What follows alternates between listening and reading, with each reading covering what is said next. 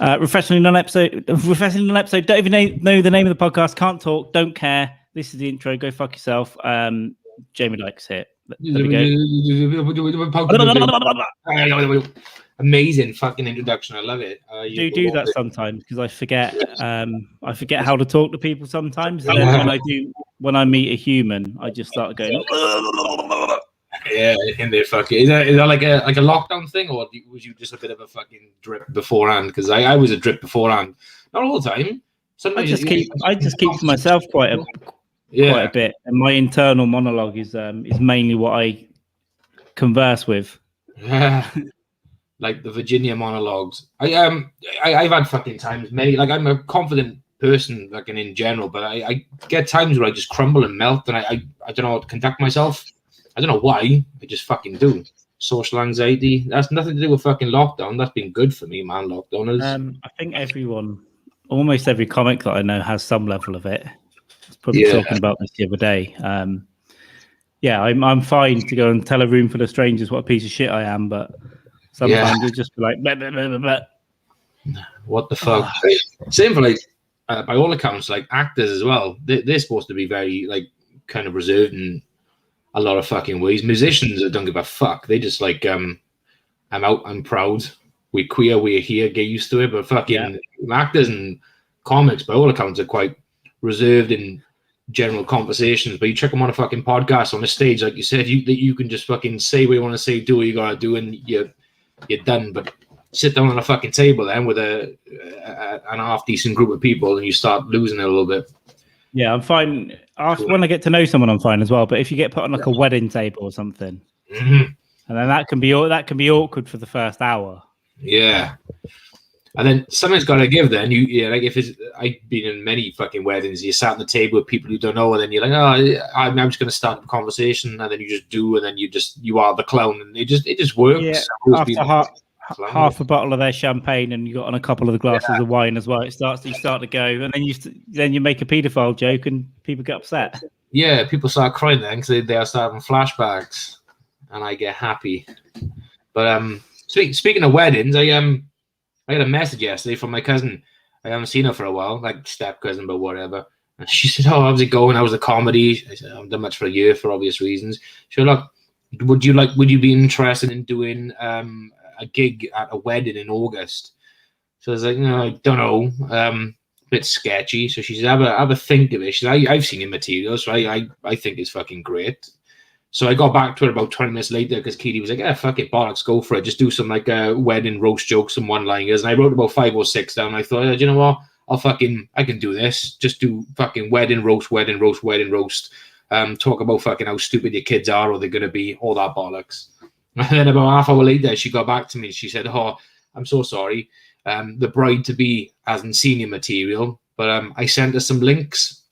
And she said she thinks you're funny, but she said it's not what they're looking for because they're going to upset Nan and Bamps and shit like that. So I thought, okay. I was expecting it, to be honest with you.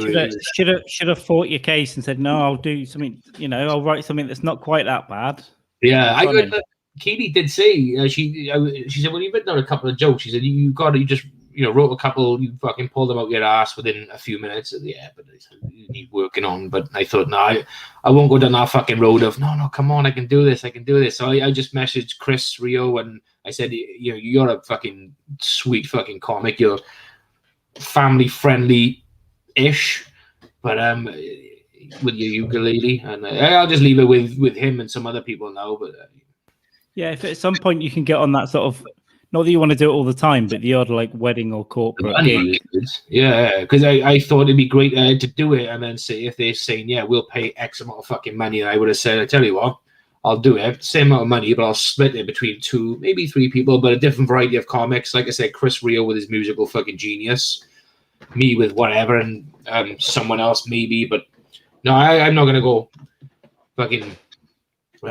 not groveling, I suppose, but yeah. Next time, I think if the opportunity does arise, I think I might just say, like, this is just the shit I do on stage. But if you want it tailored to a wedding specifically, I'll run the jokes by you first, and then add the fucks and the shits in later on, really. And then go wild at the end when you've had a couple of beers. Just fucking just go talking about satanic pedophiles in the last 5 minutes. Yeah, just to say shit. Yeah, it'd be fucking great, man. Just say, look, I'm pro Marilyn Manson. I was pro Epstein. May you rest in peace. And just yeah. Yeah, Mark Norman talks about that quite a lot because he does any gig going and he does a lot of corporates. Oh, okay. He kind of hates them. It's normally in the middle of nowhere. He's got to travel for hours. He gets there, Yeah. and then he bombs. Like people just don't. You get there, and it's just a load of people that aren't interested, and just don't want to fucking know. The host's wife's in tears, and he's got to get off stage early.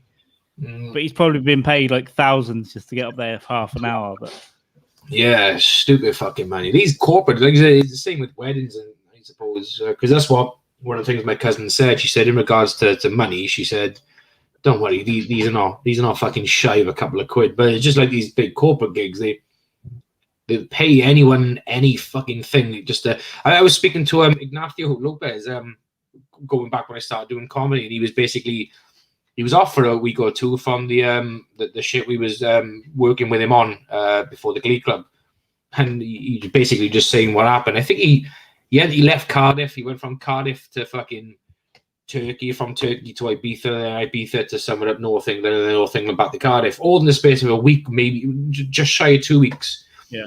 But he said the two of them were fucking corporate gigs or some shit. Well, 3 of the gigs he done were, I think, corporate gigs.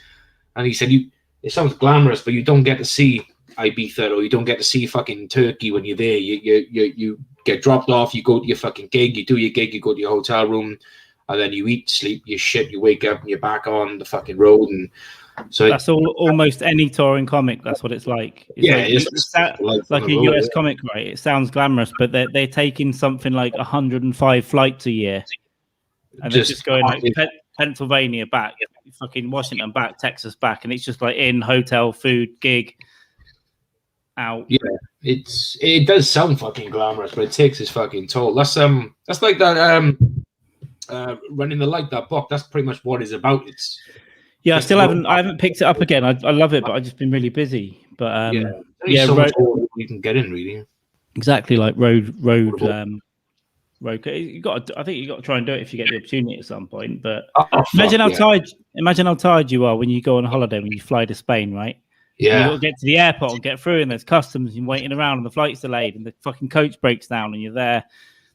Yeah. You're doing that like every week, like sometimes 2 or 3 times a week. Yeah, they fucking do it like we would jump on a bus or a train to get to work or some shit. Because that is their fucking job. But if you are like a middling, like an all right comic, you can work in 30, 35 states every year. Yeah. Just constant fucking work. Do they like dry up their work in the States? And do they go from state to state? And it must be like a period of. It's like markets, isn't it? So what a lot of the bigger names tend to do is they don't go to the same place in the same year, like a year to 18 months, and then they'll go back to that. So some of these smaller acts and smaller clubs, they'll probably go to them a couple of times a year. Just because that's what I like about the old fucking Stano stuff is when he gets a group of friends together, they do little mini road trips. They just go to like a couple of states and they just stay in like cheap motels and they just get pissed up. They go to small little dive bars, they do their thing. But that's when he's about to embark on a big fucking tour to test out his new material. And he does all these small little fucking dive bars in these back end towns, and he by all accounts he seems to fucking love it.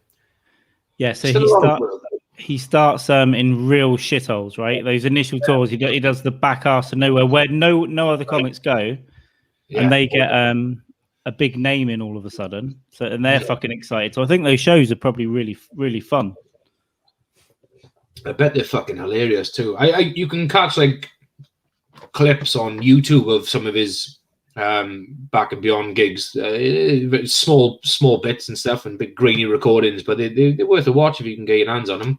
Yeah, he plays you up on at the end of his podcast sometimes as well. He do like a little clip of like where he comes up and does 10 minutes of like incidental material of something that's happened just now with one of the drunk barmaids. Yeah, if you listen past the music or some shit, yeah, you can. I loved his when he was on in Daytona Beach in Miami. he just done a shitload of like 10-minute podcasts, and this was like they were basically, I think they were out all day getting pissed off. Then they went back to like the hotel and they did like a 10-minute podcast, refreshing, replenishing, and then a little 10-minute podcast, and then back out. I think that's when they went to like, did they do Skank Fest down there, down Miami? They haven't done one yet. It's New York, and they're doing one in Texas. But there's something else down in Miami, I think. Daytona Beach. I think Skank. The Skanks were down there at some point. I think there was a shitload of fucking live comedy, live podcast. And I'm sure the Skanks were there when he was there as well. I might be fucking wrong. No, probably. It's probably something like a little one of the festivals down there or something. Yeah. But Miami's supposed to be wild. Like, there's stories of people doing gigs there, and people, got guns in the front row. Wow. And comics have been shitting on them, and then they're pulling up their gut thing and just go, nah. Nah, motherfucker. It's not going to happen. Sweet. I listened to Mind Dog TV podcast the other day. Brett Erickson was on there. Yeah, I saw what was going on there. I need to catch up on some of those. It's a good podcast, man. Brett Erickson's a fucking cool guy, and he talks about some of the gigs in Anchorage, Alaska. And Alaska in general, he said, "Fuck, that's like the Wild West." There's a bar that Stanhope always talks about. This one bar, is it like Chilcoot Charlie's or something? Yeah, I can't remember the name of it, but I know what bar you're referring to. Yeah, but is it like a bar they do like fucking like crabfish and shit there as well, or is that something different? It's probably it's just some small town Anchorage bar basically. Yeah. That, from my understanding, gets fucking wild because, again, it's one of those places where they don't get a lot of people going. Yeah, but when something happens down there, it fucking kicks right off. Yeah, I mean, it's the sort of place you can get glassed or like eat a seal live or just get beaten up by a woman. That's what they were fucking talking about. It's fucking sounds fun. It does. Our kind of place. I'd love to go somewhere wild like that. He said he's got to tone down. Erickson is obviously quite a liberal person. He said he's got to tone down some of his extreme liberal jokes because of the political spectrum up there. I suppose I think it's more like Republican, is it? I would think so. Yeah. So he said he's got to tone down some of his jokes and sort of tailor it to an audience, but not too much because you can't fucking compromise on your shit. But he's fucking class, man. Really good fucking podcast though. And James Inman's on there. It was on there as well yesterday. That's it. I've seen. Now I'm going to start making my sober notes, and we'll see what they look like in an hour. I said to Matt Napboy, said I said you're going to have the full fucking Unbookables card soon because you've had Stanhope, you've got fucking Erickson, you've had Andrist. I messaged him and he did get back to me, and then sent me stuff from the past, like a calendar from the past.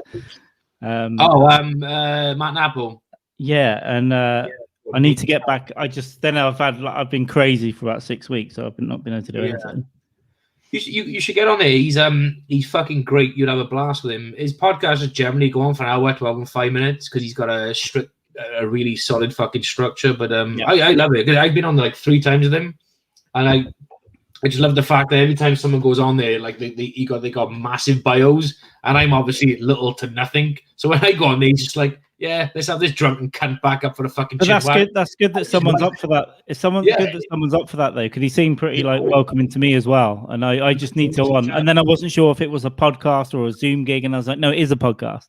Yeah, it's a podcast. But he's so fucking friendly. He's so welcoming. He's a nice guy. I think I went on the last back October last year, and it's like the 3rd time I've been on with him. We just literally just talking like we are talking now. Just like he's fucking cool. You don't feel like you're on a podcast with thousands and thousands of fucking downloads per fucking week or whatever. He's just, he's a cool guy. It's the best way to have it anyway. Just like a really, really informal thing, whatever, and just chat.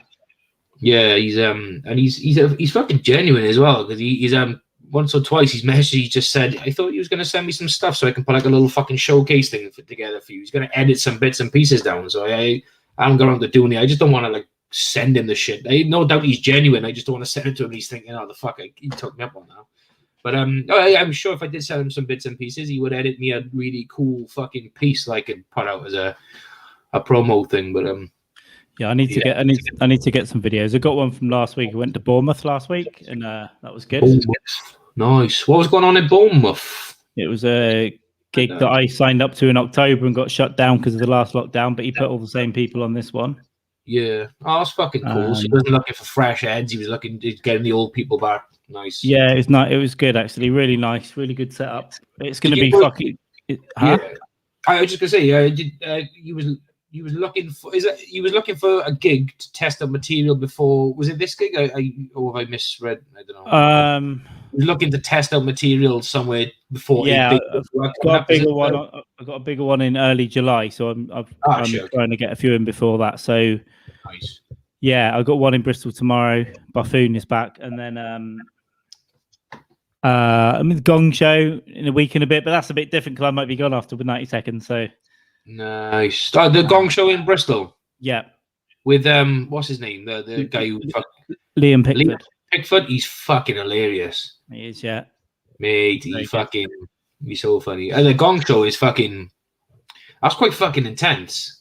You got a 5-minute clock and you've got 67 grace periods outside of that to try and... It's nervy just because the setups... It's quite a professional setup in the room. Very good. It's a lovely fucking bar, lovely little closed off area. When you're waiting out the back and you've got the little monitor of the stage and the little room, you're like, oh God. Because we was it was me, I think it was me in the back. Who the fuck was I in the back with? It was me, Shug, and I can't remember. And we were just basically standing there like, what the fuck are we? What's going on? Yeah, motherfucker. It might not have been Shug. I can't remember. But yeah, it was fucking pretty intense though. It was. But then the guy who was in the back ushering the people on to go on, he was just like, just relax, calm the fuck down. It's just like, he said, have you gigged before? I said, yeah, but this is just feels a bit fucking... It's a bit different from being in the side of a pub, isn't it?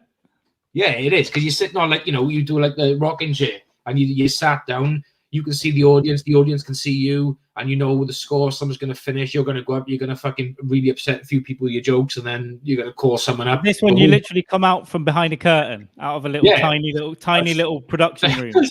That's what it's like, and it feels like you said, a real professional fucking setup. You think, oh, fuck, this is great, but then those 60 seconds, you're like, okay, I got 60 fucking seconds now to stop biatches putting like the cards up. Yeah. And I had a blast. I really had a fucking a lot of laughs. I fucking smashed the 60 seconds, but about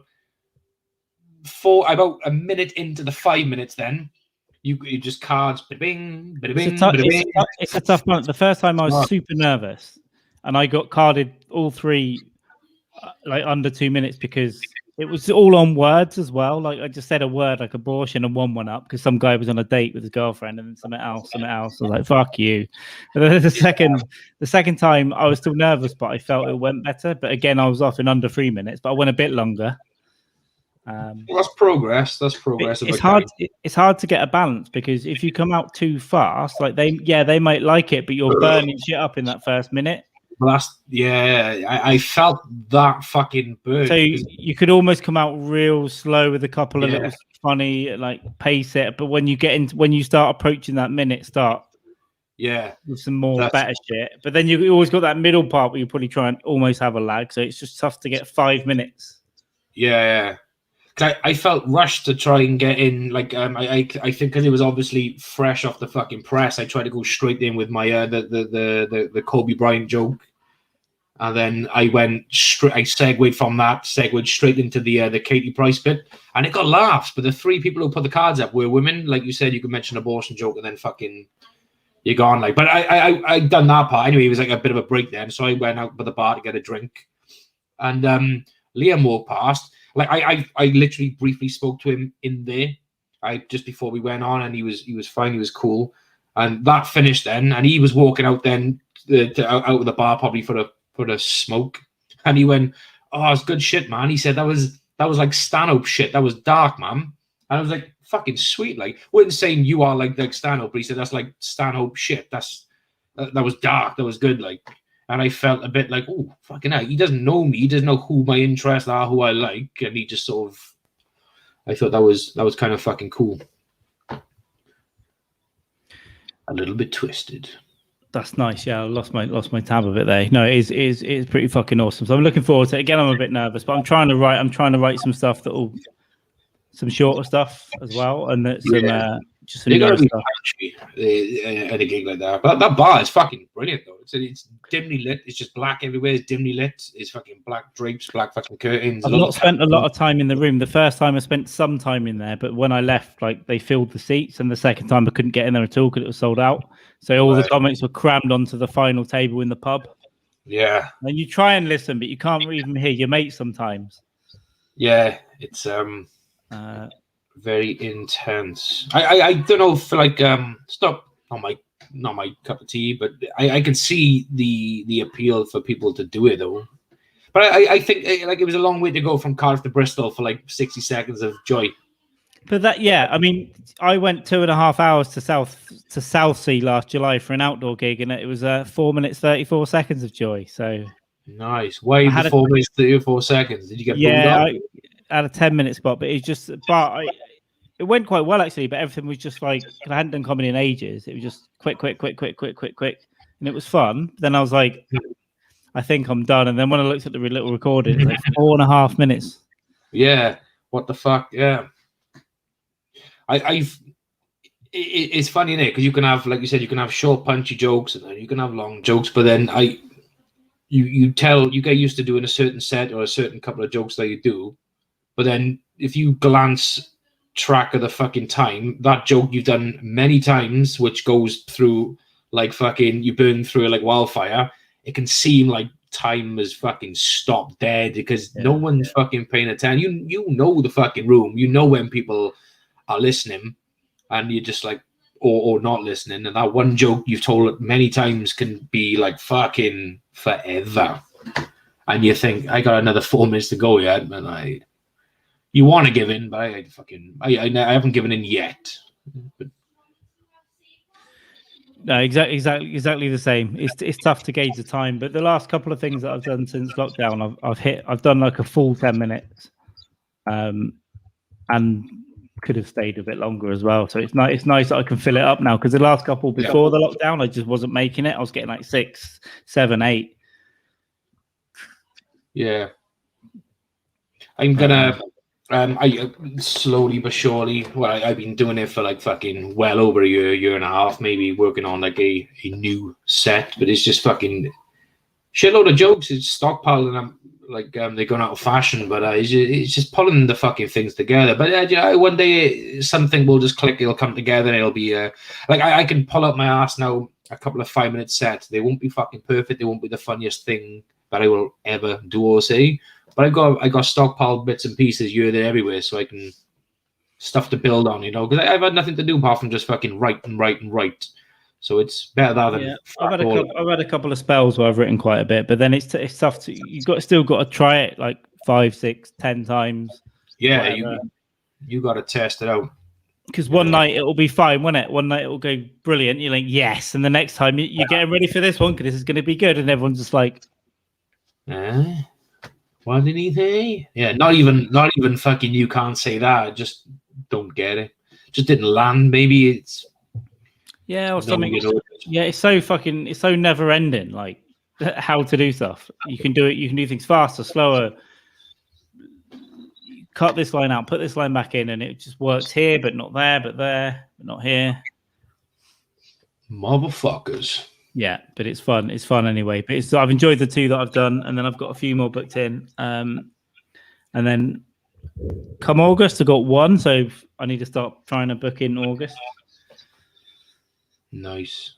But, the spots are going to be fucking like hard to get now. Obviously, there's organizers of gigs who know the comics that they like and know the ones they want to get. So naturally, you're going to sort of be prioritized over someone who's like up and coming and just wants to try shit out, because it's going to be a long time before those days are back. Now we can just check your name out and get a spot somewhere.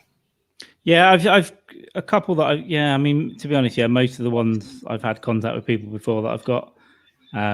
But yeah, they'll start to get busier now, especially if like early July restrictions ease a lot.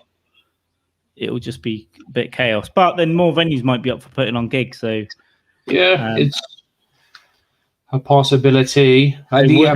Worcester now has like 4 or 5 gigs now. Not all of them are every week. Some of them, twice a month, once a month. But they've just got 3 new gigs on there this month. Yeah. It's a bit of a trek, but yeah, I'm going up there again in next month actually. So that's looking good. Bristol got a couple of new ones. It's got an outdoor one called Breaking Bread or something. Right. Okay. Every other Tuesday. I'll send you some links after. There's a couple that are going on that I need to sign up for. Like every other Tuesday, there's one at a bowling alley. No, that's fucking brilliant. A bowling alley, like crazy hard shit. I like the sound of that. Brilliant. Crazy shit.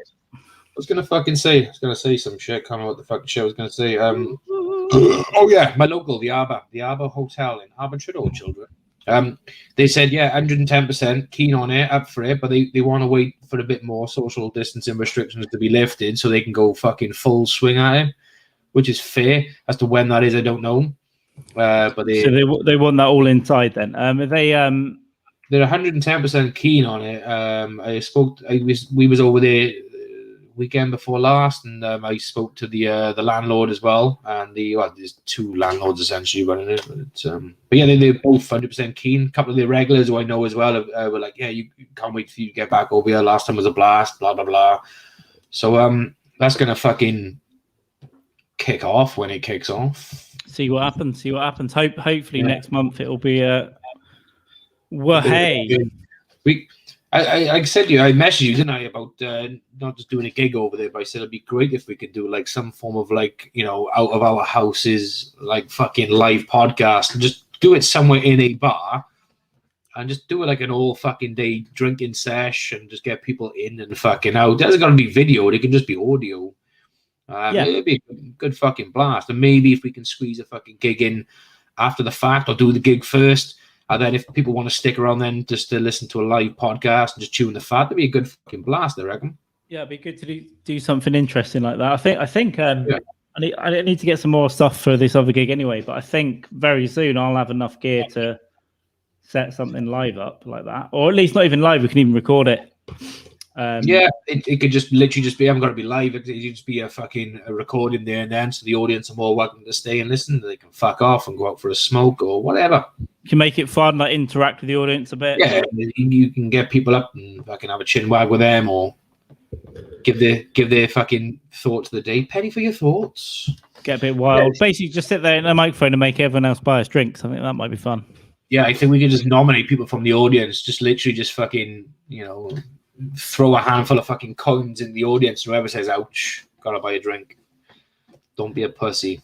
Yeah, I want to do more fun stuff like that. Hopefully in the next couple of months. Yeah, I'm gonna help run a couple of gigs that are out of town. But then if this place opens up a bit, I'll try and get somewhere very soon. I think they can probably do something around now. I think you can perform in Wales now.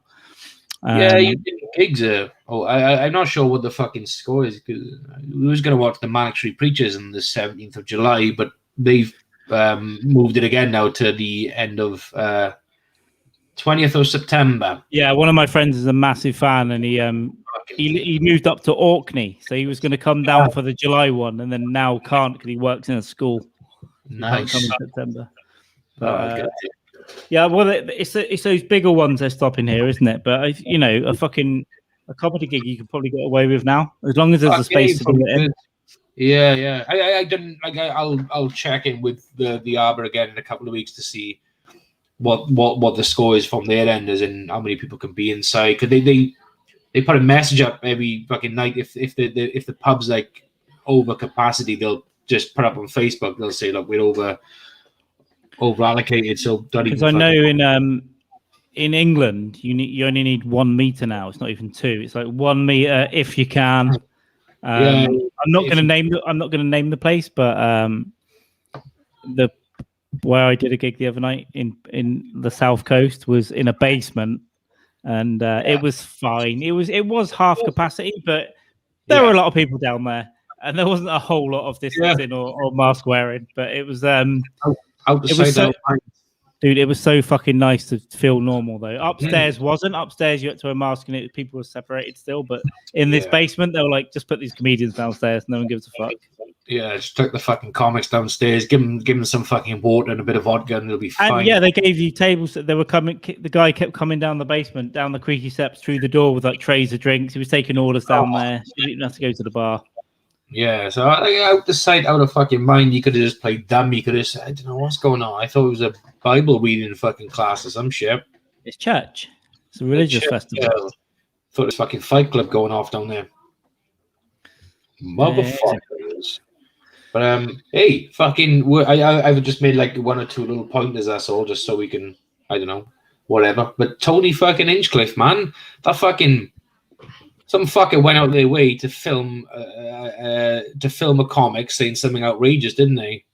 And then tried to get the fucker cancelled because there's a lot more content to that fucking joke than met the eye of the video that was issued, and fuck me. Yeah. When I first saw stuff trending, I didn't even see it, and then I saw Luis J. Gomez's reaction, and just his tweet was "I lolled." Yeah, I saw that. When I clicked on the clip, and when I first saw the beginning of it, I was like, Jesus. Because I'll tell you, I think I've said before, when I was in the Comedy Store, there was stuff like that going on every night. Yeah, you were saying he was just fucking brutalizing people. Real brutal, like aiming at the gates, just fucking mowing your own people down. It was pure comedy. But when I saw the extended clip of what went on, and then Irish Fear did a post, do you know what? Yeah, it could have been maybe better or funnier or whatever, but what he was doing was deliberately being an ignorant piece of shit. Like, he's definitely not. Yeah, it was well over the fuck. It took a bit. The bit was it dragged on. It was a bit boring. It was like, okay, it's not that funny. Whatever. But yeah, he was just mocking the fact that should be the thing that he definitely shouldn't do after what this guy just said. Yeah, and just went a bit wild with it. That's it. That's it. And then to film it. Obviously, the other guy was filming his set, left the camera recording, and then tweeted that out. That's a bit harsh. I don't agree with that. I mean, they've known each other for a while, right? Because who the person filming Tony Hinchcliffe, or Tony knew the Chinese comic? I think maybe the Chinese comic was filming. It's Peng Dang is his name. I think he was filming his own set by the look of it, or the club was filming it and they left it running. Yeah, but they've worked together before, because apparently that guy's been on Kill Tony. And in that night, I haven't seen the podcast, but in that one, he was doing all that kind of humor on the panel, like to him. Yeah, when he was coming through. And then since then, he's let him open for him, and he's paid him to open for him. So they know each other. Yeah, that's the impression I had from the backlash of people saying, "Oh no, they fucking know each other." Whether or not something happened before, and this was just like a final thing, or I'm going to get you, or he just wanted to try and get famous for a couple of days. And yeah, I'm sure if it was like real hateful, it's not a good thing to do. But I don't think it was. As far as I know, Hinchcliffe. He's a roaster. He does go for the joke no matter what, and he helps. That's his thing. And the whole point of Kill Tony is to help young comics, and they do roast them and stuff. But they've put a lot of people through. There's people like there's a girl called Ali Makovsky that's done quite well. She now opens for Rogan, and she's come off Kill Tony. Oh shit! David Lucas, this guy called David Lucas tweeted, "Well, big black dude." He's like, "Well, he's my." For a year, so I'm not sure if he's completely racist, but it's kind of a separate point. But fuck me, excuse me, I think I need another drink. I was going to say, but I listened to it and I was just like, okay. So I only literally saw the hype clip, which was, look at this fucking anti-Asian racist motherfucker. And I watched it and I thought, it's not funny, but it's funny. It's okay, great. But I didn't see or hear no malice in it. But then it's just the assumption you have that fucking is a bit of a roast and that's it. But when the longer clip was played, you're still not more the wise as to whether or not it's just a joke or not. But it does give a bit more context. Hang on, he wouldn't drag on this long if somebody was serious, because people would have shut him down. He would have been booed off because the audience would know if someone is being genuine or someone. Yeah, it wasn't a Klan rally. You're in Texas, but they're in Austin, which is a pretty fucking liberal city. You would get the feel that, hang on now, this guy's fucking taking it too far. Let's shut him down, because that's what happens in fucking comedy. And he did swing and hit over the line a bit, but I think you should be allowed to, because I wouldn't do that. But I think if you want to go for it, you should be allowed to. Yeah. I wouldn't have the confidence or the fucking balls to do that. No. It's so many comics that would never do it, but it's Hinchcliffe's done that kind of humor for a while, like on podcasts and stuff with people. You know, it's been kind of collaborative in a way. But he's just thinking of what's the craziest thing I can do. What will be the crazy? Yeah. He sat at the side of the stage watching this semi-serious speech, and then he's gone, what will be the funniest thing that I can do when I walk out there? Funny or outrageous, but it just rolls into one thing with him. I was listening to I was in the fucking hot tub in the garden the other day, and I had the Rogan podcast on with Hinchcliffe, the one from a few weeks ago, and they were talking about where fucking Tom Segura fucking fucked his knee up and broke his arm playing basketball. And then Joe Rogan was obviously showing fucking, I didn't see it because I was on audio, but Rogan was obviously showing pictures of what had happened. And then Hinchcliffe was like, yeah, I can't believe that happened. And Rogan was like, what, broke his arm and his knee at the same time? He went, no, two fat guys, him and Kreischer, slam dunking. Look at the state of them guys, like two whales. And it was just like, Rogan giggled. He said, oh, that's fucking rough. But they're people that he knows and he's gigged with and fucking lived nearby. And he's a fucking professional roast writer and has done it for his fucking 10 years. Yeah. It's his fucking thing. But I mean, again, you or I wouldn't have the fucking balls. There's no fucking way. I say some crazy shit, right? Sometimes, but there's no way. I ain't going there. Nah, the amount of fucking times, right? Some things have happened, whether it's been in work, around friends, family, or whatever, and then something's been said or something's been done, and then I get a look like, you want to say something, don't you? And I'm like, yeah, but I ain't gonna. Why? It's almost like an assumption that because you do stand-up comedy, like it's before I even done stand-up comedy, it was that, oh, Jamie's gonna say something ridiculous. But now doing stand-up comedy, it's literally like an assumption that you are gonna fucking say something that's gonna make everybody laugh. It's like, no, it's not how it works, you know. Like I want to sit down and write some material and do it on stage. Yeah, I fucking come up with some really fucked up stuff and I say unscripted around friends and family, but not all the fucking time. You got to rein that shit in. And sometimes I'm like, I want to say this, but it's like I'm not going to, because no one around me is going to.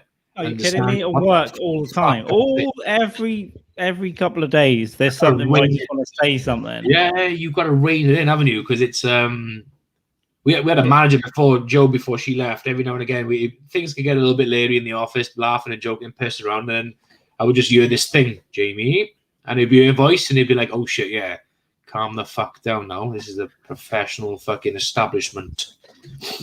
It's got to be in the right environment, isn't it?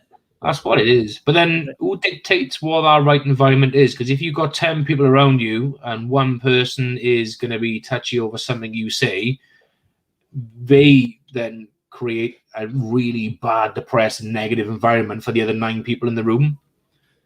Yeah, exactly. Who's the negative fucking person who got to shut shit down, I notice as well.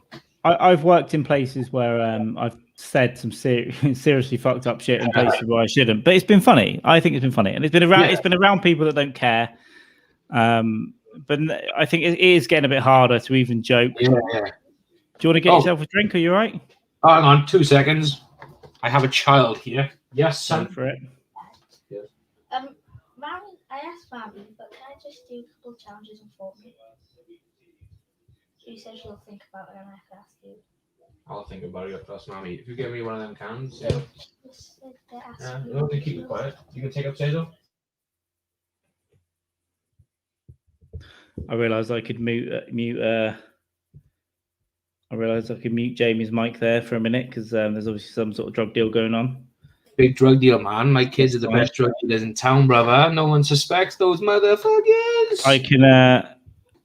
Cool. StreamYard's pretty good because you can put some like royalty-free Samba on if you want. I'm not sure if we look better here. Every time I try something, it doesn't work. StreamYard's fucking tidy, man. That's what Matt Napo uses and Scott Curtis from Behind the Yeah, there's loads. One mate's got a football podcast. He uses it for. I know a bunch of other people that use it now. So I just thought, fuck it, I'll get the free one, and then upgrade it immediately because you can just do more stuff with it. What was you saying before we got rudely interrupted about being in certain areas with people and you as a comic on expectations? Just there is. I understand it because you can't be on your work email system and be just writing the N word in big red letters and 100 font. Yeah, you can't be doing that. However, also you can't be using your work computer or email, sending pictures and saying the N slur left, right, and center. But also, and this has happened. This is fucking fun. A friend of mine who I used to work with, no longer work with, he basically managed to send a picture of a tiger with Down syndrome to a lot of people. A tiger with Downs. And he fucking shared that shit with a lot of people in the office. It was like, what the fuck, man? And a few managers were tagged in it also. I think he like literally replied to all on a big email or some shit. And Back in the day, I sent a couple of things that were inappropriate on reply alls all around the office, but they wouldn't be it wouldn't be that bad. It would be just saying "fuck off" in big letters. That'd get me a serious problem right now. So well, the other thing he did as well. What the fuck is the name of that Paralympian swimmer? The short ass, the midget, whatever you want to call him. Stumpy McDrownface. Her, yes, that's exactly. I couldn't pronounce her name. That's exactly what it is. Spanish, I think. Yeah, he sent a picture. It was a girl we work with. She's very short. You're not a midget, but she's very short. Anyway, he sent a picture to her. So what he thought was her, but let's just. I won't say her name for obvious reasons, but let's just say now her name was Angela.Smith1. Well, he ended up sending it to Angela.Smith. Fucking 4 or whatever by accident, and that person ended up being one of the senior managers. She is also very short, and it came back to him, and he had a fucking serious fucking discussion on that one. And it was Ellie Simmons, that's the name of the swimmer. Wow, that was fucking. That was a really cringy moment. That was very awkward.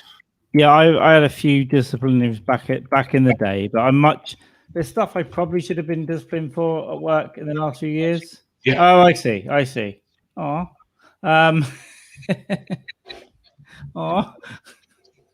What's going on? I was looking at pictures of Ellie Simmons. I didn't ask you that.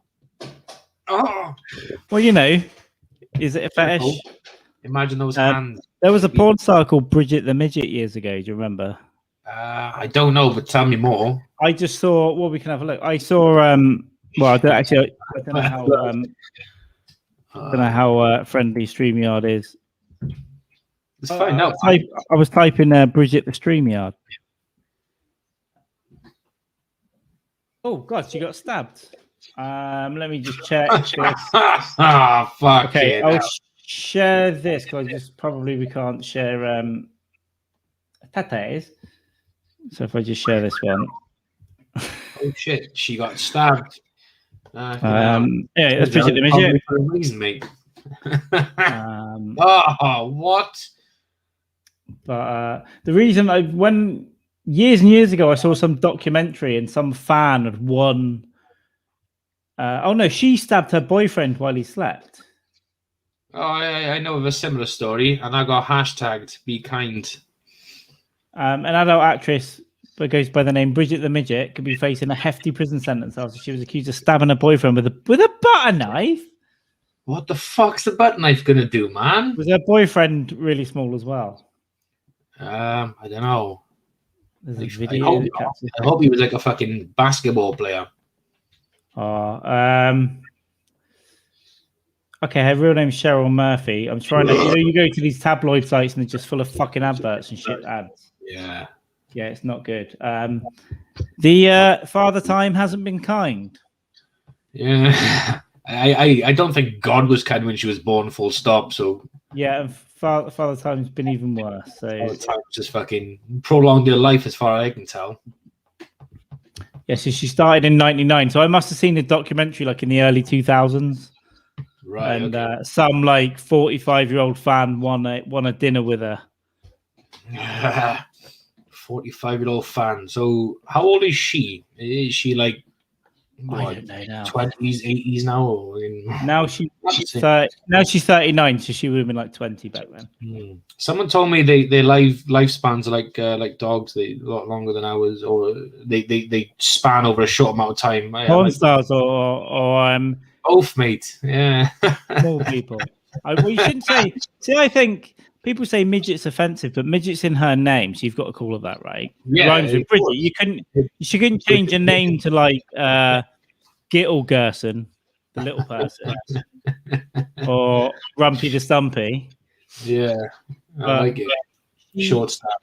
Yeah. So, but don't you think little person is way more offensive than midget? Yeah, that's kind of like talking down to us. You little person. Yeah, it's like really condescending. It's a little person. Is there something postmodern now, like where if you're in a wheelchair, you're not disabled, you're differently abled? You're unabled or differently. Yes, you're not disabled. Are you like you're not short, but you're differently tall? Yeah. This popped up on fucking I think I was listening to like LBC months ago. I think it might have been earlier, like Nick Ferrari or some fucking shit. And some woman came on the radio and she might have been disabled, I don't know, but she was one of these people who were like, they shouldn't be called disabled anymore. And then she had her fucking 10 pence worth, and then people came on then who were registered disabled, and they basically, not paraphrasing. Sorry, I am paraphrasing what they said. They basically said, what the fuck is she talking about? Because we are disabled, because I have a disability, so therefore I am disabled. So this fucking bitch is obviously speaking for herself, no one else. I don't know if she's disabled, but when she came on the screen, she was just a head in a jar. I'm not sure. Yeah. Like Futurama shit, just She's probably a professional rollerblader, but she is a head in a jar. Yeah. Her body's a professional rollerblader, but their head's is the head in a jar. Like Futurama shit. And it turns out, Carl, it was probably for a reason. Exactly. Every time. Exactly. I'm not disabled. You fucking douche. Yeah. So we've covered midgets, we've covered comedy, we've covered I mean, tell me, Jamie, what if you were to do you like serial killers? Oh, I don't mind them, mate. Yeah, I mean they're not my first choice for company, but I would definitely give one a second chance. Have you got a favorite one? I gotta go with Bundy, and that wasn't a really fucking hard question to fucking answer me. He is like the Man United of serial killers, but yeah, he fucking is. Yeah, like I get it. Cantona, yeah, it's gotta be the Bundmeister. So, I mean, you've seen Ted Bundy tapes, not Ted Bundy tapes. Yes, Ted Bundy tapes, right? There's a couple of documentaries. There's one on Amazon about the women in his life. Yeah, there's that one on Amazon which I've not seen, but I've seen the Ted Bundy tapes. It is good that Amazon won it. So it's about as he became before he went full on. They think, and when he started, he had a wife and a stepdaughter. Or a fiance and a stepdaughter. Small town America, little home. Yeah. As he started battering students with logs. Yeah, fucking co-eds with logs and biting chunks out of their bodies and stuff. Here's what I like about Bundy. He escaped. Did he escape twice? I don't know. One time he escaped from a library, jumping out the window. I think he escaped the first time out of a police station. And he ran up into the mountains and they found him like 3 days later. And I think the second time he escaped as well. And then on his escape, he ran straight into a halls of residence, and I think beat 4 students to death with logs. He took a chunk out. Yeah, that's right. Yeah, he grabbed a massive fucking tree. He just took a tree from the ground and beat the fuck out of him. That's the time he ended up taking a big chunk of one of the girls' fucking. I mean, look, flash or some shit. Obviously it's terrible, but to get away with doing that, yeah, insane. Yeah, it's. It was before. It was before the FBI had like linked computer systems and stuff. So he would drive from wherever he started somewhere on the West Coast, right? Some shit like that, yeah. Bundy killing locations. So somewhere on the West Coast. And I think he used to drive like just into other states and just he did. That's exactly what he did. He just used to drive from fucking state to state. When the heat was getting too much in one state, he'd go to another because the time it would take for the very dodgy, sketchy fucking profile of him to get from point A to point B, he'd be gone anyway. California, Colorado, Florida, Idaho, Oregon, Utah, Washington. That's quite a spread. Fucking yes, mate. That's fucking crazy. And you know what? Jamie Gum from Silence of the Lambs with the old, the arm in the cast. Oh, can you give me a hand, please? Thank you. What size are you? Boom. That's like did, right? Shit, man. He had the fucking cast on. He would come out on crutches and go, "Hey, little lady, can you help me with my boat?" And she would go, "Sure." And then he'd beat her over the fucking head. That's right, mate. Yeah, that's what he did. I'm not glorifying it, by the way. He's wrong. He's wrong to do that. Right? But there's no right way, there's no fucking wrong way to describe it. He's wrong. However, if you take any profession or expertise, I respect a master of it. Like I respect Michael Jackson for being a talent, right? Yeah, he was. You can't take that away from him. I respect, an athlete, Linford Christie, Michael Phelps, Mike Tyson. Mike Tyson, the high level, whatever you do, you're a surgeon, whatever. But if you're a serial killer and you've got some real technique, I kind of respect your game. Kind of right. You got to. I mean, like Ed Kemper, for example, the guy used to do what he did and used to walk into a bar and speak to police officers. It's like Ed Kemper was fucking. So yeah, two of my choices would have been Bundy or Kemper because. I mean, Ed Kemper, what was he, like 7 foot tall? He was a big bastard, wasn't he? And he had a very fucking overly fucking heavy presence about him. 6'9". So he's a big... 6'9".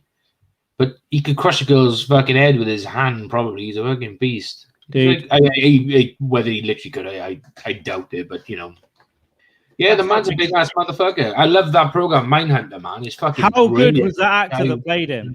Outstanding. Like, if you go and watch the old interviews with Ed Kemper, it's identical. It's class. If you watch that actor who played him, right? I watched a clip on YouTube, and it was about the process of acting, and he basically he says he's just talking normally, like because he's a normal guy, this guy, and he's talking about getting the character of Kemper, and as he's basically getting dressed as Kemper, the final touch upon the glasses on.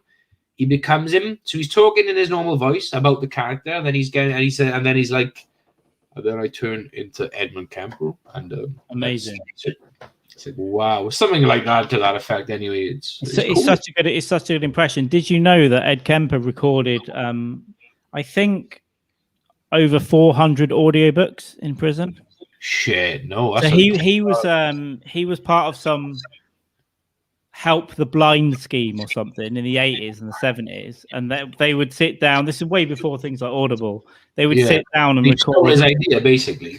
Yeah, in the prison they would go, right, if you want to volunteer, you can read these fantasy, western, sci-fi, factual books onto tape, and we'll give them to the blind people, basically. So they got an award, and Ed Kemper was big on this audiobook. So I'd love to find some of these audio tapes. Yeah, it'd be great. Could you sleep listening to those though? Oh, I could sleep just fine.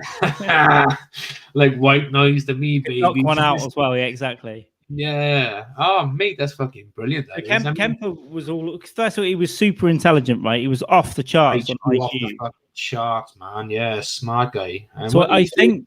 Wasn't he young? Didn't he kill his grandfather or something? He killed his grandmother, I think. Or he killed his mother or some shit. No, he killed his grandmother. Later on. So he killed... I think he killed both his grandparents early when he was a kid. Yeah. When he was a teenager.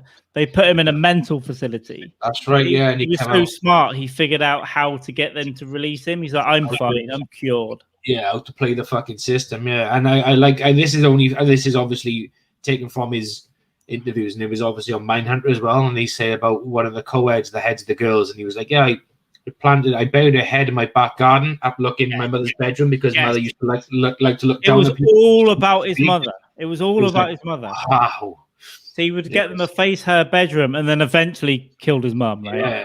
And what did he get? It was 7 because mother used to like to look down on people. Yeah, so I mean, fuck me. I get it. I get it. Psychology there, man. I've been angered by people that much, but I would never have been so creative. Yeah, exactly. I would just fucking dug them up and buried them, and maybe with a bit of lime or something. But it would have been a shallow grave because I'm lazy, and then I would have been caught within days. Definitely would have got caught. Yeah, he's fucking class, man. But yeah, that was phenomenal. So yeah, I'd go with Bundy. Kemper only learnt about from Mindhunter, but I'm trying to think. I would go with Shipman just because one, he's British. Britannia. Yeah. Oh well, we're all Britannia now because then the Brexit now. You got to look at our own internally what we got. Exactly, and not only that, but the amount of victims. I think they got him for what 100 and something. Yeah, something like that. Yeah. But they reckon it was way more. Oh, it could have been a hell of a lot fucking more. But that bastard had no remorse, did he? 218 plus. Yeah, that's fucking crazy. Do you know how many? The inquiry identified 218, but they think about 250. Wow. Shit. Was he collecting like pension off him or some shit? Or just doing it because he wanted? I think he was like he from his point of view, I think he was helping them. Yeah, okay. Well, my friend Craig, who's a serial killer enthusiast, he reckons they should have just gave the vaccine rollout to someone. Does Craig want to come on the podcast sometime? Like we'll have a good. Craig actually would because he's a serial killer fanatic. He's also a truck driver as well. In fact, he's also known as on Talk Sport Radio at stupid o'clock in the morning. Can I just say something? Serial killer enthusiast, truck driver. And Talk Sport. Serial killer? Yeah, it could be. I hope so. If I was really into the methodology of serial killing and I drove a truck, there'd be bodies at every truck stop. Yeah. Well, every time if he does like a different type of job, he's got a different truck. He usually say like the rather than saying it's a X amount of tonner, he usually say like it's a whatever body carrier or some shit. I've liquidized this homeless man and I've used him for paint to touch up the scratch on the side of my lorry. But he's that kind of guy. He's class, man. Every time he comes up with his missus and his kid, we have a fucking ball, and they just like the women just don't listen to what the fuck we got to say. We just crack the fuck on because that's the kind of people we are. We're like bromies. We are proper brothers and homies. I love it. Okay, love to come on. Final thing about serial killers, because I love murder and everything. We'll save more for the next podcast, though. Definitely. So if you were to be if you were to be a serial killer, how would you go about? What would be your method? I don't know. I wouldn't do a gun because it's kind of like it's been done. A knife is a bit fucking But I'm also talking method of like death, obviously. But like also patterns. Would there be a type? Yeah. I don't know. I like to think. What about this? Okay. So rather than having a specific weapon of choice, when you get to the scene where the crime is going to be, you just basically use whatever is at hand. So if they're in the bath and they listen to like I don't know, got like a fucking Alexa on or whatever, you just chuck it in the bath or something. And then if you walk into like someone's in a greenhouse, so then maybe you just put like the garden fork into the ground facing upwards, and then just fucking push him in there. I don't know. Different methods for a different type of people. I wouldn't. I mean, that's pretty much. I might change my mind in an hour. I might want to like go back on that because I don't want anyone to say like, "Hang on, you can't change your mind now." And once I've committed the crime. Or, what would you do? Would you? I do like the idea of. I've just got this vision of being quite aggressive, like pulling up in a van, like a mini transit. Yeah. The handbrakes into someone's drive, playing "Welcome to the Jungle" really loudly. Yeah. Nice. grabbing them in, get them in the back, wrapping them up, got zip ties. But then it's just me in the back with a pig mask. Yeah. Covered in just UV. It's a pig mask and then just UV paint. Yeah, that's funny. It's welcome to the jungle on a loop. Yeah. Do you know what that sounds like? It would be a serial killer from the LA scene back in the 70s or some shit. That's got like LA. Yeah, I'd be taking mushrooms written all over. And by the way, it wouldn't be an instant death unless I didn't like you. It'd be like a 3-day, 4-day. But we would party. You'd get mushrooms. You'd get, drugs, and we would have a great time. There'd be music. You'll be into it eventually because it's out of your mind, and then the inevitable axe chop. Yeah. Well, you're meditating.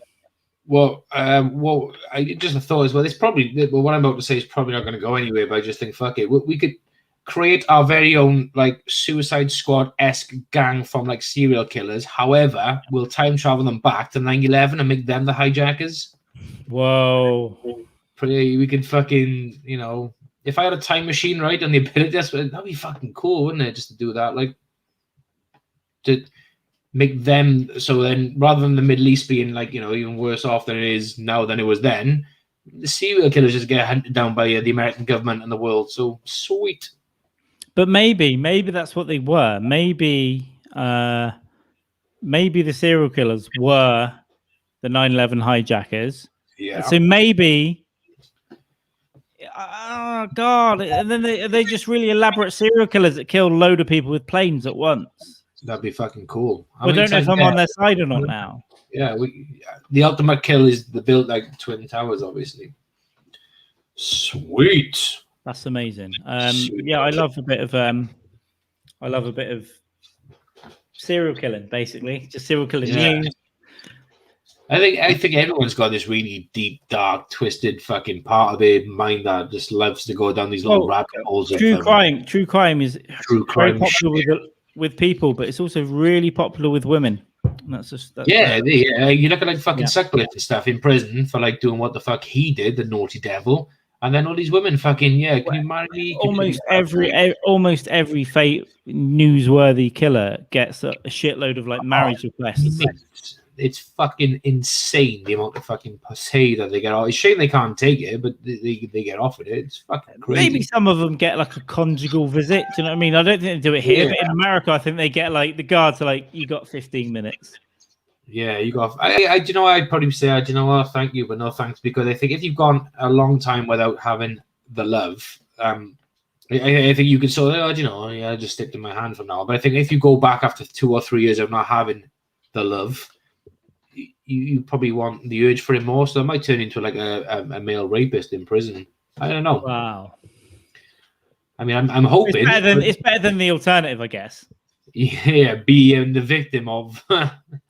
Yeah, either way, you're just walking behind someone with your little finger through their belt loop, yeah. Your pocket turned inside out like teabag on fucking Big Tim, the white supremacist, is just dragging you around. Yeah, on what's that fucking program? Oz. Did you watch Oz? I love Oz, but I watched it because it was one of the guys from The Wire that made that. I'm not fucking sure, but I'm not sure. Probably. It seems like something that some crazy fucking cunt would write. What were their names, dude? Okay, remember what's the name? That's fucking the Wizard of Oz that I've got. Adobisi. It was that's one of the characters' names. Adobisi. He's a big Nigerian dude, and he's like, "I'm having you," and he's like, "Whoa." He beats up the Italians in the fucking in the mess hall and makes them a mess as well. It is a crazy show. So I watched fucking nuts. Yeah, so I thought it was created by one of those Wire guys, but maybe not. Sure. Aren't there a lot of pieces to camera and stuff, and then they're talking? There's a narrator. Yeah, it's the dude with the dreadlocks. I remember I saw him in Lost or something. He's he was in Lost, and he was in Sons of Anarchy as well. But yeah, he plays the what would be the chorus in a Greek play, I suppose, to get fucking smart. But yeah, he's in a wheelchair and he speaks to the camera. It's breaking the fourth wall shit and all that bollocks. And then Teabag from Prison Break and stuff, isn't it?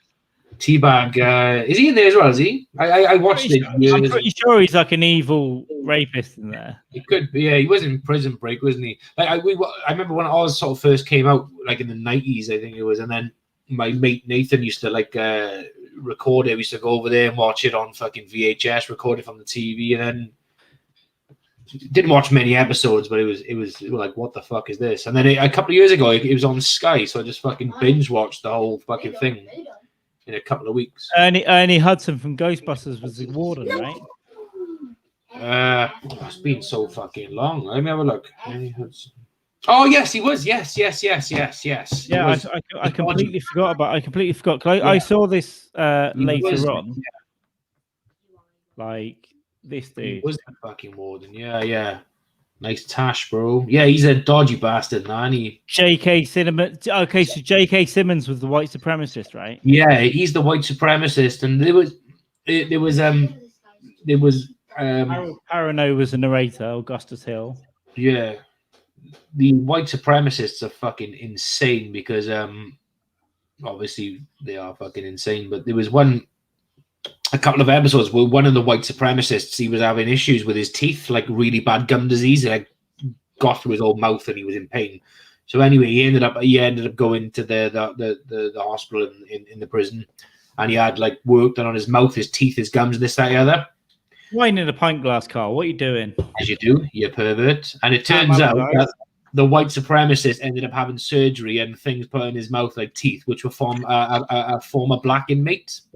And because his new mouth was essentially from a former black inmate, and he didn't know about it, word came out that it was from a former black inmate, and they fucking like rejected him from the white supremacist fucking family, and he became someone's bitch.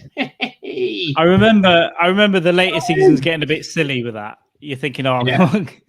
come Gum on, transplant, yeah, or some shit like that. Something fucking crazy it was, but it was like, what the fuck? But yeah, he became someone's bitch, and he ended up literally with a spoon in his ass or something. That's right. I remember. Yeah, it wasn't Teabag in there, but he was a real piece of shit. That guy.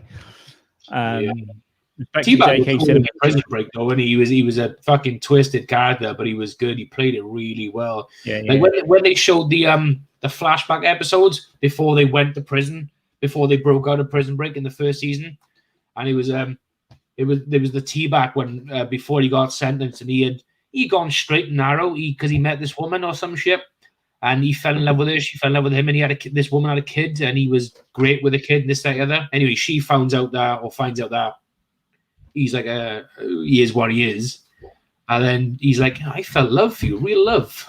But then you went and brought that little bastard back on home, and he just fucking transforms back into fucking Teabag. It's like, wow, some good fucking acting that is. Yeah, he's been in a bunch of stuff. That guy, I think he was. I can't remember what else he was in. Good actor. I think he might have been in like an American Horror Story. I don't know. He's been in a bunch of stuff, but he can be terrifying, and you know that he's definitely up for sticking his dick in places where it's not welcome. 100%, yeah. He was in an episode of Murder She Wrote as well. Wow. Stumbling across that bad boy away. Oh, you okay? It's a shit show, but you know you're okay. Yeah, not just like holding Angela Lansbury down as he, you know. Yeah. Biatch. I'm gonna make you my bitch. That daytime TV show, I'll tell you what, years ago, I had a bit of a breakdown, and I've had a couple in my life, but this one was drinking like gin at midday, before gin was fashionable, by the way. Oh, well done. Gin's cool now. Yeah, it's cool now. A few years ago, it wasn't cool. Like, your mother drank it because she's been depressed, because your dad's been beating her, blah, blah, blah. But I used to drink gin in the bath at lunchtime, right? I was inspired. I had no money. I was like, fuck this. Was you then to give yourself an abortion? Then would come all the daytime TV, and one would be Murder, She Wrote. They'd rotate it with like Quincy. And what's the doctor one with fucking Dick Van Dyke? Diagnosis Murder. Yeah. That was the fucking boy. And then there was Ironside as well, the detective. Ironside, yeah. So they would rotate these on like ITV. Yeah.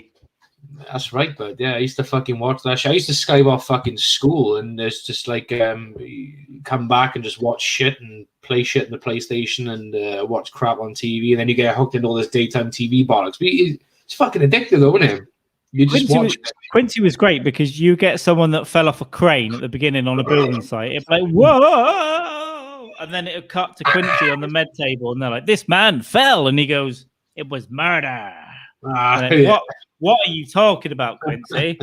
And then they would spend the whole episode where he's like, yeah, this medical examiner solves the crime every week. How does that work? Like, he's just in the room with the door and she's all lovely and upset. And by the end, he's like, you did it, you bitch. Yeah. I think that's how it went. Yeah, I think that was verbatim exactly how it went, mate, to be honest. Yeah. TV fucking shows. I used to prepare to hookers like you whore. You fucking whore. I used to like watching Columbo as well. That was a fucking good one. That's absolute classic. My dad got me into that, but that again, later on, that was on in the daytime. But it was like one more thing before you go, Mrs. Smith. You couldn't help notice with his big fucking cigar and fucking his bonk. I think Stanhope would make a good Columbo. He would make a good fucking Columbo, wouldn't he? He would make a good Columbo. Yeah, imagine him doing Columbo, but also as well playing Al from fucking Quantum Leap. Yeah, just smoking and drinking and hungover. Yeah, but rather than like a little, like what was that the day, like a fucking sophisticated bit of technology, like a flip phone. I'm getting a fucking text to a sec. This text message said there's a fucking 38% chance the world's gonna blow up if I don't drink vodka cocktails. Just fucking go with it. It'd be cool. Al from Quantum Leap is a great fucking reference. It was, mate. Yeah, I think there was a picture of fucking Stanhope and Bingo outside some fucking place, and they were dressed up like as they do, and it was amazing. It did look like a fucking crime show, like they were like detectives. Like Bingo was like the geeky IT fucking expert. Stanhope was like the detective who could fucking get under people's skin and press the right buttons. Who else was in the pic? I can't remember. I think he or Bingo fucking put it on Twitter a few weeks ago. It was good, but it did look like a fucking like a cop show. Yeah, they got some. Bingo wears some crazy outfits, right? She does, man. Like I remember seeing her when I watched him in Bath the first time. And I got back to my chair with beers, and Bingo had literally just walked past. My mate was like, "It's Bingo," and she was just like wearing very fucking baggy trousers and shit. I was like, "Oh, cool." At least I'm sure it was her anyway. This was years ago, fucking years and years. This is 2013, I think. Probably. I mean, if she wasn't there, it's not like a dick for saying this. It was like I'm making shit up, right? No, it was definitely her. But it could have been like a. It's like I tell you what it's like. It's like Tim Burton stuff, isn't it? Yeah, it is kind of like very Tim Burton, only a bit more colourful.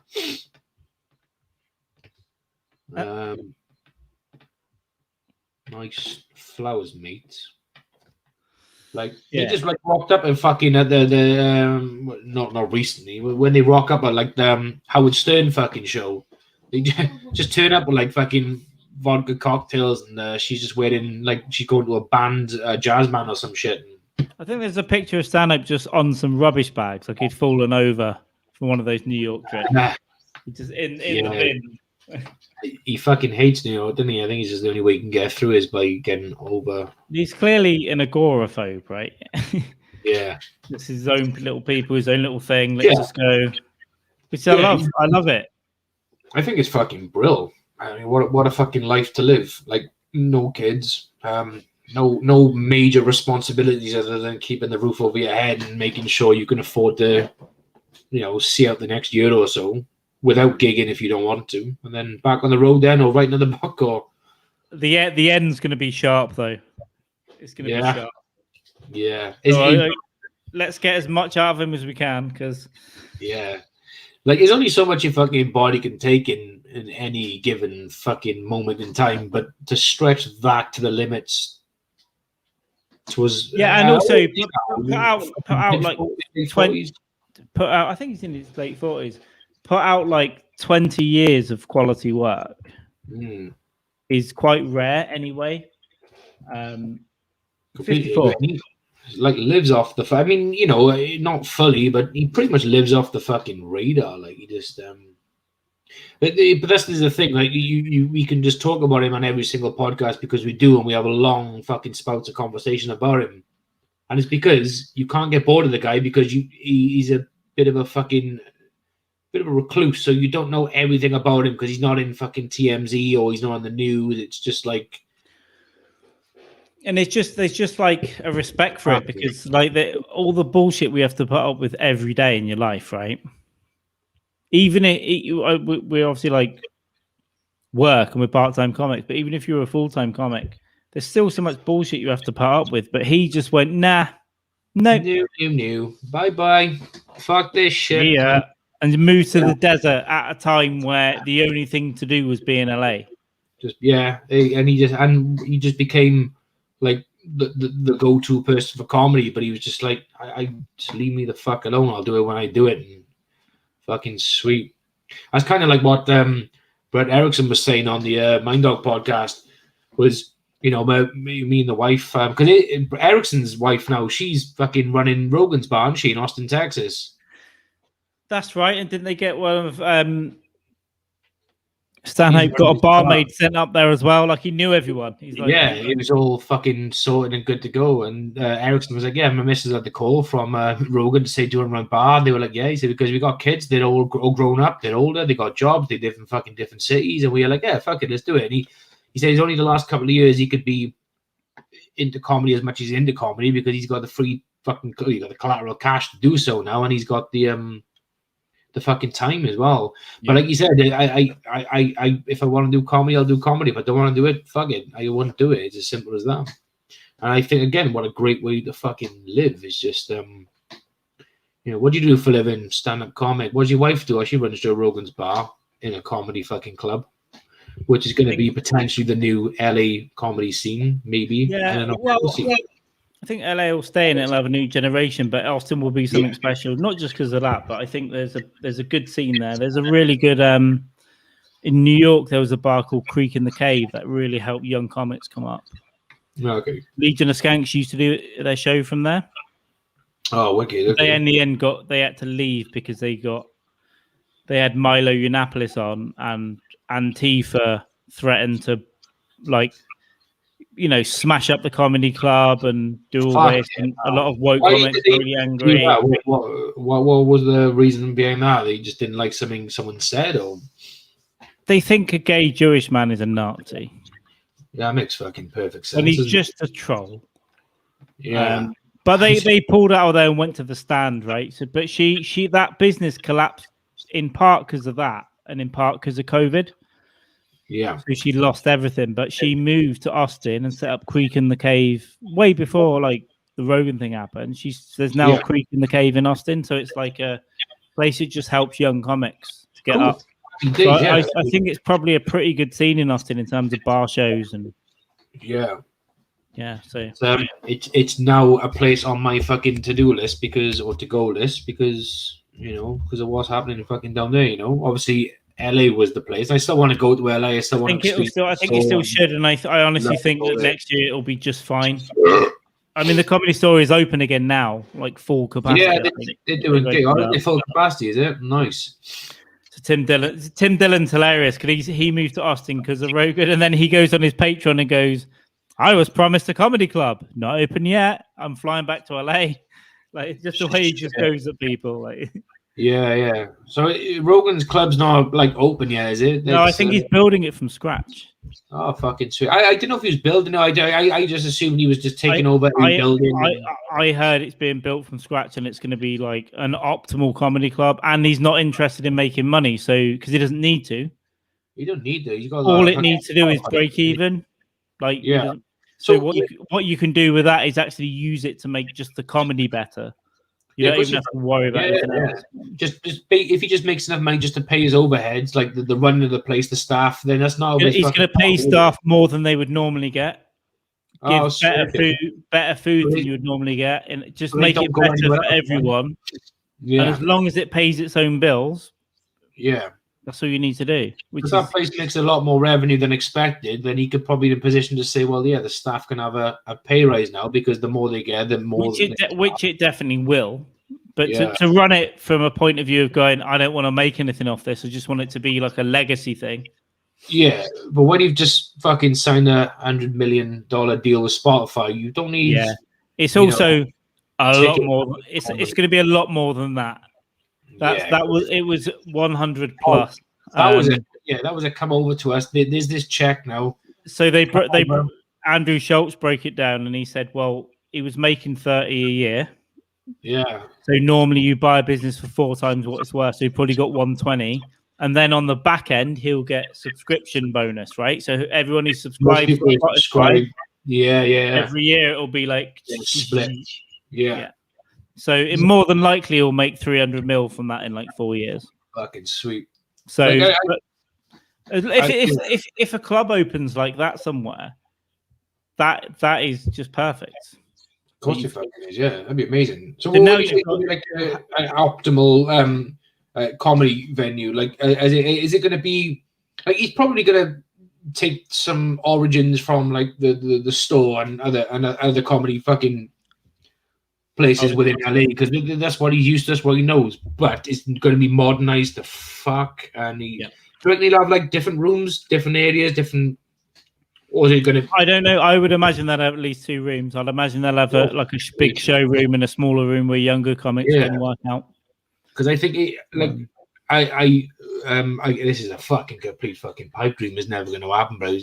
It's an old nightclub in Caerphilly called the Checkmate, which is been closed down forever and a fucking day. What a fucking dive that place was.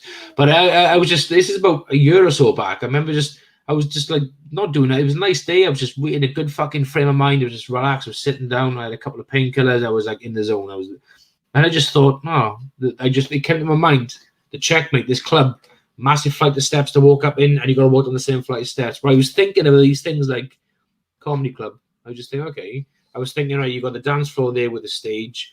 I was just mapping it. I didn't write nothing down or draw nothing up. I just in my mind, I was mapping everything out, and I thought, what a fucking great location for a comedy fucking club that would be. Give me, I agree. Give me 4 seconds. I'm just gonna grab something. Yeah.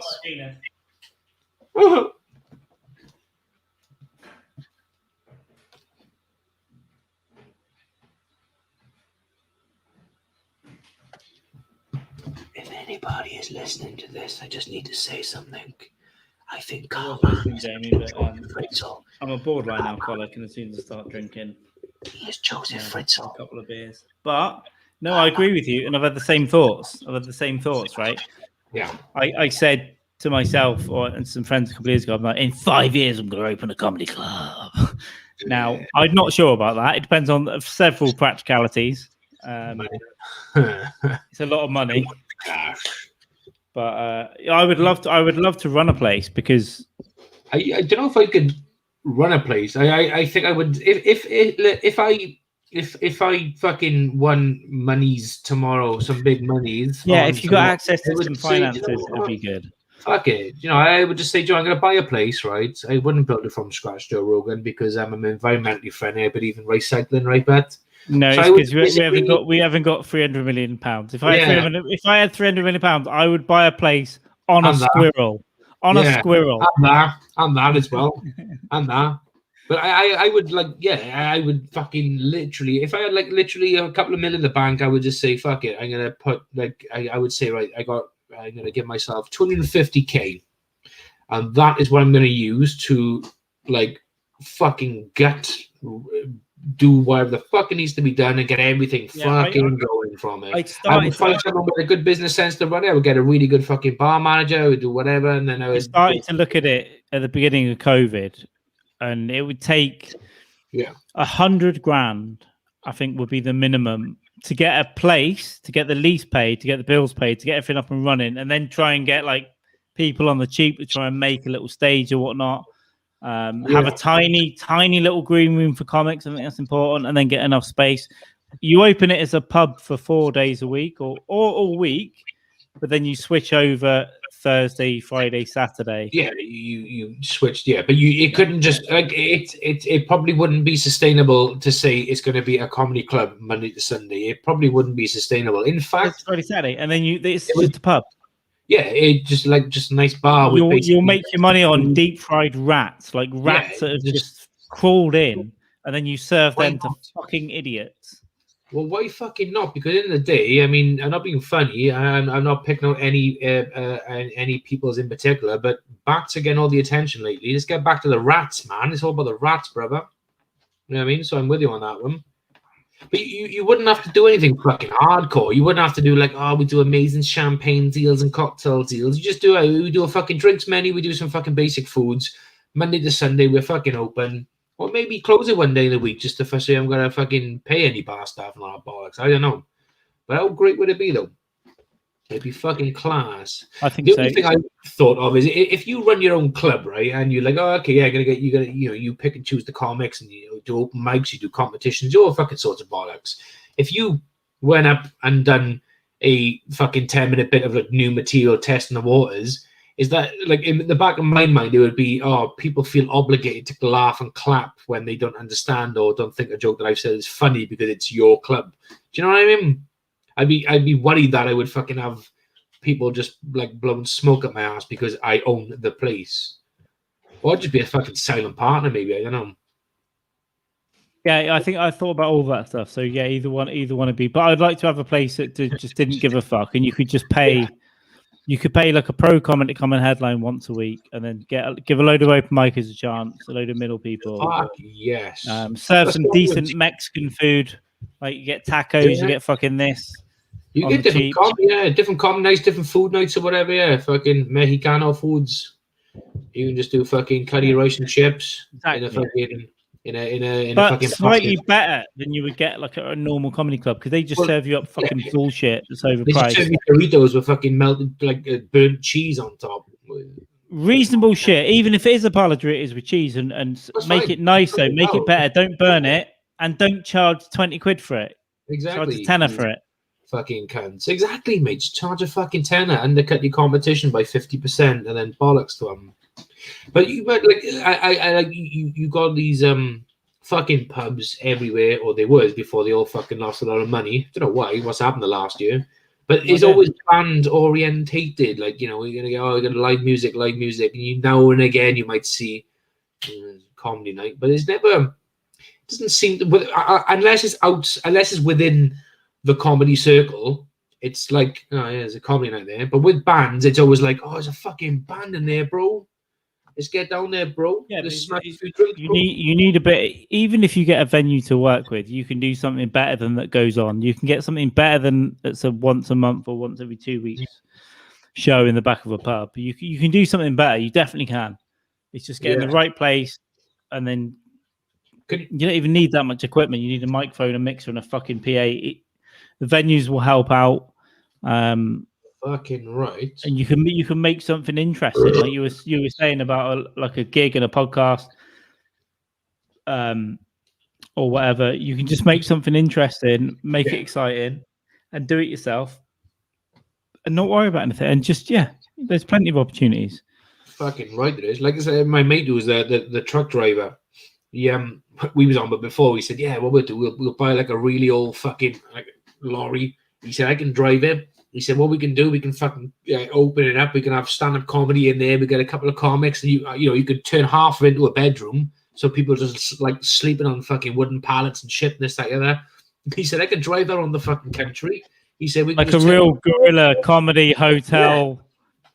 Just fucking like rough the fuck out of it. Like people who want to do cocaine could be in the front. People who don't want to do it could be in the back, like a smoking area. Yeah. I'd be fucking brilliant, yeah. It'd be fucking class, and just have like the scent or the whatever part of the fucking the trailer then open up, and that's where you got your fucking your little stage with the mic, little black curtains in the back. But either side of that, then you got your sleeping quarters.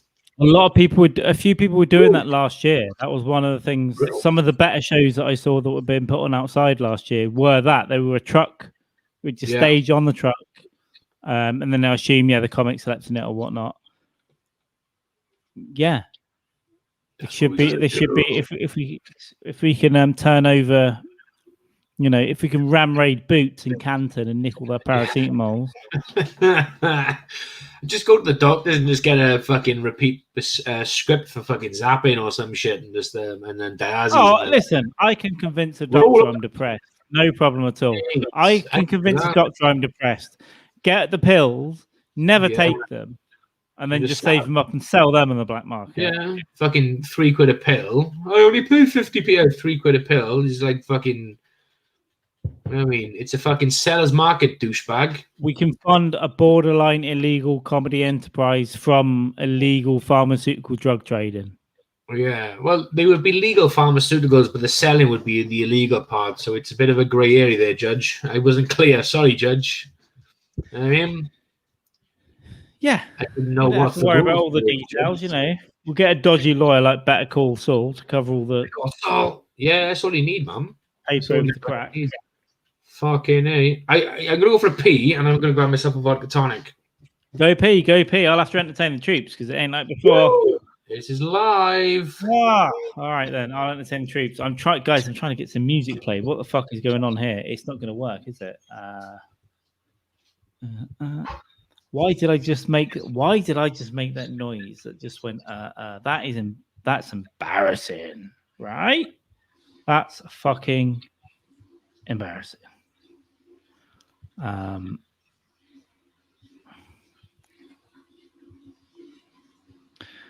Yeah, so that's Jamie Dykes. He's a very funny man. I'm really annoyed this music isn't working. I'm really annoyed. I feel so bad as well. There's supposed to be sound coming through for you, and there's just not. It's sound that I'm stealing off someone that I'm not even giving credit for. So, you know, I'll forget it. But I'll have to figure it out because it was working at the weekend.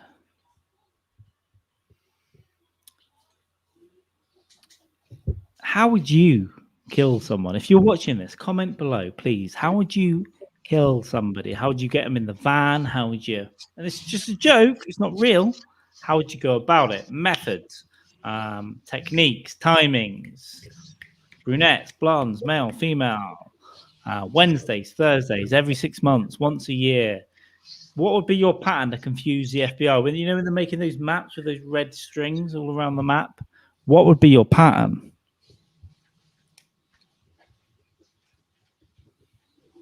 I did make it a note here. That's something I'm going to say tomorrow. I'm on Epstein's Island. It's blustery. Like Greg Winfield said the other day, these trees open like Tracy's Island. And then I assume the temple opens like your mum's house. And then we all go inside. That's all muted though. So you don't have to hear that, do you? I'm really annoyed. I would have just played samba music for 3 minutes, but I can't.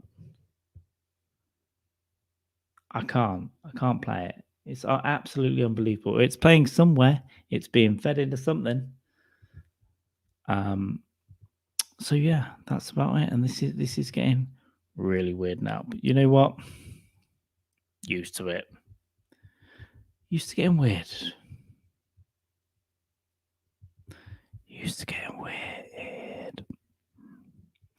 Have you ever noticed that, there's always some sort of crisis in the Middle East? There's always a crisis. There's always something wrong. Someone's annoyed at, Barry from across the way, and someone's annoyed at Johnny from over there. Do you think that if the West had put Israel on the moon in the first place, that there wouldn't be any of this drama? Do you think that? No, shit. No, because there's Nazis on the dark side of it, isn't there? So tensions will be higher. And I don't know if it would be funnier or not as funny if a Holocaust was carried out in 0.5 gravity. That's not. I know, right? You just kind of think these things through, think about them. You worry why your sound isn't coming through, so you can play some samba and I can have a little dance. While I wait for Jamie to come back from a pee. And, mind you, there's a bit of showering going on, so I'm not sure what's going on. Yeah. So, what do you think? What do you think about UFOs? I'm really into UFOs. Go to UFO Hot Pod, UFO Hot Podcast actually, because you'll find me there as well, talking about things that are flying through the sky and incursioning on U.S. military airspace and Chinese airspace and Russian airspace, and no one knows what they are. Is it something your mum threw angrily into the sky, or is it actual UFOs? You should see this. See from this side, it does. I'm not on an island. Believe it or not, this is fake. This is fake. Like when you put Black Lives Matter on your Facebook status, it's fake, right? It doesn't mean anything. But Jamie's returned, so I haven't got to stop talking. I can't hear what he's saying, luckily, so I will unmute that. Is it all right to unmute you, Jamie? I don't want to pump. There we go. Put him back in. Woo! Oh. What are you? Black Lives Matter Facebook profiles and stuff. Listen. We can't piss together, so I'm just going to have to talk at the camera now. And I couldn't. The other day I could play music in the stream, and today I can't. It's not working. So I was like, I was going to play some samba music for everyone, but nice, and have a little dance. But yeah, I was just saying, bit of a buggy. Yeah. Sweet. I was trying to solve the Israel-Palestine crisis. That's easy. That's easy. Well, isn't it just block the UN from signing a peace deal whilst the US and the UK can put through like $1 billion weapons deal, and then we can go. Yeah, we or just simply like when a kid's being really fucking naughty, and then sometimes the best thing to say is no. Here's the deal with that. So I heard a little bit of that, and do you know what? I popped you up the stream, and I was like, I was trying to play samba music, even relaxing music on this royalty-free music thing, and it wouldn't work.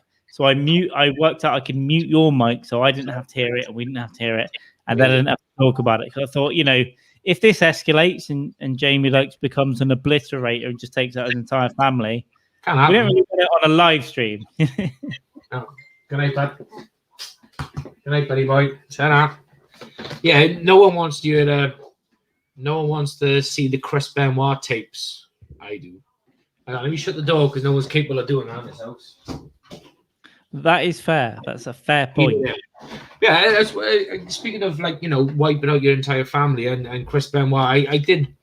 I'm curious to know what the death rate is on Chris Benoit-esque family feuds. I guess they're not common, but they're not uncommon. I listen to a few murder podcasts, so I get a lot of gruesome shit. Some real bad shit happens. It's probably 1 in 1,000, 1 in 10,000 people, or 1 in 100,000, or whatever. But when it goes off, it goes off. Yeah, it does. It goes up well. We need to get their numbers up. Maybe tonight's the night. Who knows? Because if you kill the kid, then you've probably got to kill the wife just for emotional reasons, and vice versa. That's why it happens. You do one, it's like, God damn it, these are witnesses. Yeah. And do you know what? That's happened before, and they kill the kid and they kill the wife and whatever. Do you know what I can't fucking stand though, Carl? Is the ones who do all that and then they kill the dog. What a fucking piece of shit. Yeah, you're asking for some John Wick shit. Yeah, I would, if that was me, I would kill the whole family myself, but let the dog go.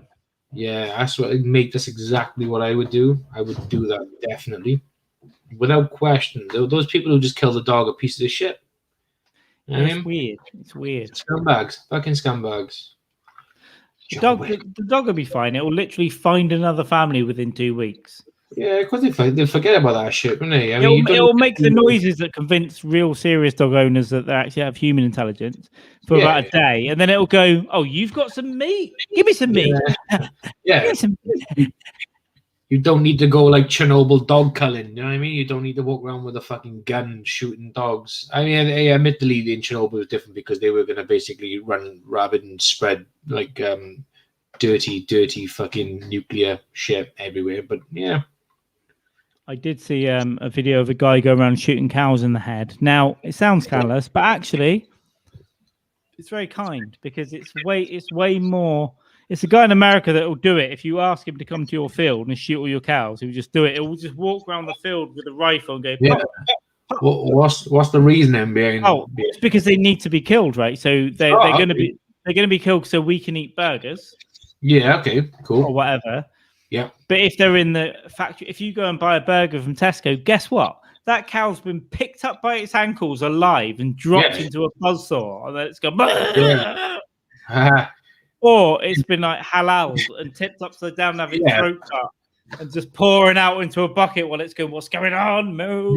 This is exactly one of those times, right, where we talked about earlier, whereby you want to say something when discussions are being had and you don't say nothing. Now, a couple of years ago, we was I won't say work, I won't say in a pub or anywhere, but long story short, we was talking about meat, and there was a Muslim there, great, and they they're not like in your face Muslim whatsoever, but when it comes to like about food, they were like, oh, I can't eat that because it's not halal, and I said, well, what's the score with halal then? And they said, oh, it's like a mark of respect. So, and I wanted to say, nothing more respectable than like drip bleeding dry an animal upside down where it fucking kicks and shivers around in fucking pain for like 30-40 seconds before it bleeds out, like, or dies from lack of oxygen to the brain.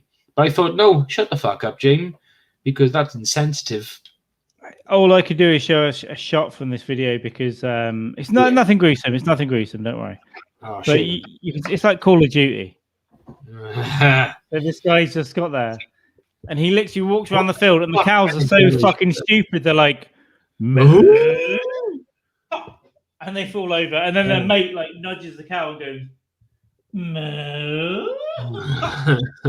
But they're just not. They're not aware that they're dying. Yeah. Or why they're dying. But like a gun or like a fucking big bolt, like a big metal it's a big old.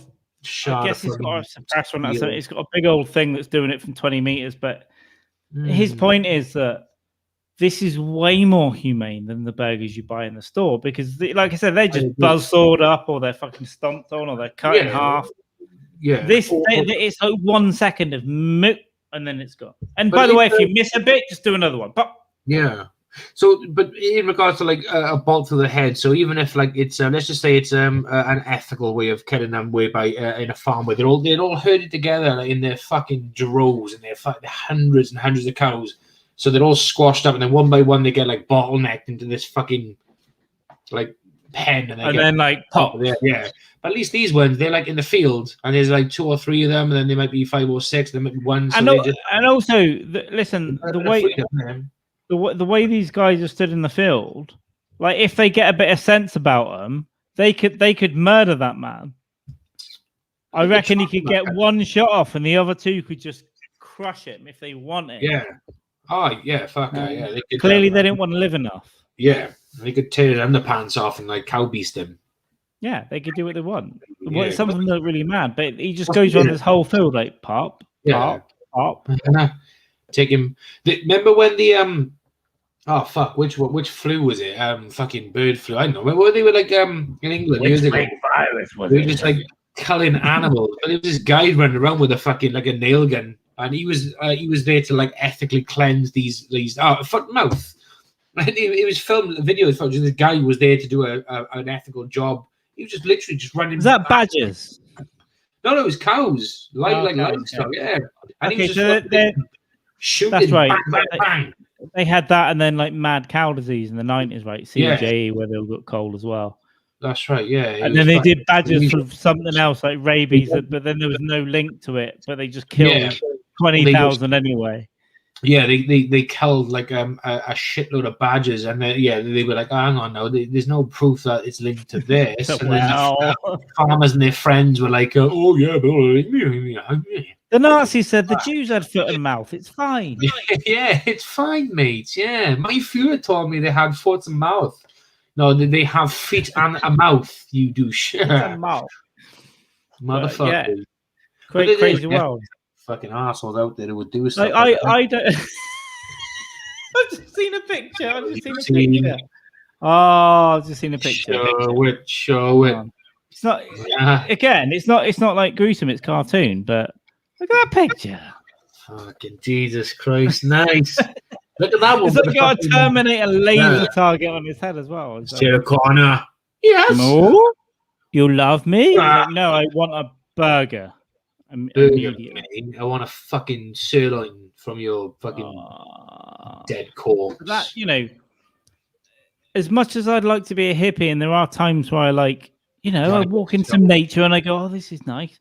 And I don't want to waste water and all that stuff. And I don't want to kill a moth, although I have killed about 1,000 flying ants in my bathroom recently. Oh, yeah. Fuck those fuckers. I think, by the way, I've been looking in the bath and then it's just full of flying ants. I'm like, how are you getting in there? You coming out the plug hole? Yeah. Every day I'm washing them down and following it by bleach to make it harder for them to come back, but then they're back the next day. Yeah, it's like ethnic cleansing of the flying cunts. If you're being ethnically cleansed, no matter your IQ, you should tell the others don't go up that pipe.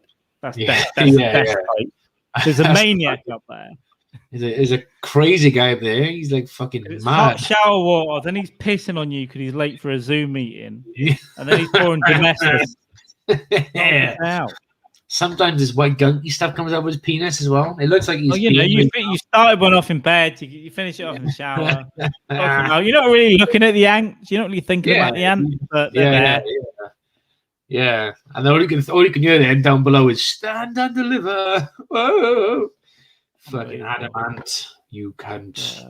It's difficult how to do it. How do we do it? Because I bloody love burgers and steak.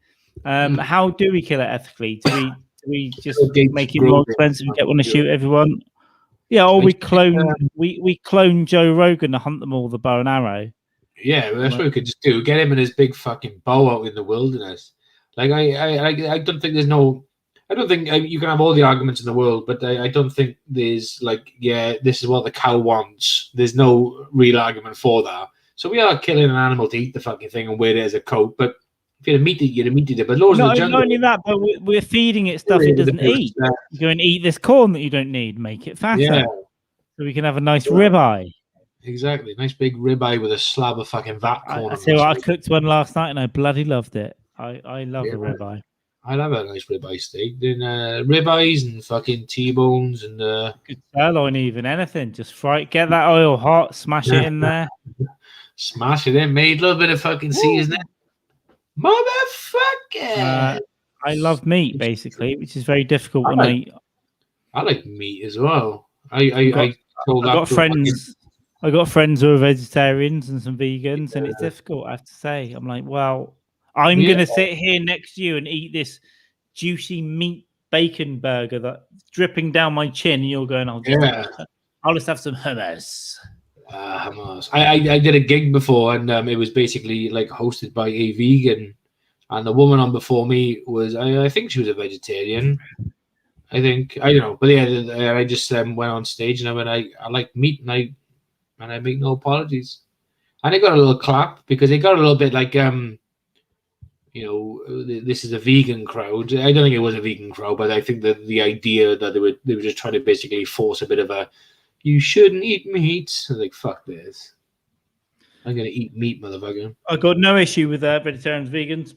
Not at all. Crack the fuck up. But please shut the fuck up about it. Yeah, please don't post memes on Facebook calling me a psychopath because I eat lamb. Yeah. All right. I eat a baby sheep. Leave me the fuck alone as well. Yeah. By the way, the person I'm speaking to ate meat for 26 years of her life. Oh, go 26 years! And now, like 6 years later, it's like you're a psychopath if you eat lamb. Yeah. How are you? Like my daughter's a vegetarian, but she's only 14. She became a vegetarian about 2 years ago, probably. All good. All good. My niece is a vegan. She didn't eat red meat. She never liked red meat anyway. She was all right with chicken, but she went, "Oh fuck it, I'm not bothered." She don't give a fuck. She don't give a shit about. She wanted people to eat. She's like, "I'm not going to eat it, but crack the fuck on. Doesn't bother me." You could even cook like some meat stuff next to a vegetarian stuff. Doesn't bother her. She's just like, "I just like the texture of meat." It's not about ethics. It's just about, not me. And even if it is ethics thing, it's your thing. Yeah, let me. Dude, if you try and take meat away from me, I swear to God, if you say to me the choice is you can eat meat, even if it's once a month or a week, which it's every fucking day. But if they say it's once a month, right? You have a steak once a month and that's it, or no meat, and the entire human race dies, I'll go once a month, please. Yeah, I like you, but I love a bit of steak and chips. So Yeah, I'll take that once a month, please. Thank you very much. Yeah. I'll do that on my own until I die. Thank you. Yeah. And who are you hurting besides the rest of the human race? Just yourself. That's 7 it. billion people, and I'm giving myself colon cancer. But you know what? I'm gonna have a bloody good time doing it. Yeah, exactly, mate. Yeah, I mean that's what bacon's for. Bacon is for fucking, increasing the fucking thing of colon cancer. Yeah, but you've got to eat like 30 rashers of it all the time. All day, every day. And everything gives you cancer. So you can like live a completely like you can eat celery and spinach every day. Do you know what? You'll probably get cancer from being stressed about the fact that you can't eat a steak. And then you're growing a tumor. Fucking well, mate. Yeah, it's you think that's a bit of a skin tag on your neck? Wrong. It's the fucking stance of a very I pulled one of them off the other week, a skin tag. Yeah, I had one, but not deliberately. I do a lot of, I guess it's an anxiety thing. I do a lot of scratching. I'm like, when I'm thinking about shit, and then something was bleeding. I'm like, I pulled something off. And when I was a kid, my parents would say, you can't rip a thing off because it give you cancer. And I don't know if that's true. It doesn't sound true. It sounds like a lie. Say. Yeah. My parents also told me Father Christmas and the Easter Bunny was real. So yeah, why are you gonna listen to them for? I mean, don't sit in front of the TV with a pulling a funny face because the weather will change and your face will stay that way. He's like, I should have listened to him sometimes though. They used to go out a lot and leave me at home, and I was like, a kid. Yeah. And I would do stuff like play with the fire. And one day I remember they'd gone out to see the family, and I was just on my own at 10 or whatnot. Yeah. And I thought, I'm going to throw some whiskey on the open fire. Yeah. I did that. I got a shot full of whiskey and I threw it on a coal fire, which they still have, which is beautiful. And this flame came out. I swear to God, it nearly took my eyebrows off. I panicked. I was like, Jesus, I could have destroyed the house. I could have burnt their son to death. Yeah, life could have been a lot different for you, Simon Weston. It could have gone either way. Like, Simon Weston. Fucking hell. Yeah, but I could have just lied to stupid people and said, I was in the Falklands. I was in Desert Storm. Yeah. Right? Simon Weston, who was a right horrible cunt. No one liked him, and then he gets burnt. Absolutely no problem with stolen valor. No problem at all. 100%. Dude, I'll go down Army and Navy. I'll buy a cheap combat jacket, and I'll have a burnt face, and I'll go Desert Storm. Right? I'll be popular. It'll be fine. Yeah. Fucking sweet. Nice. What a right of a bastard he was. But yeah, fucking sweet. Louis C.K. had that great thing on the oh my god thing. It ended like a 10-minute bit, and it was like, yeah, but maybe. And one of the things was like, yeah, slavery is bad, but maybe it was good. We got the pyramids out of it.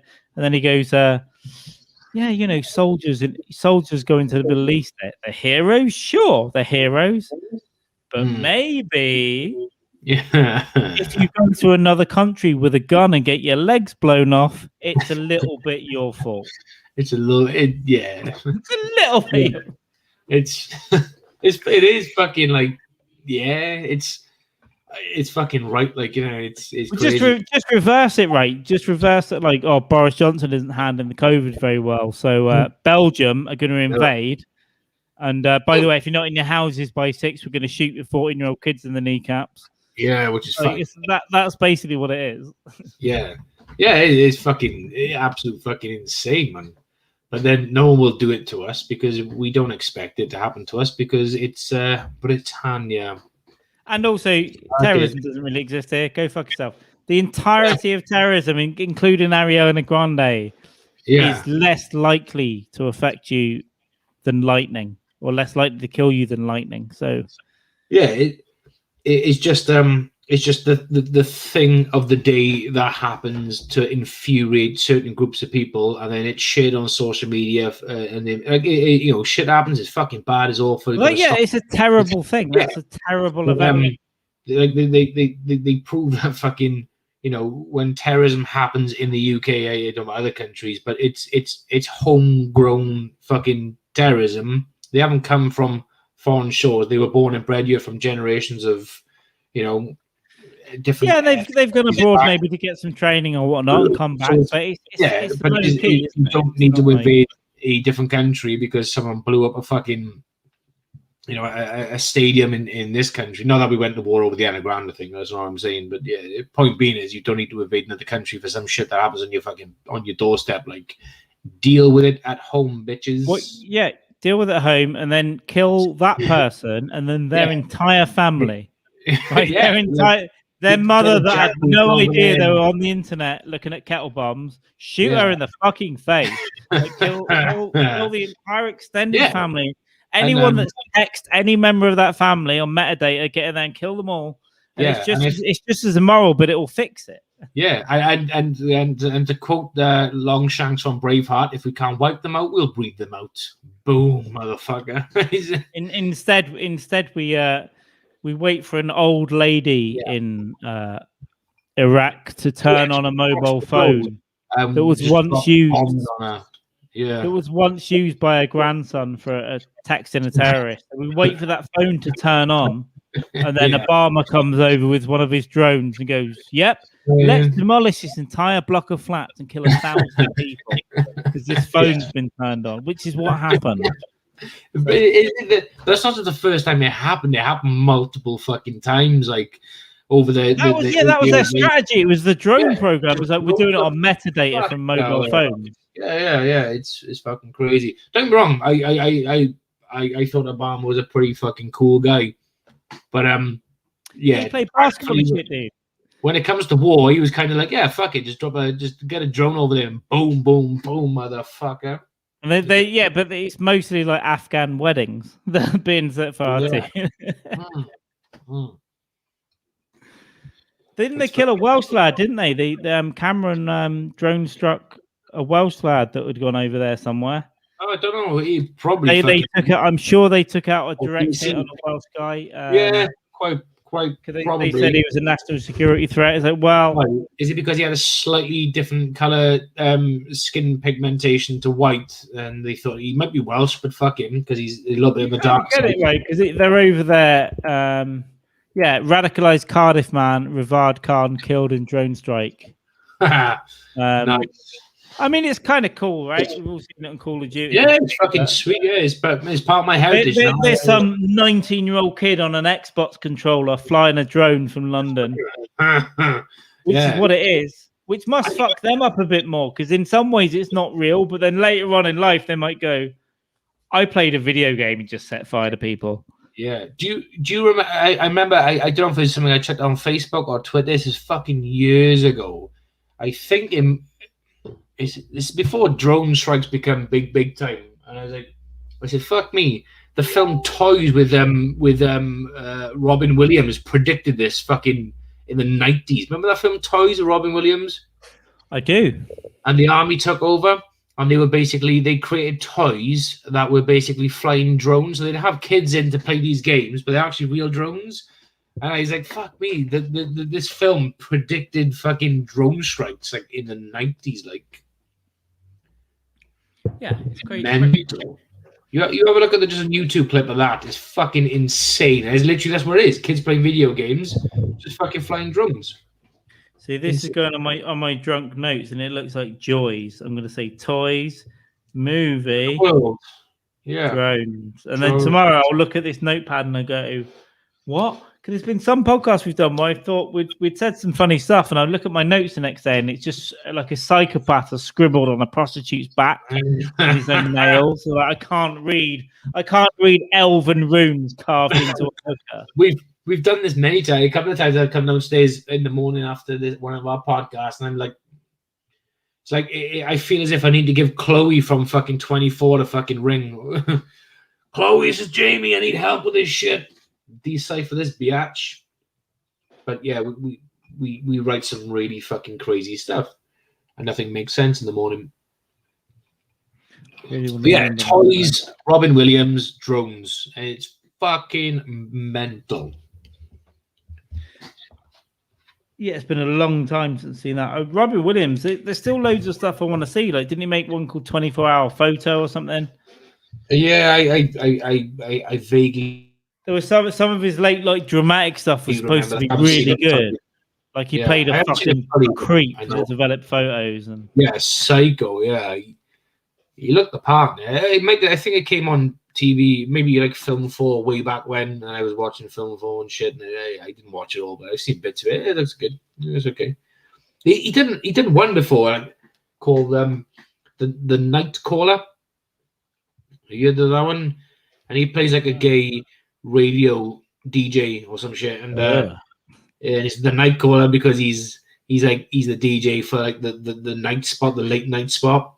And he gets calls from this kid who basically makes out. He's like, oh yeah, I'm whatever years old I am, and basically I have AIDS, and the AIDS were given to me because I've been brutally molested and raped since I was very young.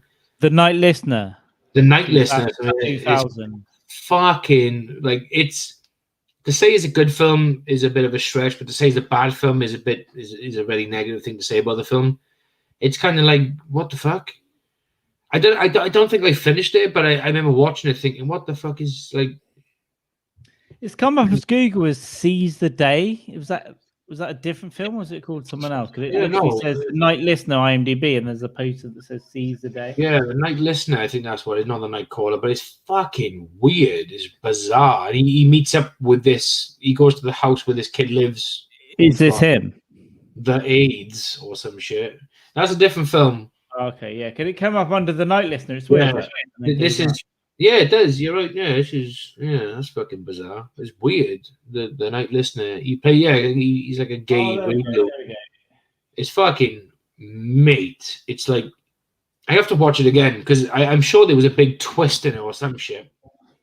But what the fuck is going on?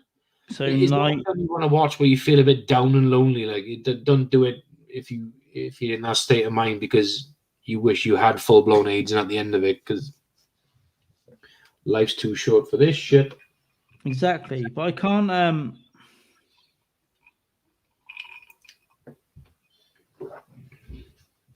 Carved in a hooker's back. Oh yeah, there we go. I wonder if Robin Williams was ever good at like Lego and stuff. Maybe I don't know why I think that. I just think, I wonder if he could ever sit down. When I was a kid, I loved the guy in like.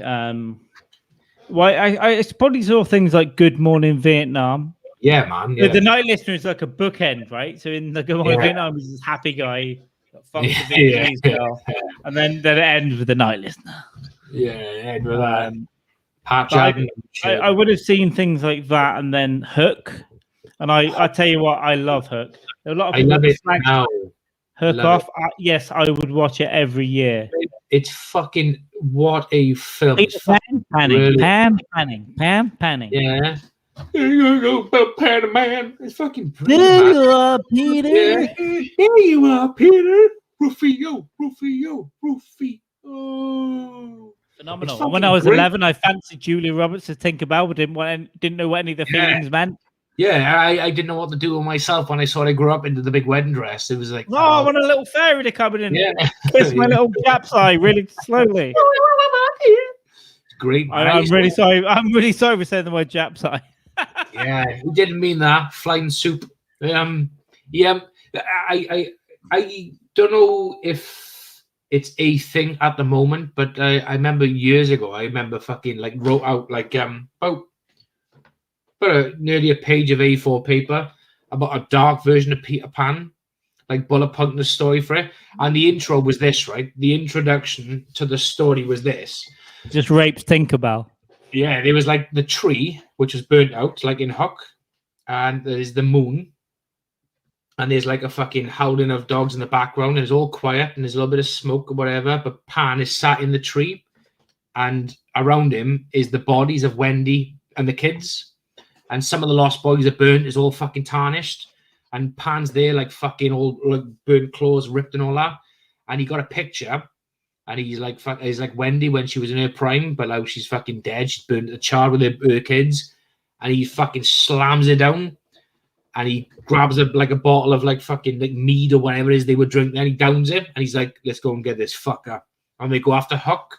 And it's going to be like this revenge story of like the Huck slaughtered every fucker. And they're like, fuck this, let's do it. But it'd be like flashes then to like maybe do like an episode version of it, like a series. And they go back and they fucking say how it got to that point. Like, it's fucking savage. You know what? I'm in one of those psycho deja vu moments where I don't know. Not description, but I think years ago, I wrote some version of Hook as well. But I don't know. It's long gone and long lost. But it wasn't that. But I'm sure I sat down and wrote some like extra like sequel to Hook or something. Yeah, but I don't know if it was like a thing I read before or saw something. I thought, oh, I like to play on this idea, or if I just fucking made it up on the spot. But what was your like little sequel thing to Hook? No, I generally don't remember. I literally have like a weird deja vu thing. Was like, did I like 20 years ago write some weird Peter Pan thing? Weird fucking maybe thing. I didn't. Maybe I did. Maybe I read something. Maybe we should work on it together, Carl. Oh, dude, I'm up for it. Like some dark, like post-apocalyptic Peter Pan. Like it's called Neverland. Like the place is Neverland, but it's like it's a slang for whatever the place is really called. It's called Neverland because nothing never happens there. Nothing never really fucking changes. But it's actually called some exotic, beautiful place. But Neverland was like a fucking like a nickname given to it by people over centuries or some shit. I've written these notes down a lot clearer tonight, so I really hope that. I literally remember bullet pointing, and it was just like, Wendy's dead, like potentially being. What are the real implications to like going to a parallel world? It's basically what it was, right? It's like a world. Right, to the second star on the right, straight into morning. What would be the implications of going to this weird parallel world and like you're actually at war with a powerful? Yeah. Like I mean, not just like a one pirate ship, the Hook. I'm talking like a fucking fleet. Yeah, like Lord of the Rings, like dark, fucked up. But like more like Game of Thrones kind of shit. Like, but it's like they did go. And like the kids are somersaulting around and going ha ha ha, and then just gets one in the stomach, like. Pfft. Yeah, exactly it. Yeah, but like how they get into the realm in the first place? It's not by magic or whatever. You could have like Wendy's father and all that was like he was working on something for like quantum physics or some bollocks or whatever. Interdimensional quantum physics and shit. Yeah. And they found this other world, and you'll find a way to get a metaphor of the second star on the right. Yeah. It's like second electron on the right and straight that's exactly what it is. We could fucking change and transform it. Oh, I'm thinking we might be saying too much on the fucking podcast about this. Let's not talk about it anymore. Mate, we liking this shit though? Yeah. How? Because like if you like without going into like any much more detail, but like you said about like what are the consequences of going into another dimension? Oh, it's a fairy tale. It's amazing. No, it's fucking not. You got pirates, man. Pirates are not known for their fucking. Okay, we'll let you go. We're not giant crocodiles, like, and they're evil. Yeah, and you're not going to get away with like throwing paint in their face and running away. Yeah. And you could have like mermaids in there, but I'm talking mermaids who, you can come here, Peter, but we want fucking something from you, like, and that sacrifice. If it's going to be that dark, we can get Tinkerbell to get her tits out finally. Yeah, that's what Tinkerbell is not like a fucking like. We wouldn't have it like to a point like, fucking things flying around in this. Like we'll keep it grounded in as much reality as possible. But you know what I mean. But like, the mermaids, they want their pound of flesh. She's like, you want something from us? You sacrifice fucking, and they basically bring like dead pirate legs to the mermaids to like fucking feast on and shit. Because for some reason the mermaids are incapable of getting their own fucking pound of pirate flesh. Right, so I'm gonna wake up and see Tinkerbell as an interdimensional gliding being. Mermaid. See, this is how it starts. So we're thinking, look at. I don't even see it, but look at that. That's like you can't even see it, but it's like a psychopath. No. Mermaids. Like a psychopath. Yeah, mermaids are sucking people off and going come down again. Yeah. Like interdimensional, interracial species sex and all. Like the Indians, you can have the Indians in there, right? Because they got took there at some point from a different part of fucking the reality. They were like swooped in and this, that, and they've had their own little like Westworld shit. You go into then, you know what I mean? You got the authentic fucking Redskin Indians there, and they're fucking burning fucking pirates at the fucking stake. Even Lost Boys, and the Lost Boys not boys. They're like fucking like they're like in their 20s, 30s or whatever. Like, you know what I mean? We got this. I think we're onto something now, kids. I think if I look at these notes now, they're pretty clear. Yeah. Normally they're not, but I think we can dig this back out. And when I wake up with a hangover in the morning, I'll be going, yes. Think about, or Wendy wouldn't have been going, yes. So we're going, no, don't stab me in the neck and let me bleed out in front of all my friends. Yeah, like Huck's hand is like, oh, he's obviously got a hook, but like you want to be able to see that there's been like a really bad botched job, fucking hook wedged in there. Do you know what I mean? Like fucking. No, it's like a hook, but then it's got this spike that comes out of his wrist, so he'll hook them, and they'll think, oh, I've got him off, and then the spike comes out. But that's what you want to see. You want to see like Peter, like when he's got his fucking shit, like his claws are ripped. You want to see a big scar, like you know what I mean, like where he's been badly fucking like degraded by fucking Huck previously. And he's been I think I remember just bullet pointing before, and I remember someone saying like, oh, I'm sure there's like a series of books that do something, but I don't think. But she said not as dark as that though. There probably is. If I have a look at. Okay, we're gonna do it. Like No, I think there's different versions of Pat. If you look at it, there's probably different graphic novels and stuff. But I really don't think there's anything like that. I think that is cool. But what if we keep that one? We'll shelve that one for now, and that's like a serious project we can work on amongst the other things we got going. Just write some shit in the background. Like, who is Rufio? Rufio is he could be a fucking hero. He could be a jealous cunt. Who knows? Yeah, I think that's what the essence of Rufio. He's a jealous boy, but I think it must get darker in the thing. Someone's got to die because of Rufio. Again, we shouldn't talk about it more here, but Rufio's got to be like. There's going to be some serious consequences for how he is. One other thing as well, randomly, you just see the marionette of Pinocchio in a tree. Yeah, Easter eggs. But yeah, we can talk about that off a podcast at some point, like a discussion of going forward with that shit. Motherfuckers. That sounds good to me. I'm thinking of again, it's another offline thing. I'm thinking of making a little web series thing, but to do it properly, like get it look good. It's like 10 minutes, 12 minutes. And have some real fucked up little mini stories. So okay. So I've got. Yeah, me and another comic at the minute we're thinking about a thing that's going to involve Fred West. Fred West side story. We just make something cool and then try and get like 4 or 5 little episodes that are like 12, 15 minutes long. That are done well, that are dark. We can hire someone to do the titles. Yeah, and just. You could do like you could say like, oh, Fred West or Epstein or whatever. You could say like, you know, I'm the nearest thing he's got to a living relative. And I want to do something that's going to portray him not as the monster that he's portrayed out to be in films and documentaries, but as a nice, gentle guy that he actually once was. And then you start off outside a coffee shop in Gloucester with the police digging. And you just like, well, no, I'm going for breakfast in the one that they searched with my mate. So well, why wouldn't you, Carl? Why wouldn't you? It's like, you know, beans, egg. How do you want your eggs? Scrambled, please, and fertilized like his daughter. Yeah, it's not. These aren't the only eggs that are scrambled around here. You could, it'd be fucking great, wouldn't it? And just go in, it'd be fucking brilliant, man. It'd be fucking class. I've been to Gloucester a few times, but I've not been to Cromwell Street yet. But I'm gonna go soon. I'm gonna go this summer. Have you seen the? You can't see it on YouTube now. The brass eye Cromwell Street. Can't want to stay at Cromwell Street. It was Fred West Side Story. They did a bit of. I've forgotten about that. Come on and stay at Cromwell Street. That'd be nice, Mr. West. Great.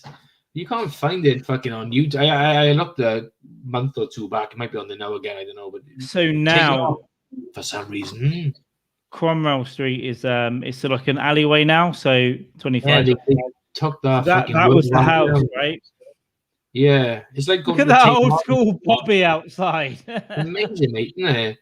But like, as far as I know, I think that alleyway was where the house is, where it was.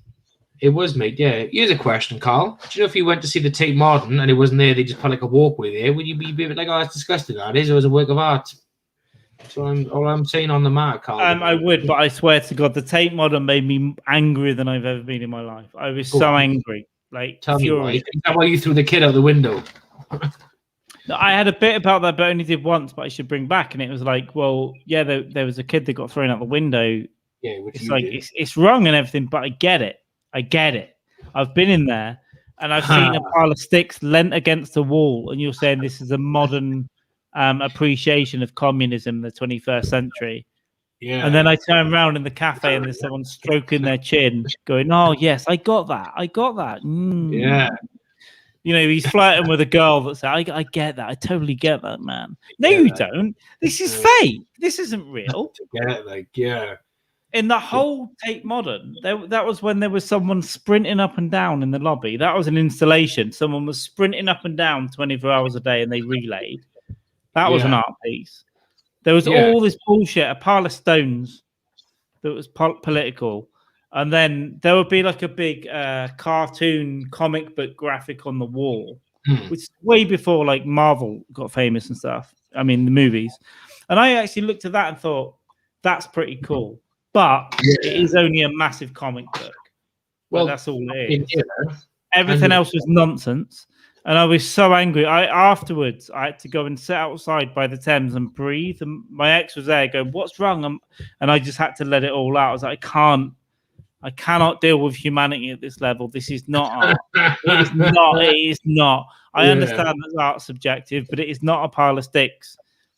Yeah, it's talking about communism. It's not though. Yeah. You know, I could understand you could get to a point where you throw a toddler out of a window. I could understand you getting to that point. Just don't give us the pile of fucking sticks against the wall. Like it's fucking crazy. My auntie, she's is she a fucking art fanatic? She claims to be. Who knows? Who cares? But a couple of years ago, she brought one of her fellow gentlemen over to my father's house for some afternoon tea. And I was talking to him. He was a bit of an art dude, and he was whatever. Like, he was old school art dude and all that bollocks. And then we just got talking about fucking bits and pieces and whatever. And I said, yeah, it's like, I said, Liz, I said, you know, your missus took my dad to the fucking Tate Modern, and there was a pile of bricks and this, that, and the other. And he was like, what the fuck's a pile of bricks? Well, that's not fucking art. And he said, well, it is art. I said, no one cares. He said, well, people do care. I said, who cares? He said, you. I said, how the fuck do I care? He said, because you're talking about it. I was like, oh, shit. Okay. He said, so it's done his job. I was like, oh, okay. I was fucking stumped. I was like, that's a fake comment, because I am talking about it. And there's nothing to talk about. It's just fucking bricks. Dude, with a bed in there, an unmade bed or some shit. It is it's a different fucking world. Can I quickly go and piss? Yeah, you can do. I tell you, I'll keep the troops happy, and then you can go. I'm gonna get a drink, or should we just go both fuck off? Leave for a second. I'll see what I can do. I don't think I can. Hold music. I'm gonna get a drink anyway. Actually, fuck it. Yeah, keep the troops happy for like 30 seconds. I'm gonna have a real quick piss. All right. I can have a chat with them. I was thinking about going in a pint glass, but it'll get weird. I'd come. He's fine with me. Hello, people. So Carl's gone for the masturbation and the poo, but while he's gone, my previous comment earlier on basically was saying he's, what is he, fucking Joseph Fritzl? He ain't Joseph Fritzl. He's more like fucking, I don't know, a boil on Donald Trump's ass. Fair play to the cunt. Fair play to the cunt. However, I do like the picture of Carl's back garden. Epstein fucking island. I'm gonna write some shit now and just mumble along to my fucking self as I go along. So Bristol statue, giant black cock, irony. That ain't gonna make much fucking sense in the morning. I know. What did he say? I'm weeing, pooing, coming. Carl's message to say he's actually weeing. He's taking a big fucking dump. Poo emoji. Poo emoji to Carl on there. Fucking sweet. Who would win in a fight? Jeffrey Epstein or Jimmy Savile? If you're fucking listening live, guys, drop a few comments and who you think would win in a fight between Jeffrey Epstein or Jimmy Savile. I think it probably would be fucking Jimmy Savile because I think he had a bit of fight in him, and like his victims. I think though Epstein was a bit of a fucking pussy, to be honest. That's why he had fucking Ghislaine Maxwell to do all his fucking dirty work and get luring the girls to him in the first place. However, on the back of that question, who is a better lover? Jeffrey Epstein or Jimmy Savile? Which one is a better lover? So we're going to go with who's a better fucking fighter, who's a better lover, Savile or Epstein? Chuck your fucking bets in the comments, kids. No prizes for guessing who's going to fucking win. I'll say no, Epstein for the fucking love. And he looks like a kind of a lover, to be honest with you. Savile doesn't look like a lover. Just looks like a fucking greedy bastard who will refuse to go down on the women. Here we go. It's just a wee, but it's a real big. I've needed a piss for an hour, all right, and now I'm here. It's not a poo, it's just a wee, but it's a real big. I've needed a piss for an hour, all right, and now I'm here. So give me 30 seconds, pal.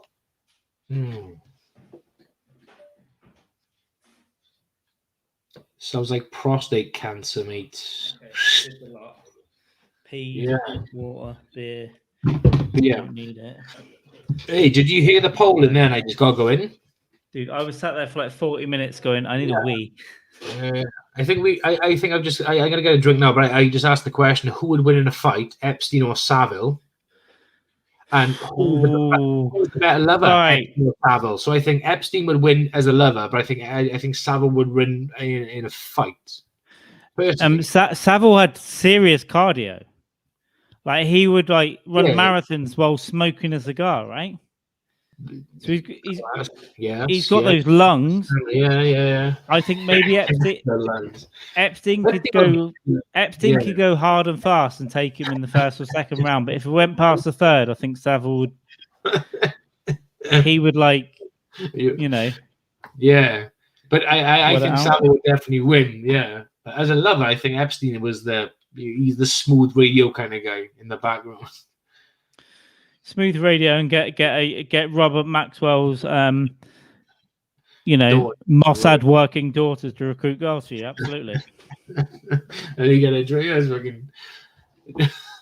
I'll try and say something now. Well, that was an interesting thing, wasn't it?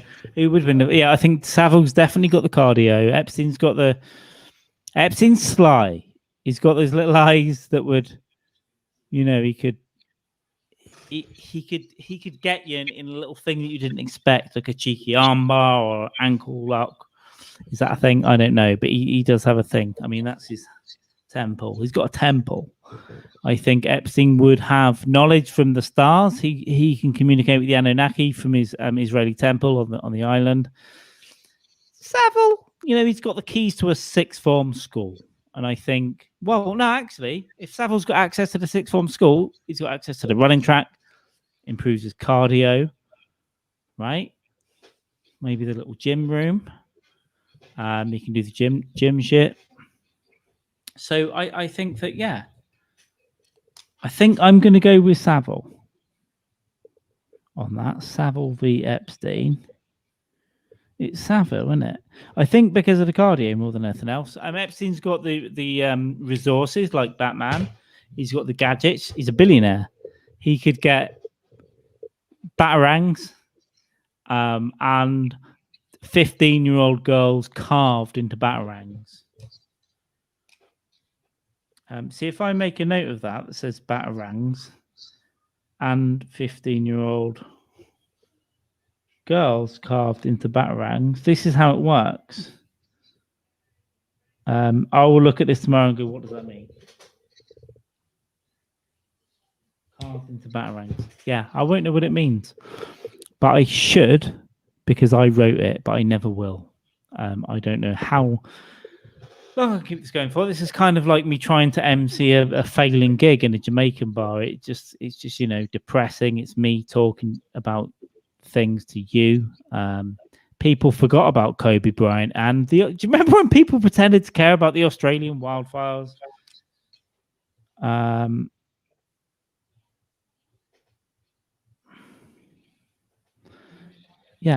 People do not care about the. Do you remember when they were pretending to get? Do you remember when people were posting pictures of koala bears and going, "Look at their little paws, all they got burnt. Oh, we care about that here." And then coronavirus happened, right? Coronavirus happened, and then no one cared. Oh, there he is. True. Hi. I bloody love StreamYard. You can. Happy fucking days. Here's another question for the poll. Who's more likely to lend you a tenner, Epstein or Savile? Oh, hang on. This is a whole. I would go with Savile because of, Tory donor money and shit like that. That's what I would go with. Not even that. I think Savile would give you a tenner if you were a 14-year-old girl that he'd taken to America to give violin lessons for 3 years. He'd give you a tenner to go to Starbucks. Savile will give you a tenner to, I don't know, to wear his mum's clothes or something. Probably. I hope so. That's quite... StreamYard's fucking class, mate. I prefer the fucking Zoom. Well, I just said, I was just saying, I don't know if you heard that, but I thought it was quite a good idea that Epstein is more like the Batman of international sex offenders. Like, because he's a billionaire. I didn't say that. You just you just added to my. No. I was saying that where you're getting a drink. It's like if he's a billionaire, he can afford to make batarangs. Yeah, he can. Right? You're fucking right. Yeah. No, you just literally added a layer of genius to what I laid out. Like, so that's he is. No, but then we've got to split. Then we've got to split. Who's having what joke in half? It's one of them. Yeah, no, but you get the idea. You get the idea of Savile versus Epstein. No, but you saying like Epstein's like the Bruce Wayne of sex offenders is just basically fucking trumps anything I put forward. So that's amazing. That's fucking that's a job well done. Well done. Okay, well, I'll try that tomorrow in Bristol. If I can read these notes, Epstein. I won't do versus Savile because thing. So Epstein is the Batman of sex offenders. Yeah, I like that. I think you've got it. That's more up your street of like degradation of. I think so. I can write that on the train tomorrow. That'll be the new bit I was trying to write yesterday. Sweet job done. I like that. There's an added layer of genius to it. The Bruce Wayne of sex offenders. Fucking hell. Savile's more like the Joker of villains. So yeah, if Epstein is the Bruce Wayne of sex offenders, Savile is the Joker. Dude, also we should rip this off and do this on that live broadcast as well. We can talk about this. We can rip off the same conversation. Yeah. In the ABBA. I think people will be into it. I hope so. Like their victims were not. Allegedly. Well, I assume they other than that they just go around setting fire to nightclubs up there. Yeah. Hey, no one ever says about victims. No one ever says they didn't enjoy it. Allegedly, it's always like the accused is always this that the other allegedly, but the victim is always like they didn't enjoy it. Allegedly, it never happens. It's crazy. One rule for one. Like, you know what I mean? Don't like that. It's not my kind of world I want to live in. No, it's a different world, isn't it? We do want to live in a fair world. I guess. A fair society, mate. Yeah. Horrible camps. You know, we want communism ultimately, and to be bummed equally. Yeah. Well, clearly, extreme left-wing Marxism is upon us. Apparently, I don't fucking know, because apparently, if you're against booing, if you're against people who boo, against people who take the knee, you are a Marxist, Carl. It's as simple as that. They made it clear, Carl. I don't even know. I haven't even got into it. Do you know what? It's fucking nothing to get into. Brexit, COVID, BLM, and the pandemic. Between those four things, that's a lot. That's a lot of like every time I log into Facebook and people are just fighting.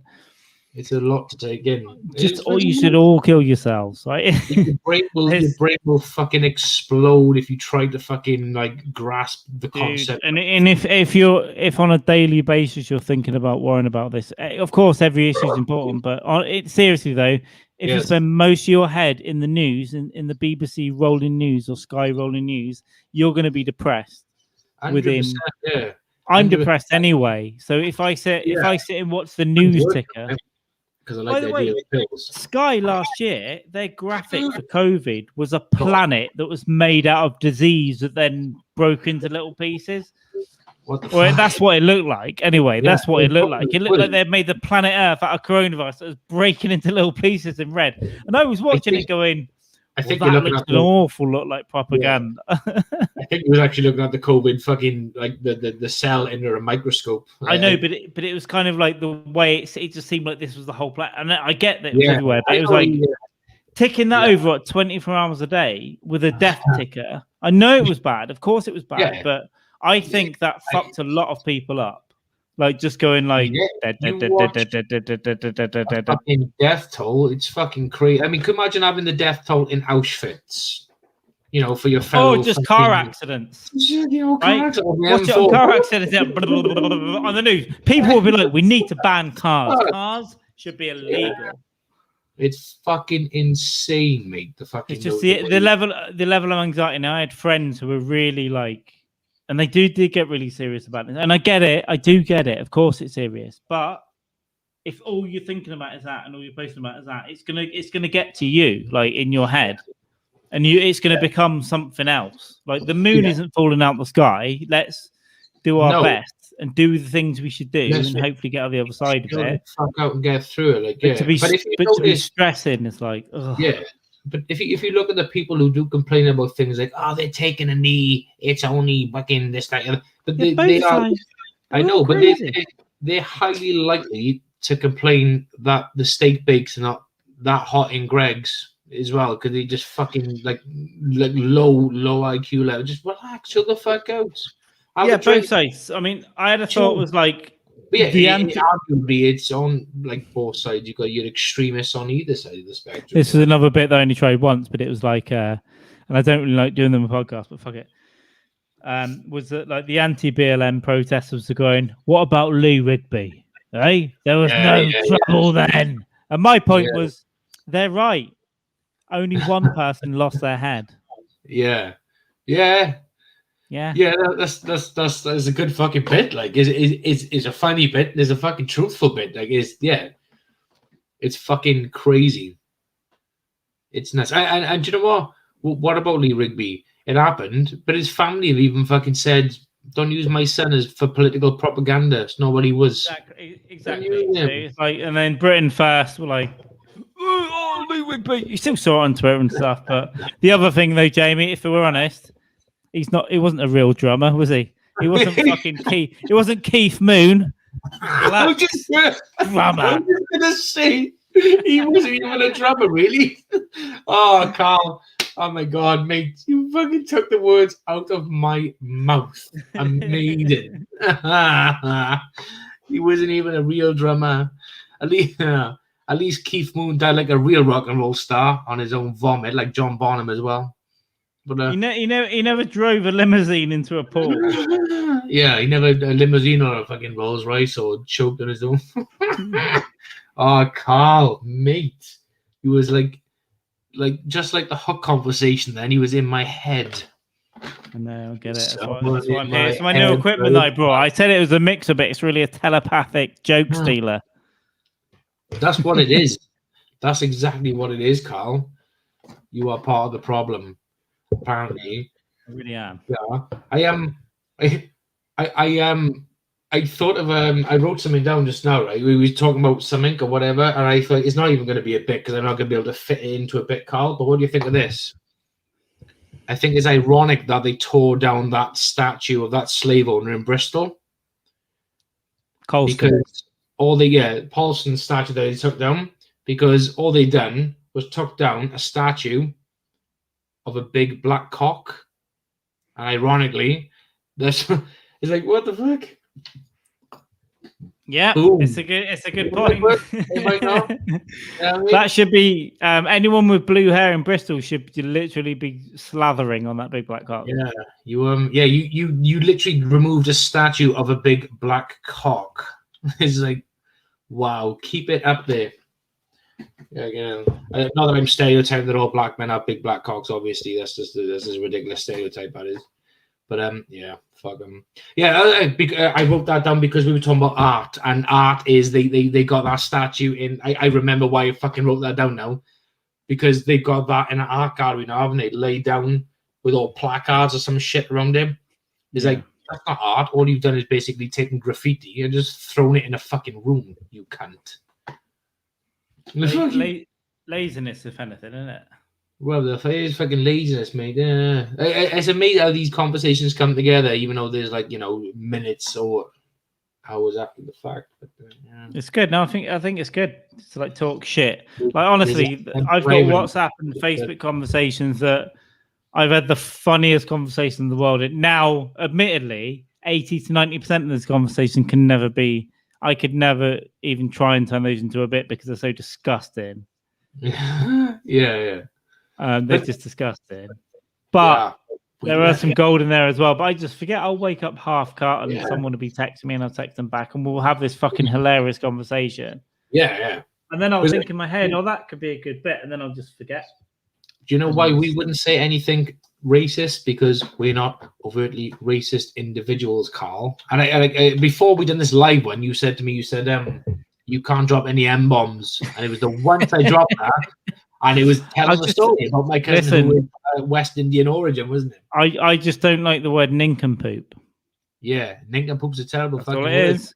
Yeah. And I won't drop the word nincompoop live again.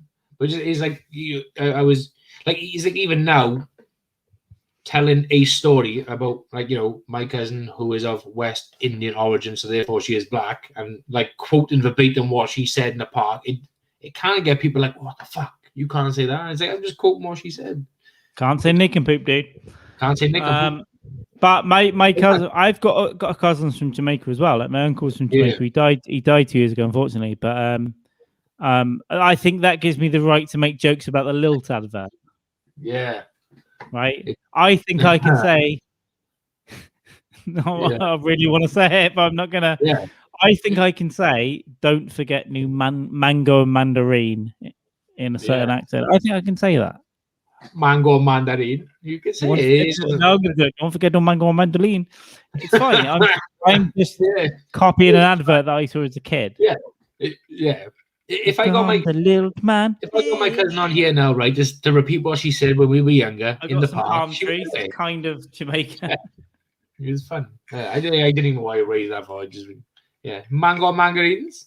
By the way, I've got my instant defense. Like some of my family Jamaican, and the only like slightly terrible open mic night I ever run was in a Jamaican restaurant. So if you want to come at me and call me a racist, you can do that, but it's not really going to work. But we are not racist. Fucking hey people. Guys, some of my best open mic venues are black. Yeah. Not only my friends, some of my best open mic venues are black. Yeah. You are allowed to joke about things, human beings. Human beings, you are allowed to say things, and it doesn't literally mean we are going against, people of a non-white or a fucking opposite religion to what we are. I'm not fucking religious. I just think like there's every race is annoying, right? Every race is annoying in their own way. Just because people are annoying within them, they're always annoying people. There's someone in every race that pisses me fucking off. And you know what? Predominantly the people that I know more white people than know more black people or whatever. The other thing I was thinking about is that if you've seen around Cardiff, I don't know if you've been in the city recently, but there's a lot of people on the scooters now that are going 40 miles an hour on scooters. Oh, like, the electric scooters. We've got the electric scooters and shit. Yeah. Right? And you want to fucking push them. It's predominantly 37-year-old men in tracksuits. Assholes. And so what annoys me is that crackheads are going about their day more efficiently than me. I'm walking at Greg's and it's taking me 15 minutes and they just go, Greg, Tesco's, selling some crack. Or a bit of smoosh. You're right, mate. Yeah, we witnessed a couple of fucking dickheads on scooters on the bay. When like lift down was locked when lift down was first lifted. Yeah, when lockdown was first lifted, we went down to the bay as a family, and there was fucking people on these fucking mental fucking scoots, man, just like whizzing up and down, fucking fast. Yeah, so they're all over town now. All over, like, I'm near Canton and stuff. So they're up and down the high street in the town all the time, and it is literally nearly all just fucking scumbags. Like, there's more. What are you doing, fucking dickhead? I literally just want to. They don't wear helmets, so they're prime fucking suspect. they've got no idea. These things are going 30 or 40 miles an hour, right? If they clip a curb, that's a problem for them. That's a problem. It's not going to be a scratch. I came off a motorbike, right, going, I don't know, 20 miles an hour before. I can't remember a couple of times, but there's once I got hit by like in shorts and stuff. Oh. No, it was a full gear. The helmet, the fucking way. It was like November, so it was like winter was kicking in big time. And this street was a 30-mile-an-hour road, so I was going just under 30 miles an hour. Okay, and I had the full gear on, and I bumped. A car went into me, and I come off. And that fucking hurt and ached a lot. And I had some good gear on. So you can imagine being on one of these scooters that can do 40 miles an hour. And it's going to hit a curb. You're going to come off. And that's going to fucking hurt, mate. I had some very good, not too expensive gear on, but expensive enough to keep me alive. Didn't break any bones in my body. And that's why. But I had like pain and aches because the impact from the gear obviously fucking. And then you get the friction from the road, right? Like I had a friend who jumped out of a car. Rip his skin off, all sorts. I had a friend that jumped out of a car at like 50 when we were 17. He just opened the door and got out the back seat. And it's over a girl, of course. Yeah, as you do. And he just opened the door and got out, though. Like 50 miles an hour. And honestly, he took all the skin off his legs, like his chest, his back. He just slid along. And it just like jeans, a jacket on, but it just took. Yeah, he was in hospital for ages getting his skin done and fucking regrafted. It's called physics, man, because you jump off an object that's moving 50 miles an hour. The laws of physics. Then you're onto sandpaper at 60 miles an hour as a human. It doesn't. Jeans, by the way, don't fucking matter. It just rubs the jeans into your skin. Because it fucking does. This is exactly what it is. It burns into your fucking skin. We used to He was a bit younger. We used to go down to like Asda's, the local Asda. We used to like especially on like a weekend where there was like lack of security, maybe like a late Sunday for a game. So a few hours before the Asda closed, and we used to wait for the Asda lorries to come in, drop off the delivery, and we used to wait for them to come out because they had to come out very slowly. And what we used to do, a few of us used to jump on the back of the lorries then, holding on to like the cables, which were like there to like support the doors and wherever, and just hold on for dear life. And we used to drive out through the car park, and the speed was picking up as well. And you had to basically jump out into the bushes before it got onto the main road. But obviously, even if you're going like 15 miles an hour and you hold on the back of this fucking ton of fucking these multiple tons of fucking lorry, it was going at 50 miles an hour. It's fast, so trying to jump off that and navigate where you are is fucking hard going. And we ended up going to the traffic lights once down by a big roundabout by us, and it got scary. But lucky enough, the fucking lights were red and he stopped.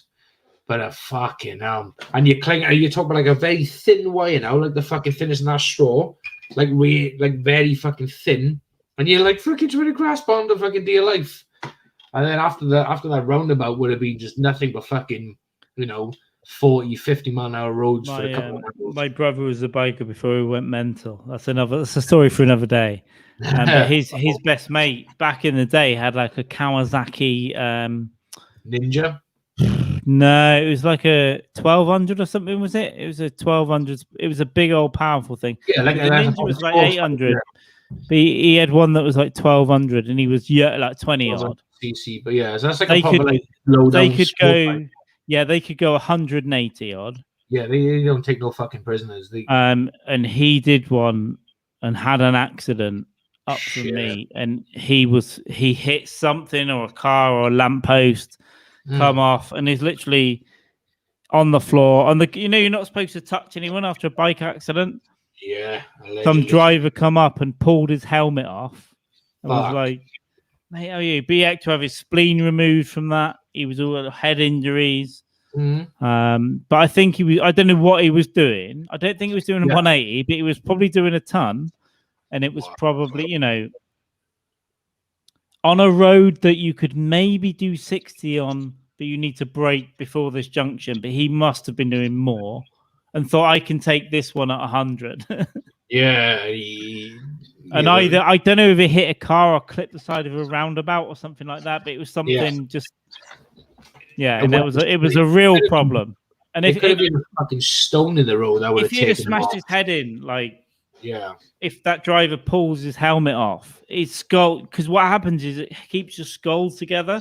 Yeah, so when they take you to hospital, if you've had a head injury, they'll keep the helmet on and they'll take it off and check it out.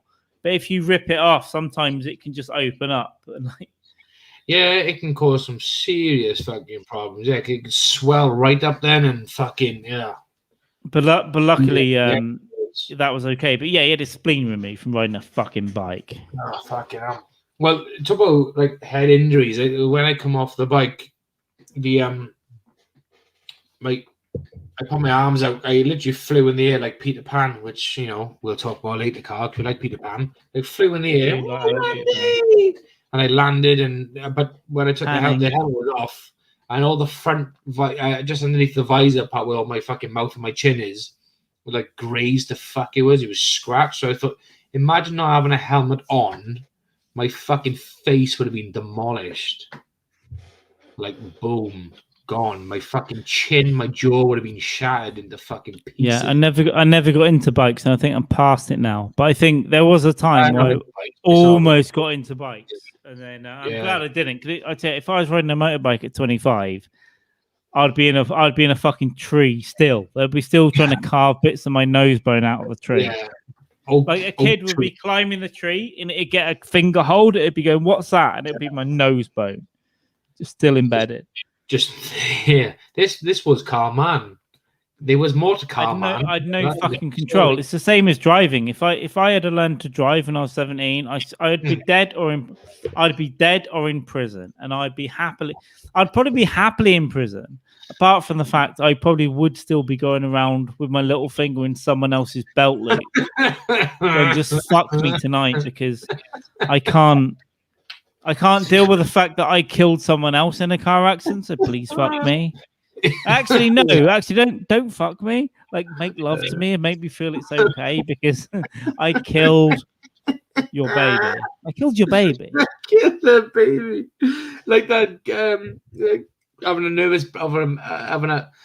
a psychotic episode. Like from MASH on the bus with the chicken. Remember that? Lost on that one.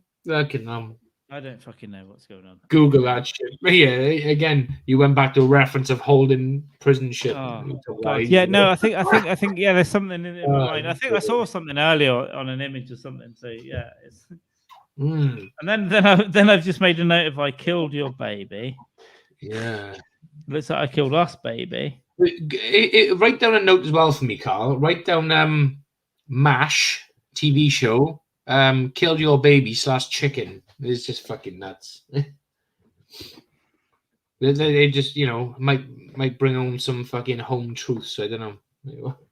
Might be some good psychology food. Who knows, Carl? Who cares? Who knows, innit? Nobody. I've had to write down the time limit. Who knows? But yeah, there could be anything that happens and that kind of stuff. And I'm so glad that I didn't drive, because. Do you drive a car? Do you drive? I've got a license, but I don't have a car. Oh, no, I haven't got a license. And I don't have a car, but I can ride a motorbike. So I can hire into it. But yeah, honestly, I probably would have run someone we know's kid over. Yeah, it would have been just like, they're out for an ice cream. I'm just popping around the corner to the offie because 6 beers aren't so bad, and then just and then it'd be someone's child would be bouncing across the road in the rearview mirror, and I'd just have to keep driving and look in the mirror. It'd be one of those things where it'd be like, I'd just glance at myself in the rearview mirror and go, "We're on the run now. We're on the run now." Unless the street didn't have a lot of cameras, in which case I'll get it patched up at, like, you know, Patel's body shop, and just have the panel beaten out. And just while they're doing it, I'll be like, I'm just thinking, God, I hit the deer. It's a deer's hoof, not a child's foot. But I like to think, if it was me, do I think I'd see, if I could see back in the rearview mirror and see a kid bouncing? Do you know what I would think? I can't believe someone hit that kid and just didn't stop and just drove off. It's worse than when you get the photocopier jam. You're trying to scan a document and the paper jams up. And you feel like a prick, and the hot secretary's looking at you, and you go, yeah. I didn't. And he's just trying to pull it out the jammer, and that's what it's like looking at a kid in the rearview mirror, bouncing like a fucking ball. I'm sorry that was the life you made, but I've got to get to bouncing like Kobe's rape victim in a hotel. I've got to get to Asda forthwith. Yeah. Oh, mate. Fucking hell. Dear God. That's fucking... Yeah. Fuck it. I just look back and just think, who hit that kid? That's terrible. Can't believe they didn't stop. Oh, I want ice cream now. I mean, I don't want to, I would never intentionally kill someone's child in a motor vehicle, but I would, if they died as a result of my enthusiasm, I would run away. I would put my foot down and run away. Yeah. And I would just go to the woods and live in the woods and not ever log on to Wi-Fi and just sneak into people's houses and nick soup and pants off the washing line. And I'd get caught 30 years later where just this, off the grid dude. Time magazine found an off the grid dude. And they think he's really cool. And I go, yeah, my nails are long and I'm really cool. And I just stole tomato sauce and the whole community forgives me. Deep inside, every time that I masturbate, I my brain just goes, you ran over a child to get here. You bounced a small human being off of tarmac just to get here. Oh, fucking hell. Everything you said there was hilarious. Probably the funniest part was the fucking nicking soup. And the fucking the rest of it was fucking class, but that was fucking the best. And I'll never remember it because the when I wake up tomorrow, I'll just be like, well, I've got a hangover and I've actually got to go to a job now, and none of that matters. And God. when I talked about murdering children with a car last night, it will never sink in.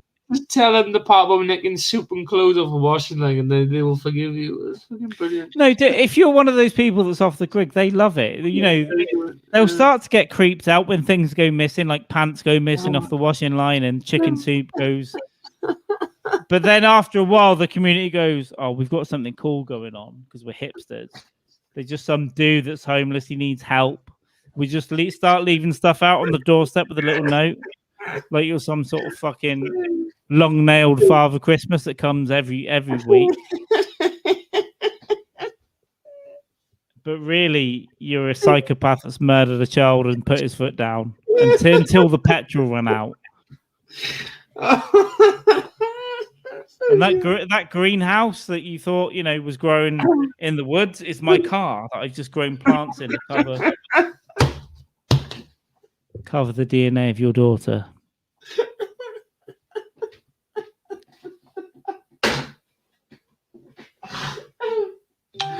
Oh, fucking hell. Oh, fucking hell. That's 5 minutes tomorrow. That's 5 minutes for Buffoon. I'm not sure I'll be able to recreate it, but it's 5 minutes. Oh, my God. That fucking hurts. I got a six-pack now. I got a sore throat from laughing. No. We're getting a six-pack from laughing is also quite, it's cool, isn't it? Oh, my God. It's just something about stealing soup and clothes and dead kids bouncing off cars. It's just like fucking... Oh, my God. It's the whole deal, I think. It's the whole deal. It's good. It's exciting. Oh, and lovely. So look what we've got out tonight. We've got a pan script. We've got multiple jokes each. We've got tears of laughter, kids. This is fucking hilarious. Honestly, I've got to remember to look at those notes tomorrow because I think I can decipher those because most weeks I look at them and I don't know what that means. Yeah, I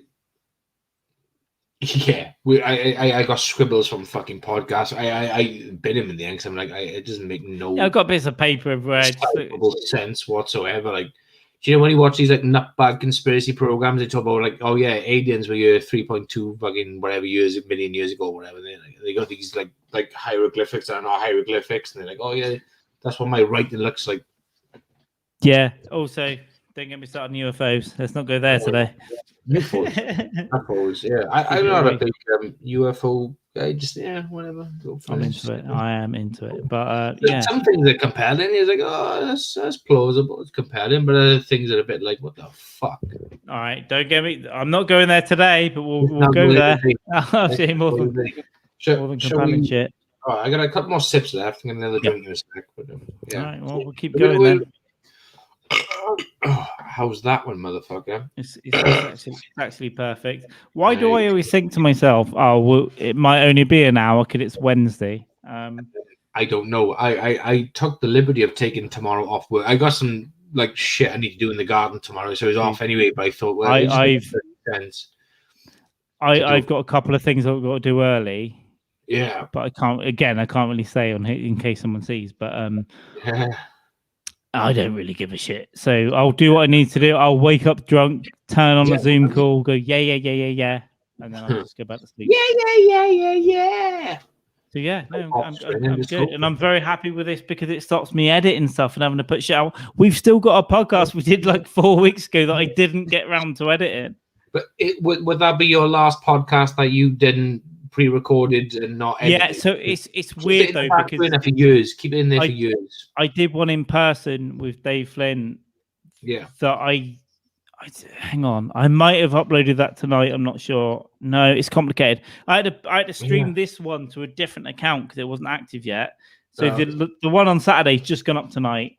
There's another one that will go up from Dave Flynn, but this was straight up. So yeah, I've got like episode 29, then 28 to be kooky.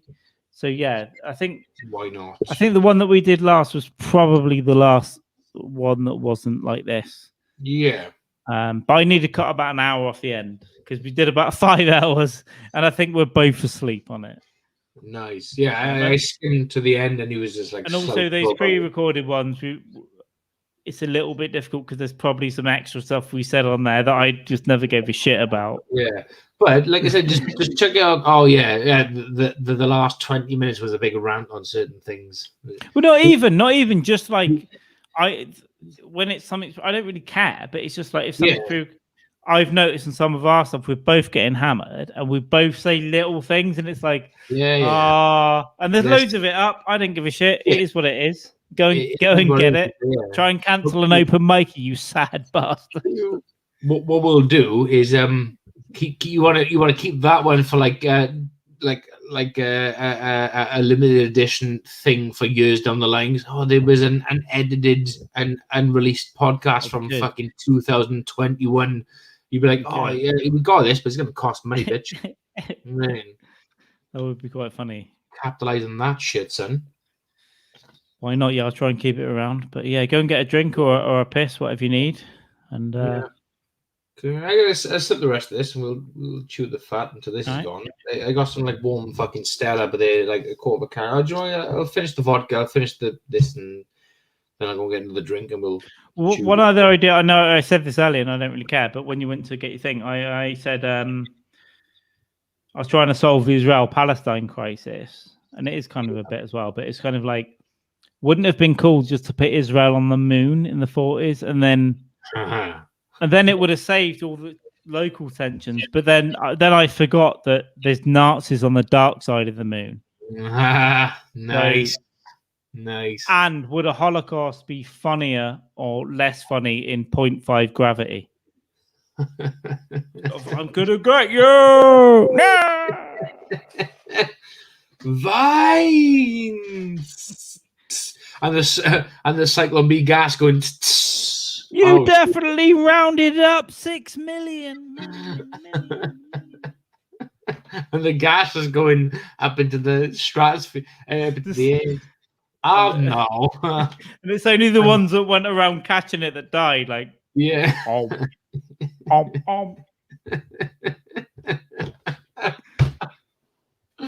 Oh my fucking days! So another note is Jews caught Zyklon B in space. We did. No, full credit to Carl Mann for that. He came up with that, but he told me to tell that one. Yeah, I did. It's all. He did. He's a bastard. Yes, Cyclone B in space. I'm fucking. Oh my god! And no, I'm not gonna. I was just gonna say something. I stopped myself right there then because I'm not gonna be one of those. I'm not gonna be one of those. No, I can't say it. I'm not gonna say. I refuse to say it. Should I text it to you, Carl? Yeah, go on, text.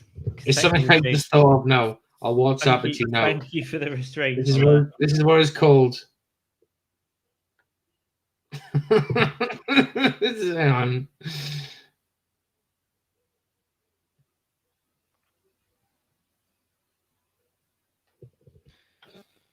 Ready? I just watched that, you know.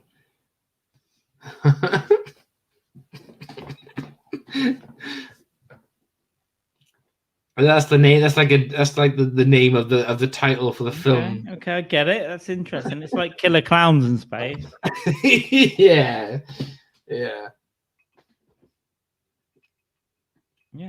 Thou shalt not say things live. Thou shalt never ever say anything live. Yeah, I think it's a title for like, you know, for like proper like D-list fucking movie, like based on what we are saying. And that's not the movie for Huck, by the way, or our story for Huck. That's something else. That's fucking. And Pan, by the way, will be like it will be so successful. I poured a glass of water for myself that I hid down here that I never saw. When 3 weeks ago? 2 hours ago.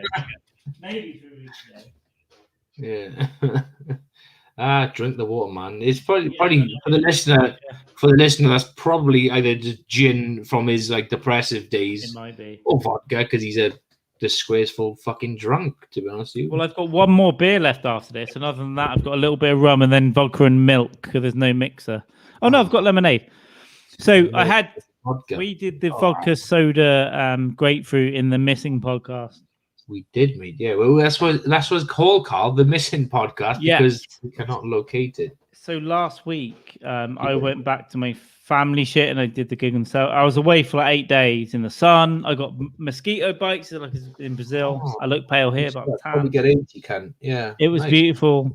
But my mum gave me like a care package when I went around there, and normally it's annoying. It's like, for God's sake. And some of it was annoying. It's like cotton buds, disinfectant, what are you doing?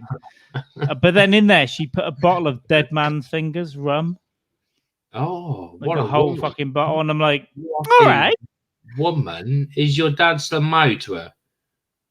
Yeah, and he just drinks rum and probably sleeps. What a woman! Because I was going to say, what kind of a man would leave a woman like that? That's class. What, she left a bottle of your care pack with, like, you know, look after yourself. Bottle of rum in it. Yeah, it was mad. And so I went down my old local pub. I hadn't been in years. What a woman! After drinking quarter of a bottle of rum and some beers, and it was good fun. But then the podcast that I did on Saturday with Greg, I drank. I'm not joking. I thought I'd have a few beers. I drank something like 6 or 7 beers and nearly that whole bottle of rum, like 3/4 of it. What was it, like dark rum, white rum, or it's a dark rum called Dead Man's Fingers. It's beautiful. It's beautiful spiced rum. I came in here on Sunday and there was half a glass of neat rum. So I do this a lot. If I'm drinking spirits, the spirits get bigger and the mixer gets smaller. Yeah, then the last one is normally just a glass of spirits. Yeah, and I'm gonna have the fumes to sleep, and that's what that was. So I had to decant that back into the bottle because I thought, how have I drank that whole bottle? Oh, so yeah, one thing I have is a little bit of rum, but Dead Man's Fingers is an amazing rum. It's beautiful. They do fucking nice. They do like I'll show you this here. They do like a pineapple one. But let me look here. Yep. So it's this bottle, this black bottle. If this takes me to some sort of crazy political movement website, I'm not going to be happy. Fuck me, amazing. Oh, it's personalized. Dead Man's Fingers. That's the bottle. Oh, mate, that's a nice bottle. That's a nice glass. Jamie's rum glass. It's not my glass. Not yours, but they do like a pineapple bottle and a something else bottle and that's fucking nice looking stuff, man. It's not cheap, But, is it? but I didn't appreciate it because I smashed it in 2 nights of being a cunt. So Yeah, 2 nights of being a cunt. Every night's being a cunt for you, Carl. But basically, yeah, that's what I need to learn. Yeah, You know, I'll take a sip of a pint some nights, Yeah. but most of the time, I'm just going to keep going. End of the day, Carl, I don't blame you. I blame the parents, mate. It's as simple as that. And if they force feeding you rum as a baby, then there's no wonder why you're a fucking raging, disgraceful, drunken, alcoholic comedian. Exactly. But I think you're a beautiful specimen, and I love you for it as well. So chin chin to the parents. Happy days. Lovely, yeah, it was nice. I- Nice to see him. I'm not a rum connoisseur. I never was. I never rum was. is like I don't drink like a lot of pop either. Like so, I've had when I've had rum and coke. Katie came home from work this one. It was on a Saturday, and I had a bottle of like white rum, and it was coke there. I'm drinking some fucking rum, and she was only gone a couple of hours, and the kids are a bit younger, and I thought I drink vodka tonics all day every day. I'm okay. I thought I'll have some rum, a couple of rums will be fine. And I had like 4 or 5 after a couple of beers, and fucking now she walked through the door, and I was like a fucking shaky mess, like because of the sugar. It was a different level of fucking drunk, as in just fucking. I couldn't fucking cope with it. Way too much. Yeah. So historically, I back in the day, I was probably into like just lager, and then it was vodka, and then it was JD. But then later on in life, like I got into a bit of rum when I was in Southampton. Yeah. But then I went off it, and when I came here was when I got into Buffalo Trace. So that's that bourbon I told you about before. Bourbon, yeah, that's on my list. That is my. Oh, list. it's so smooth. I'll get a bottle at some point. Yeah. Well, we should get together and get a bottle in. We would do that on a live get together podcast type thing. We'll just do it. We'll fucking smash the fucking thing. Just drink a bottle in, but it's so beautiful and so smooth, and then you can drink it so fast, and then all of a sudden you've drunk a bottle and you try and get up. I know it's a bourbon and not like an Irish whiskey, but like my bourbon whiskey choice is a Jameson's, right? So I know like Buffalo Trace is a bourbon, and Jameson's is an Irish whiskey. So like that's a smooth drink. So would you say Buffalo Trace is on that level of Jameson smoothness, or is it like a different? It's very different. It's very different. It's like I never tasted it, so what I'm gonna do, I'm gonna hold myself back and only drink it with you. My first experience will be with you. Let's get one in. Let's get one in because I honestly think you'll love it. Like anyone that I've introduced it to loves it. Yeah. I found it by accident. I think Rogan found it in like 2018 and started. Now he sponsors him because it's so big. On his fucking podcast all But the time. I tell you what, podcast with Chappelle, he was swigging it. Yeah. It ain't an expensive whiskey. Yeah, because he goes, "Oh, this is an expensive one." And Rogan goes, "Yeah, it's Buffalo Trace. It's like 20 quid." It was cheap. Rogan. Chappelle Yeah. probably drink like $100 bottles of whiskey. This is $20, whatever. This is 20 fucking but bucks. it is fucking amazing. I was gonna buy a bottle in Asda because it was like a couple of quid cheaper than it usually is. That's and right. as part of me that thought, don't buy it. Do you know why? Because I thought I want to drink this for Carl because you bragged about Trace a few times. Like, I'm gonna drink this for Carl. I'm not gonna break the seal, so to speak, Carl, until I drink it with you. I'll tell you what. Let's do a podcast together. I'll get a bottle of that in. We'll have if you don't like it, we'll have backup booze. It's cool. I won't be offended. I'll just drink the whole bottle to myself. As long as it's like vodka tonic then and beers with a bottle of that, we'd be fucking cool. We'd be fine. And then exactly. We can arrange something. It'd be fucking class. 100%. It's about time we did some shit in person because I'll tell you what, this is great. All this technology is great, but there are just sometimes it's just fun to be on a fucking sofa having a beer or in a pub. Agree. Yeah, it'd be nice. Like I said, my local, they're like, yeah, we can accommodate a gig and whatever. Do the fuck you want to do? This happy days, but the upstairs area now is turning into like a big like restaurant / bistro thing. So it's busy. It'd be nice if they refurbed it. Yeah, they've done a fucking great job. But it'd be nice if we can find like a bar type place where there's like an area that can be segregated off and just have a few people come in and out and just fucking, do you know what I mean? Just like podcasting, drinking, have a good fucking time. Maybe sneak a bottle of something in on the side and just don't tell the fucking whatever. But it may be able to be done over there. They could definitely do a gig and a fucking podcast, but maybe something separate as well elsewhere. Do you know what I mean? Just something different elsewhere and mix the venue up as well for just a different fucking feel of ambience and all that bollocks. Yeah. So worth looking into again. Yeah, I think it's definitely. I think it's got to be the time now. Because I've started to arrange stuff elsewhere, but I think Cardiff's been neglected. I don't think anyone's bothering to do stuff here until July, but there is there's an opportunity for it. I think there's an opportunity for venues, and you've got to be careful about treading on people's toes and nights and stuff. But to be honest, if no one's putting anything on, and I put something on first, I don't really give a fuck. Get in there first or lose out, baby boy. Motherfucker. With all due respect, and then everyone can have a spot. But I think that I think this can probably find somewhere interesting to do a gig here in like July or something in Cardiff. So I just need to work on it. Yeah, I'd be more than happy to fucking jump in on that with you and try and figure out what's fucking like. How do you go about? What's the fucking right term to use? Like vetting comics or advertising for comics? I don't know. I don't organize one. You can do it a couple of ways. You can just put an advert out, which is what I did originally at the Rocking Chair, and that's where I met all you guys because you all emailed me, and then I think you or someone emailed me early and said there's going to be about 10 more people messaging. I messaged you quite later on in the game.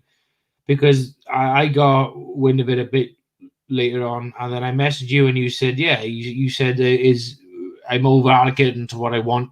Sorry, over allocated on to what I wanted, but you said, "Fuck it, let's just because it was like I thought 6 or 7, and I had like 20 people message. But that's and I thought I'd put 9 on, and then what happened is I'd recognized I think Shug from like gig photos, and I was like, and I just saw her in the back, and I went, "You're a comic, aren't you?" And she was like, "No." And I was like, "Go and do fucking 5 minutes, you idiot." I didn't care. I'd had 8 red stripes. Drink red fucking stripe. But no, that's what I think. Because I remember your response back was something along the lines of over allocated on comics, but fuck it, go for it. That's how I felt because it's the first time I'd done anything. So I was like, do you know what? Get in. The experience was before that was like, sorry, we'll let you know the next time. We'll let you know. Fucking. I never wanted to, even if I hope at some point to get a venue that's a bit of a better setup and have a better night because I'm involved with a couple now and I've seen a couple now. They're really good, and I think there's no excuse if you can get somewhere in the town centre or somewhere, you can get a really good place. And do you know what? I never want to do that to comics. Obviously, if it gets popular, you've got to say, well, we can only fit 8 or 10 in or whatever. Well, naturally, there's got to be like a cutoff point at some point. But like what you was doing in the Rocking Chair was it was new and fresh to you. So you was like, fuck it, just get people in. But obviously, over time, you get like an established gig, let's say, but you're gonna want to keep the fucking the numbers down to a point because time's gonna lag on otherwise. Just for time, but I think like 8 to 10 is fine. Like on a good night, a lot of places have 6 or 7, but I think 8 to 10 is fine. And you know, if one more person wants to go up and do 5, I'm probably not going to say no. It's probably just go for it. Yeah, just go there and see what the fuck. Because that extra person that might be like, oh fuck, last minute, can I jump in? That might be the person that you might think, fucking wow, that is. Yeah, like they're really good, or they get an opportunity, or because sometimes even I message places and the responses you get either seem rude or you don't get a response. It's probably not rude. It's probably they get 50, 60, whatever messages. So it's like, I get it. The first time I saw George was it might have been probably the first night we done Rocking Chair, and I remember you said I can't remember who was on table with. Obviously Tommy would have been on the table, and Tommy, his mate, was there, and it was me and someone else, and the comic was doing it. And you saw like my mate's come in. He said, do you mind if he takes over this spot? Because I know he's up next. And I can't remember who that comic was. I bet they were just crack the fuck on. Don't know who he is. And he walked in, George, like a homeless guy. He walked in. And he went on, and I fucking pissed myself laughing because he was like, wow. I was like, wow. what the fuck is this dark motherfucking on about? And it was So there hilarious. was one that went up that I was worried, and it was like, oh my god, I've let a mental patient up. Yeah. And I think that was one of the nights you guys were in, because I remember I think I met Jordan one of those nights, and I was coming over to the table going, oh, well, I'm trying to get him off, but he's not coming off. Like, I don't know what to do. George. Yeah. And he was reading his poetry book and going crazy. And the owner knew him, so I was like, okay, he's not going to kill us. But I was like, I don't know. And it took me, I said, have 5 minutes. It took me like 12 minutes to get him off stage. And it wasn't comedy. It was this kind of weird poetry about his life. That's a different. Like I like George the first time I saw him. But you're on about someone else now. So my getting cross wires. Yeah, sorry. Yeah, I'm with George Willoughby. Right. Okay. Because when he walked in with his long beard and his fucking hair, I thought, oh fuck, there's a homeless person doing fucking stand up there. Right. Yeah. No, I was like, I was fucking pissing myself because I was like, wow, I didn't expect this tramp to come from him. It was just like, whoa, motherfucker. Yeah, he's a good writer, and also now he's now completely bald. He shaved it all off. He's like an egg. I saw the fucking clip on the live YouTube fucking thing. I was like, what the fuck's that? I was like, that must be George, because you could see summer, wasn't it? It's him, but it's like, oh fuck, he's completely fucking bald head and shaved and and he's lost a lot of weight. He looks completely different. He's shaved his beard, head. He's probably got cancer. He's lost like 2 stone. You probably got cancer of the arse, mate. Yeah, that's what I said to him, but he denied it. Yeah, but I did say if you do die of cancer, it's just gonna be a roast at the Holly Bush. Yeah, about your cancer. Sweet, yeah. Nice. What a poor bastard. Oh, good for him. He probably lost by 3 stone from his hair and his beard. Because it's the first time I saw him, I was like, oh, there's a homeless guy doing comedy. Oh, this is nice. So, like, for Carl to give this guy for a chance. I was like, no, you're friends. But no, George actually was big in helping me out early on, because I must have met him 5 or 6 times when I was hammered. You know, you meet people when you're hammered, you think, I kind of know you, but not really. Yeah, and I was just texting him. I'd gone up to Edinburgh Festival just to check it out and stuff, and he'd been up there at the same time, but we didn't know each other that well. And when I came back to Bristol, I was like, someone else said, I asked him for a gig, and I was all nervous. I was like, can I have a gig at your place? And I went to his night at Dirty Doves. And then that was where we become mates straight away, because I was nervous. You know, when you walk in a room, you don't know people. It's like, yeah. Can I have a? And he goes, oh, hello, mate. And I was like, fuck, we've talked before, clearly. Yeah. I tell him this sometimes, and then go on stage. And then after that, every Monday, I would just turn up at Doves and get a spot for weeks and weeks and weeks and weeks. Nice. Until it started getting bigger, and then it was more difficult, and then the pandemic. But yeah, no, he was good for me. He gave me like probably 3 or 4 months of gigs. That helped me get better. So yeah, George is big homeless looking man that now looks like an egg. That's an egg. Yeah, I love to do a fucking like a proper gig with him, like say share a fucking set with that guy, because he is. You also as well, like you and Greg, you and George. Sorry. Joe Greg, who the fuck is Greg? But yeah, it'd be nice to do something with you and George and just fucking like-minded. George is a good boy. Yeah, dude, I'm sure. Like, if we get that thing in here or Caerphilly, George will come over, no problem. Yeah. No problem at all. We I think we're in that group where we just like, if we get gigs and we've got something and there's a spot, it's like, come over, I'll go over there, they'll come over here. If we can get something in the ABBA or whatever, we can get him over easy. We'll get him over to people like that. Yeah, it'd be fucking great. I'm sure we can sort shit out like fucking transport and all that bollocks. It's just something you figure out later on, I suppose. But easily figure it out easily. But it's I'm up for it now, because fuck all this last 15 months, mate. Fuck it all. Yeah. Fuck the lot. It's just now. It's just like an all systems go kind of fucking thing. Yeah. Really. And also, get better, do better, and put better nights on, and do more interesting things. Like maybe you didn't have the confidence to do before. Just go for it. Think about it this way: like Rogan moved to fucking Austin, Texas. Whether he had the full intention to set up his own comedy gig beforehand is probably the case. But the fact is, he's doing it. He's done it. And I know he's Joe fucking Rogan. He's got to be a multi fucking millionaire now. But he's like, you know what? I want to do the gigs I want to fucking do. So I'm going to build my own fucking venue. I'm going to step my own fucking thing up, and that's fucking it. And You can they do say that on for a loads of like people. exactly. So it's about independence, right? And people like that have talked about it a lot. So I'd say like on the other coast, Luis J. Gomez was. He didn't even do open mics because he started going, I can't do this. So he set up his own shows to host. And that's part of the reason why I went over the rocking chair, because I listened to him go, if you can't get spots, go to a bar, ask him to run a night, fucking get over there. Yeah. And he built his whole thing, became friends with Attell and Big J, went on tour with them. Big J, and then now he owns a whole podcast network and a fucking He's trying to buy a comedy club now. It's like it's big franchise like now. They do their own merch and shit as well. They fuck. I was listening to and they've got their own fan base and they can't be cancelled if you get them off YouTube. Well, unfortunately, he's got his own pay-per-view website, which he has. Yeah, which he has a lot of subscribers to. You're playing with a big dick there. I'm gonna have a piss and I'm gonna get a vodka. Get in there. I'm gonna try and fix my microphone. I think we had this before. Probably. It looks like you're fondling someone in prison of a non-white origin. Give me a mo. Go for it, dude. I'll take you off of it.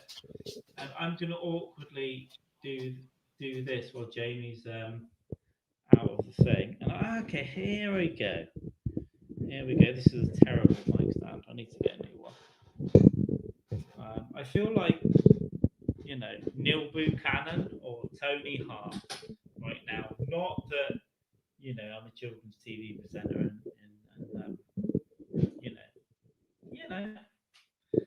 you know what I'm saying. But I fixed it. I finally figured out how to fix it, and it's not good. It's not good.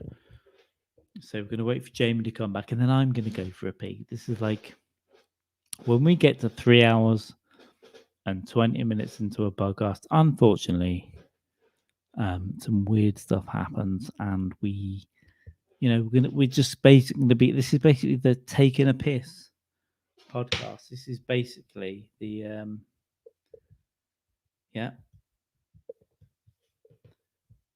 the taking. I know that someone one day will find this and think it's funny. The rest of you are watching and going, God, this is boring. Do you know what? I don't care.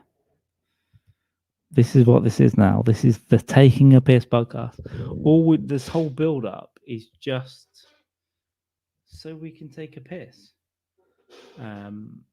What also happens that you don't see is that we actually go into the bathroom and we start zooming each other. I don't know why I said zooming. And we just start zooming each other peeing, and that's when it does get weird, isn't it? So, you know, can I read these notes tomorrow?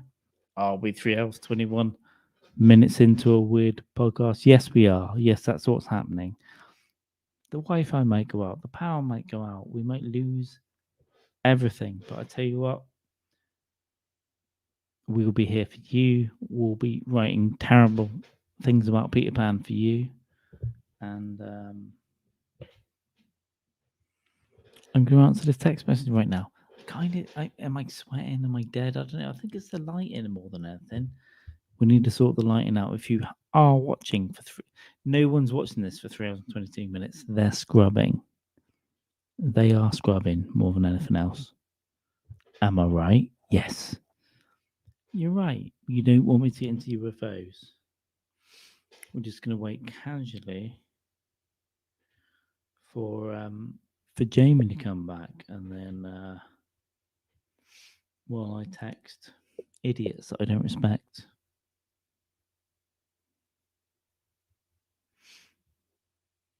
But I can't leave it silent because that gets even more weird.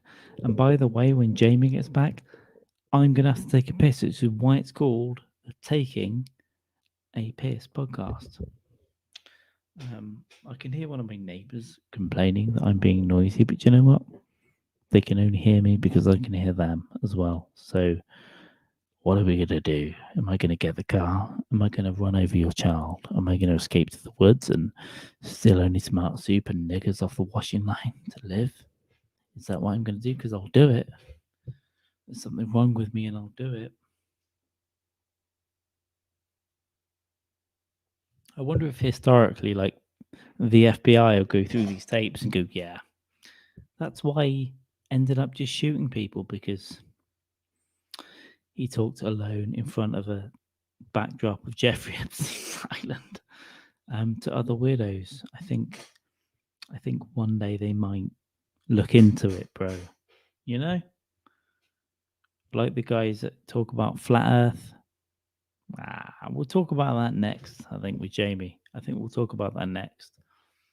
No one's watching this all the way through, even the people that are watching it later. And if you are, comment. The only comments we've got are comments from Jamie from earlier, and it's embarrassing. But one day, it will happen. People will tell us what they mean. I think if we paid people even to watch, that would be interesting, wouldn't it? You know? What's going on with you? Are you depressed? Have you had too many kids and you've ripped the seam between your vagina and arsehole? I don't know.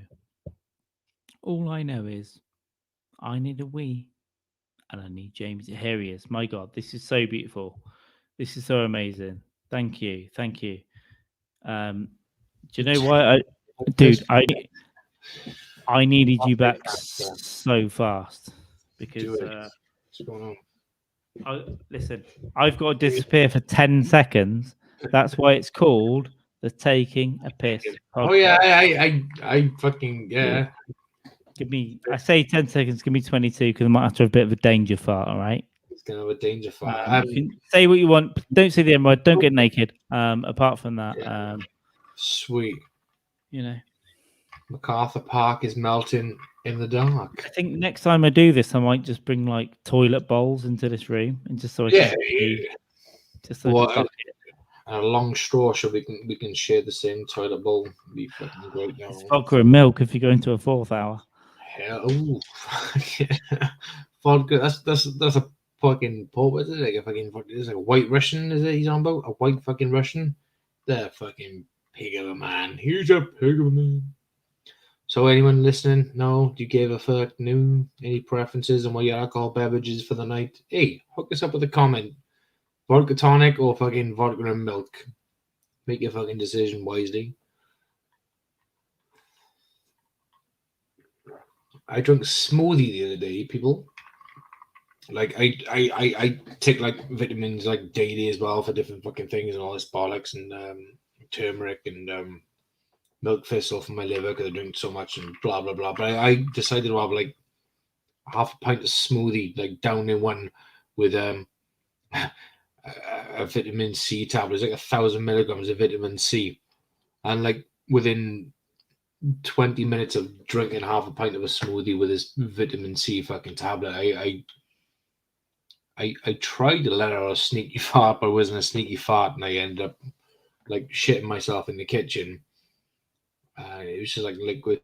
Point being is, you know, taking these supplements and drinking smoothies ain't not good for you because, you know, if it was good for you, why would it make you shit yourself? Apparently God has a plan for us all, and apparently mine is to, you know, not fucking take supplements and drink smoothies because if I do, I'm going to shit myself till I die. That, or the amount of times that I'm pissing today, well, since on this podcast means I got prostate cancer and I'm going to fucking die soon anyway. And same with Carl. So me and Carl are just going to drink ourselves through it and see what the fuck happens, to be honest with you. Winner, chicken dinner. Any updates on the Epstein versus Savile fucking shit yet? No? Happy fucking days. Yeah. Don't be a shy. Check your comments in. I'm not gonna repeat myself. Just rewind a fucking hour or two, and then you'll see what the fuck I'm talking about. Sweet, happy days. May your firstborn be sacrificed to the gods. Sweet. Hello, Carl. No, you carry on if you want to carry on. If No, I was boring people to death talking bollocks. as long as you weren't spoiling the plot of Pan. That's exactly what I was doing. Yeah, I swear to God, I had one of those pisses, but I sat down right, and I thought I'd have a danger fart, but a shitload of shit just fell out my ass as well. Oh, nice, mate. It just went like. Yeah. Is it? I was just saying now that's what happened to me. Like, is it yesterday? I can't remember. Yesterday or the day before. I had like a vitamin tablet, like 1,000 milligrams of vitamin C, and I had like half a pint of like fucking smoothie. And within 20 minutes, I fucking shit myself. Like, wow. So I think I've got, obviously, I don't know if you know, but I think I've got a gluten problem, because if I have craft beer and stuff, I'm shitting right there and then. But I have like delayed shit. I have problems. I'm doing okay. I haven't shat in the park for a while, but I could show you a poop map of the UK of where I've pooped in public. Nice. I like that. That's cool. Hey, end of the day, Carl, if you have an intolerance, this is Great Britain, and we won't tolerate intolerance. That's why we voted Brexit, C4, Carl. God damn it. You have to go. I'm not allowed to be intolerant. Yeah, you can't have a gluten intolerance because that's intolerant, and Britain won't tolerate intolerance, Carl. That's why Brexit I voted for, Carl. You know this. Unless intolerance isn't freedom in the Middle East and Indians to invent their own tea. It doesn't matter. Britannia. Rule Britannia. Rule Britannia. And Tommy Robinson should be on a stamp, Carl, according to some. So, yeah. We get a bank holiday this month. Is it for Prince Philip's death or the Queen's birthday or something? Where are we in the world? Sure, there's a day off in June for us. No, I don't. I know next year there's a 4-day bank holiday because of the Strubbler Dabbler Queener, right? Thingy majiggy. Yeah, it's like a 4-day bank holiday. I don't think she'll make it to next June. Are we play some bets? I don't know, because what I think will happen is she'll get to 100 and step down.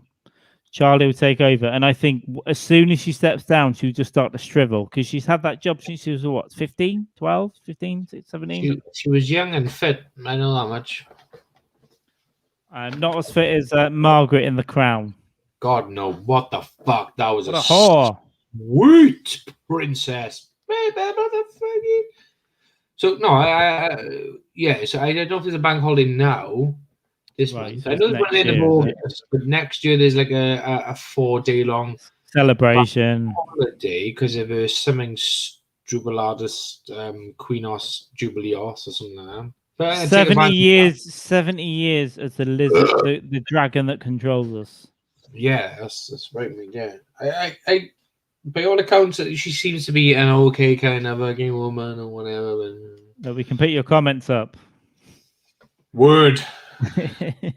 And there's a second comment that said word at the same time. So yeah, it's because I realized that the first word was not with a capital W, and I had to correct myself.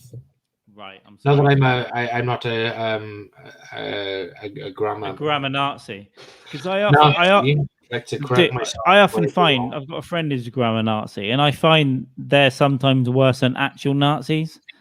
They probably are, mate. We all tweet right, and you know our Twitter doesn't have an edit button, and you tweet fast, and you get correct, and you put it out, and then there's a there without an apostrophe. Is wrong, yeah. Which I do. There without an apostrophe, and then some cunt goes next say it.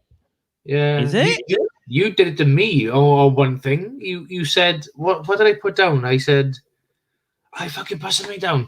I wrote something. Twitter. And it might be in Facebook. You said an apostrophe. Oh, gigs. I put an apostrophe with GIGS, GIG apostrophe. Yeah, but I wasn't active in a grammar Nazi. I was just being a dick. Yeah, okay, cool. Yeah, so I think I'd even woken up half cut, and I was like, it made me laugh. I laughed. You said put an apostrophe after S in gigs. is like something. Oh, it was fucking funny though. I laughed. Oh no, I laughed. it's as necessary as a comedian that lives with their parents. Yes, that So was basically, it. Yes, I wasn't yes, having yes. to go at you. I was having No, to go at yeah, open micers that No, live with their parents. Yeah, I know. Yeah, it was funny. Yeah, I liked that. It was good. Let's go. I think I may have even corrected it, to be honest with you, to take away. Of which I know about 3 of them, and they're all dicks. Yeah, of course they are. Do you know why? Mummy's boy. Forget Jesse's girl. Mummy's boy. Mummy's boy, mummy's money, mummy's everything. You're going to be a star, boy. You go out there, boy. You can do it, boy. You can do it, boy. You can tell all the jokes you want in the world, and you can tell other comedians that they're wrong for saying that shit the same as you say. I fucking hate those puddles of shit. Yeah, exactly. Fucking keyboard warrior loving motherfuckers.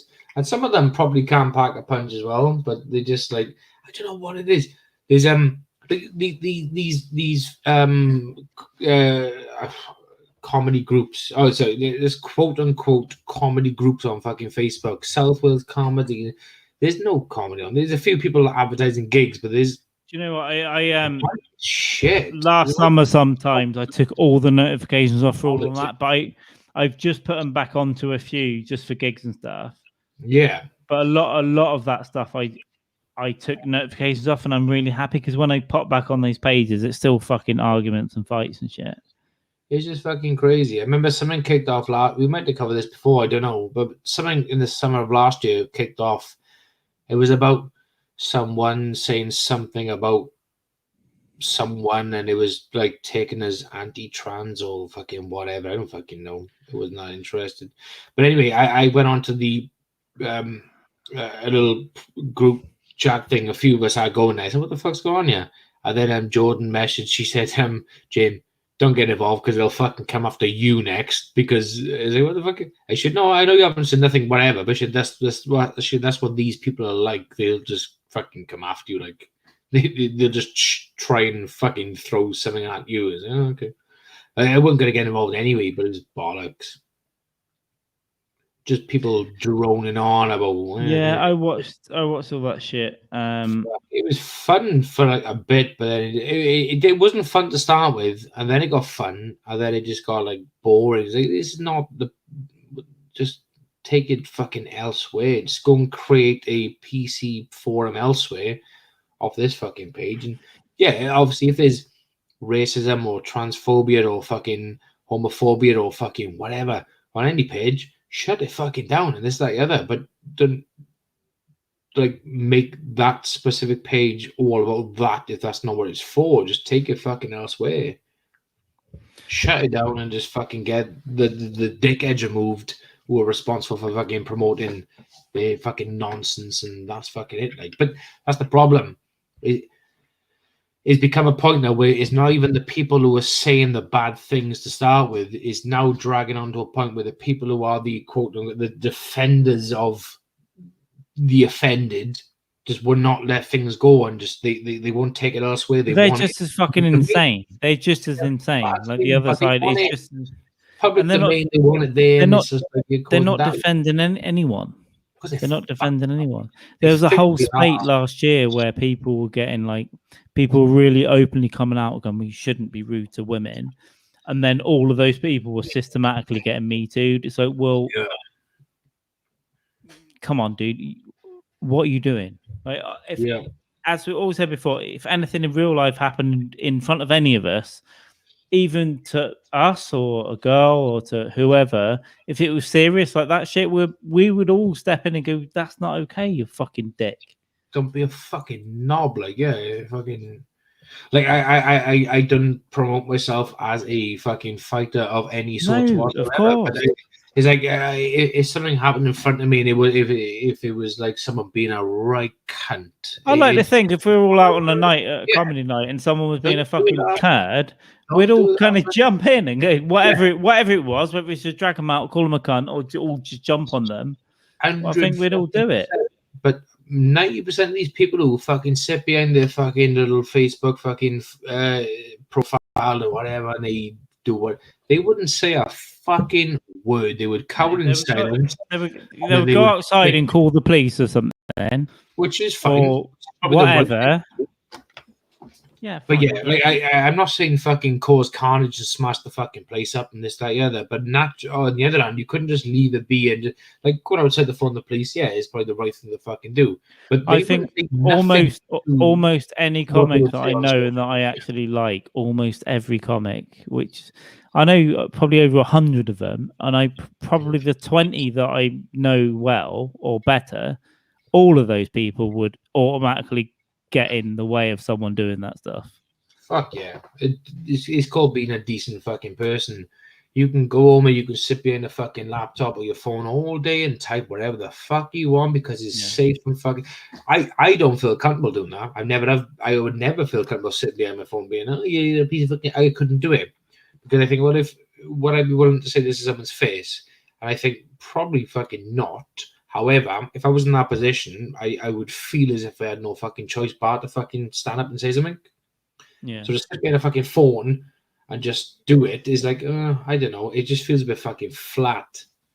It's flat and it's fake, and none of these people would actually like do shit in real life, and they'll mouth off online or to their friends and stuff, which is fine. It's their way of doing it, but it's not real and it doesn't help. No. And how many of these people could sit down and have a civil conversation with you, like like physical violence aside for a sec. These social justice warriors, as fucking call them, they're very quick on the mark when it comes to fucking typing on a fucking keyboard as to what's right and what's wrong.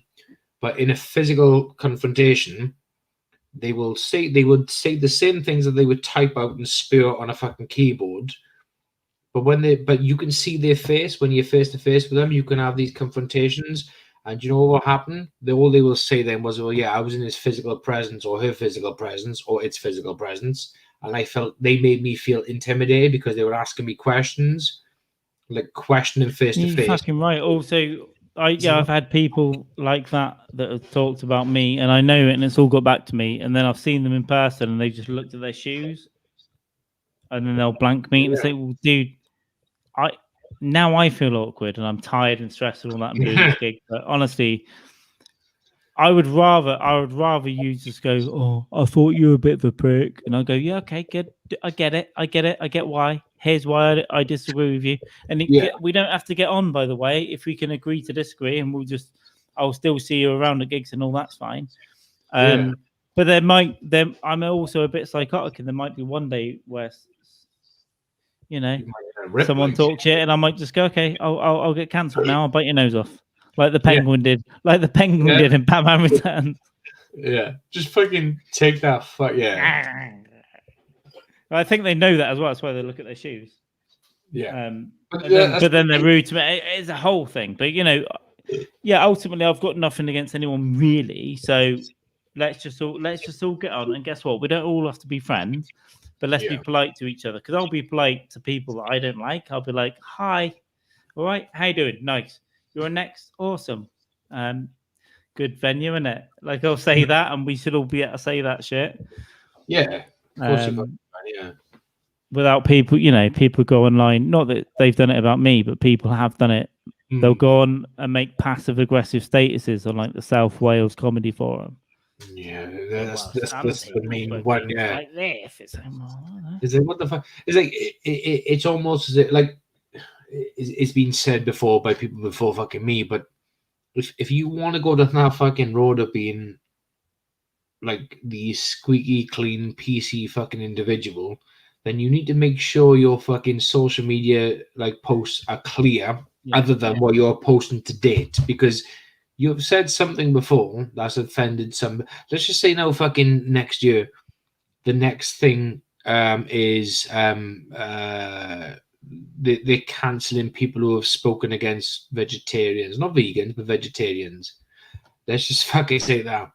And then these people now they're going on about we are the defenders of this race and this culture and this, that, other. If next year comes up and they're like, oh, the big cancel thing is now people say about vegetarianism, I hope you go back to your entire fucking social media platforms all the way to MySpace and make sure you've never said anything bad about fucking vegetarians, because they will fucking drag you down. almost guaranteed everybody has said something fucked up. Everyone. Even if someone's going around, I'm moral, I'm in a robe all the time, I'm in the future in Demolition Man. No. Everyone said something fucked up. Yes. Most of them say fucked up things against people they disagree with anyway. Like, I hope they get shot. So, well, why is that okay then? Why is that? Yeah, but even if like the let's just say now in a years down the line, there's a full on anti woke thing, and there's like people who have been anti woke have been people woke culture are being cancelled for being too fucking woke. Let's say. Well, what are they going to do then? They're going to delete every single thing from their fucking social media fucking account because it can be used against them and they be fucking cancelled or whatever. People got short fucking memories. I remember something my father-in-law said to me, again, probably just not his original thinking, but something my father-in-law said to me before. He said, if you're going to be a good liar, you've got to have a good fucking memory. Because you will fucking slip up. So to be a good liar, you got to have a good fucking memory. And that's the only way you get away with it.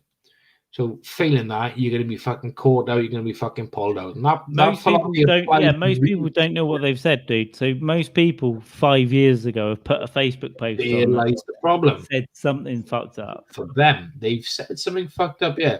And even the people who are who were born male but now transition to female or vice versa, it's fine. It's your decision. Do what the fuck you want to do. Go for it. But they have said something to offend someone else who's going through or gone through something else before, or they've laughed at a joke that doesn't affect them or what fucking ever, and that can come back to fucking haunt these fucking people. The chickens will come home to fucking roost, like, because being woke isn't a bad thing, and cancel culture probably went in there with a really good intention of doing something right. Yeah, but gone. I think the majority of people that are into it they're not bad people, and they don't want to like. But they're just not thinking. They're not thinking logically. Yeah. So it's like, even if a famous comic does something a bit shady, I'm not talking about everything Weinstein. I'm talking about like says something crazy. Why would you want them to lose their employment? Why wouldn't you just go, I don't like this person, I won't support him, and I'm going to try and convince my friends to not support him? That should be the move, right? Don't watch him, don't buy stuff, don't click on it. That should be your little corner. Not to phone their agent or contact a fucking sponsor of a podcast and go, this man should never earn money again. Because, by the way, as we said before, Mike Tyson is a convicted rapist, and Hollywood gave him an animated TV show and a one-man stand-up show. And I'm not having to go at that situation. I'm not having to go at that situation, but that's what that is. Yep. So forgive Mark Wahlberg for beating a Korean man until he went blind. Give him an entire career, and anyone that mentions it kind of gets brought off. Yeah, because he's a Christian now. It's like, So, but people will go and watch his films and don't give a shit. But then they'll try and cancel someone that once said a bad word once on stage somewhere once. Way back fucking when. Insanity. Yeah, of course it fucking is. It's fucking crazy. It's absolute fucking bad shit fucking crazy. Like, you know, again, the old sayings come back now. Fucking don't throw fucking stones. You know, if you live in glass houses, you shouldn't fucking throw stones and this, that, or that. Yeah. And ultimately, draw a line in the fucking sand there, because what's been fucking done has been fucking. If there's something's been done or said, that's like cataclysmic and fucking horrific. And it's if someone gets up in a public forum and says, "I hate black people and we should hang them," and they're serious and they're sweating and go, "This is my manifesto." Fucking this.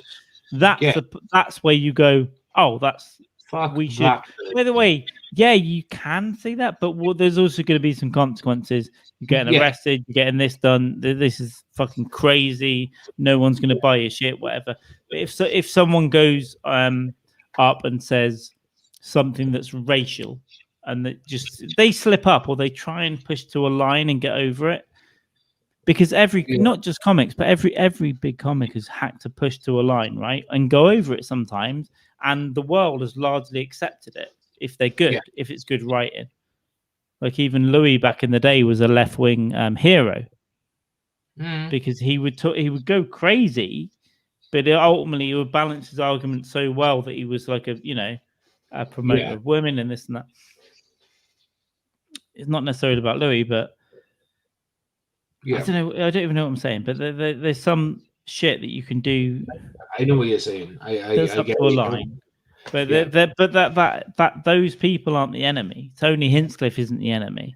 Yeah, he said something that was probably naive and a bit like, especially now, it's like, dude, a little bit. Just from a business point of view, because he lost his agent and stuff. Yeah, but then from another point of view, he hasn't got to pay 10% to his agent now, and he'll probably be fine in Austin and running one of the world's biggest podcasts on Called Tony. Exactly, yeah. Exactly. But some of these people not even doing, some of the people just saying this rhetoric of, they should be cancelled. They're vile fucking people. Like you said, most of it comes from a good place, but they've maybe just they're either just kind of misinterpreting it, or they genuinely think that whatever. It's not. I'm not having a go at those people because I do have seen some of them online. I don't really have a problem with them. The people I have a problem with are the people that just don't get it, and they just be like, they don't get it, and they're the ones who are fucking vile. Like there's someone that's arguing with Luis J. Gomez about supporting that Hinchcliffe stuff, and she's a white woman calling Luis J. Gomez is an Afro-Latino man that got called the N-word by his grandma his whole life. His mum was a prostitute heroin addict who died of cancer, and his dad got stabbed to death when he was 4 or whatever. He hasn't had a great life, and he obviously been racially abused and all that. And for a 20-something, abused. Well, he's an Afro-Latino. He grew up in New York. He's definitely called the N-word a lot by his own family. Oh no, I thought you said he's been raped and abused. No, racially abused. Like I thought you said he's been raped and abused. The end of that for sure, right? Yeah. And then for some 20-something white girl to come along going, you don't understand racism. So his point was her. It goes, lady, he goes, you're white. I'm the brown person. You don't have the right to talk. No fucking way. Yeah. There's people in the world who are what you would class as woke, but they come from a great place. And as an example, okay, my daughter's 14, right? And she's trying to watch she practically is now, -1 or 2, and she's obsessed with Leonardo DiCaprio, obsessed. So she's got this, she's watched every single one of his films now, apart from 2, I think. Well, he's really woke because he let the fat girl live on the ice. Yeah. And so she's obsessed. But basically, anytime you mention something about fucking anything that's outside of like what in the mainstream acceptance thing is, she's like, can't say that. And so basically, long story short, right, a couple of weeks ago, me and Katie watched, the kids were in here, we watched, let's watch Django. I've seen it for years. Class fucking film. Django got some great fucking references. So I was quoting like Samuel Jackson then when DiCaprio comes to the ranch and he sees Jamie Foxx on the horse. Tell me, what the fuck is that doing on that horse? Yeah, and it was class. And then Millie, with my daughter, she was like, you can't say that. I said, I'm just quoting a film. And she went, yeah, but you can't say that word. You just got to bleep it or just say N-word. Say, I'm just quoting a film, but that was written by Quentin Tarantino for specifically for Samuel Jackson, who's a black actor. I'm just referencing it to your mother. So I didn't mean to say it in front of you, but you heard it. Sorry, Dad, you can't say it. I said, okay.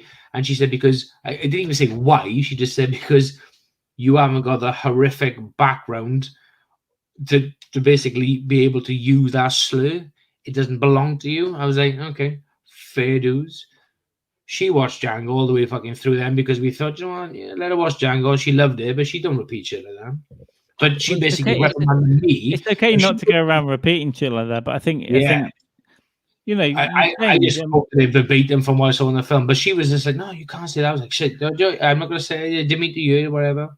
But she's like woke in that respect, but she understands the difference between that and just can't. Basically, we've had to talk her about cancelling fucking people and this, because first she was all like, yeah, so-and-so said this on their profile page 3 years ago. I was like, well, you can't judge it. So we've had to basically sit down and talk to her about what we think is acceptable. Not saying what you think should be acceptable, because that's for you to make up.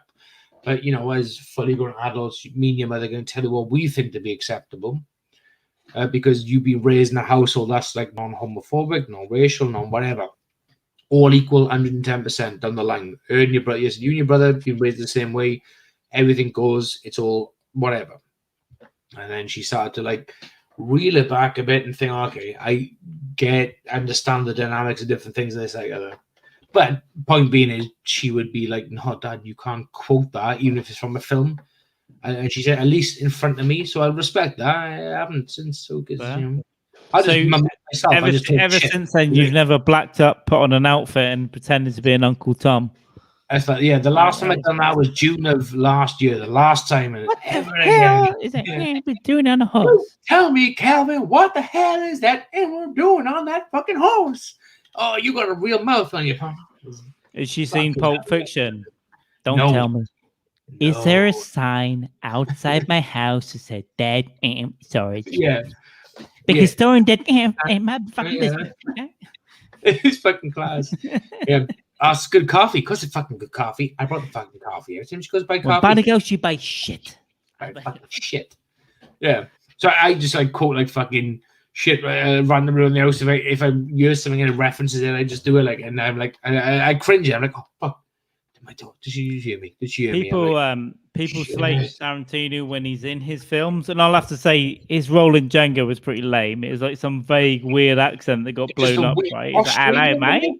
Wasn't Australian? He was supposed to be. I really like him as Jimmy. I think he's great as Jimmy. Obviously, he's Jimmy is in which? Pulp Fiction, right? Oh yeah, so yeah. He's a great little nervous guy. Yeah, it's great. He's in Reservoir Dogs, right, Mr. Yeah, he's in really short. I don't know which color he is. Shot in the middle of the head, right, in the car when they're talking. Yeah. Then he's still alive, going, "I've been shot in the head," and then he just died. Yeah, he just fucking plonks down. Yeah, but he's what about Death and not Death Proof? Planet Terror. That's the Robert Rodriguez double bill. I've never been able to bring myself on to watch it. So they made a double bill. With a gun on a leg, that one. So Tarantino made Death Proof for Kurt Russell. Robert Rodriguez made the other one, and then they had the trailers of like Hobo with a Shotgun, which is Rutger Hauer. They had Machete, which became a film series. Yeah. And then, but in that one, Tarantino plays a rapist soldier, and he tries to rape this girl. But there's some weird thing. There's some weird thing where if they take the gas mask off, they get this disease, and they start to boil up. So he takes it all off because he's got a raper. But then, as he's trying to fuck her, his balls like melt off his dick. It's just such a weird scene, and they all just melt off his body, and it's like, yeah. It's just random. It's such a weird scene. Yeah. That's why I love that. It almost reminds me of a fucking. Again, this is way before I even got into stand-up comedy. It was something popped up on the news. It was basically like a rape case or something, and I just fucking said to a guy, "He's about masks and stuff and raping." I said, "Yeah." I said, "Yeah, you heard about this rape case?" I said, "Apparently the guy was a delivery driver for Domino's or something," and people were like, "What was he?" I said, "Yeah." I said, "She was in court giving a testimony. She said the worst thing about the rape was I knew we were gonna come because his visor messed it up." Something like that. I was like, yeah. The worst thing about the rape was.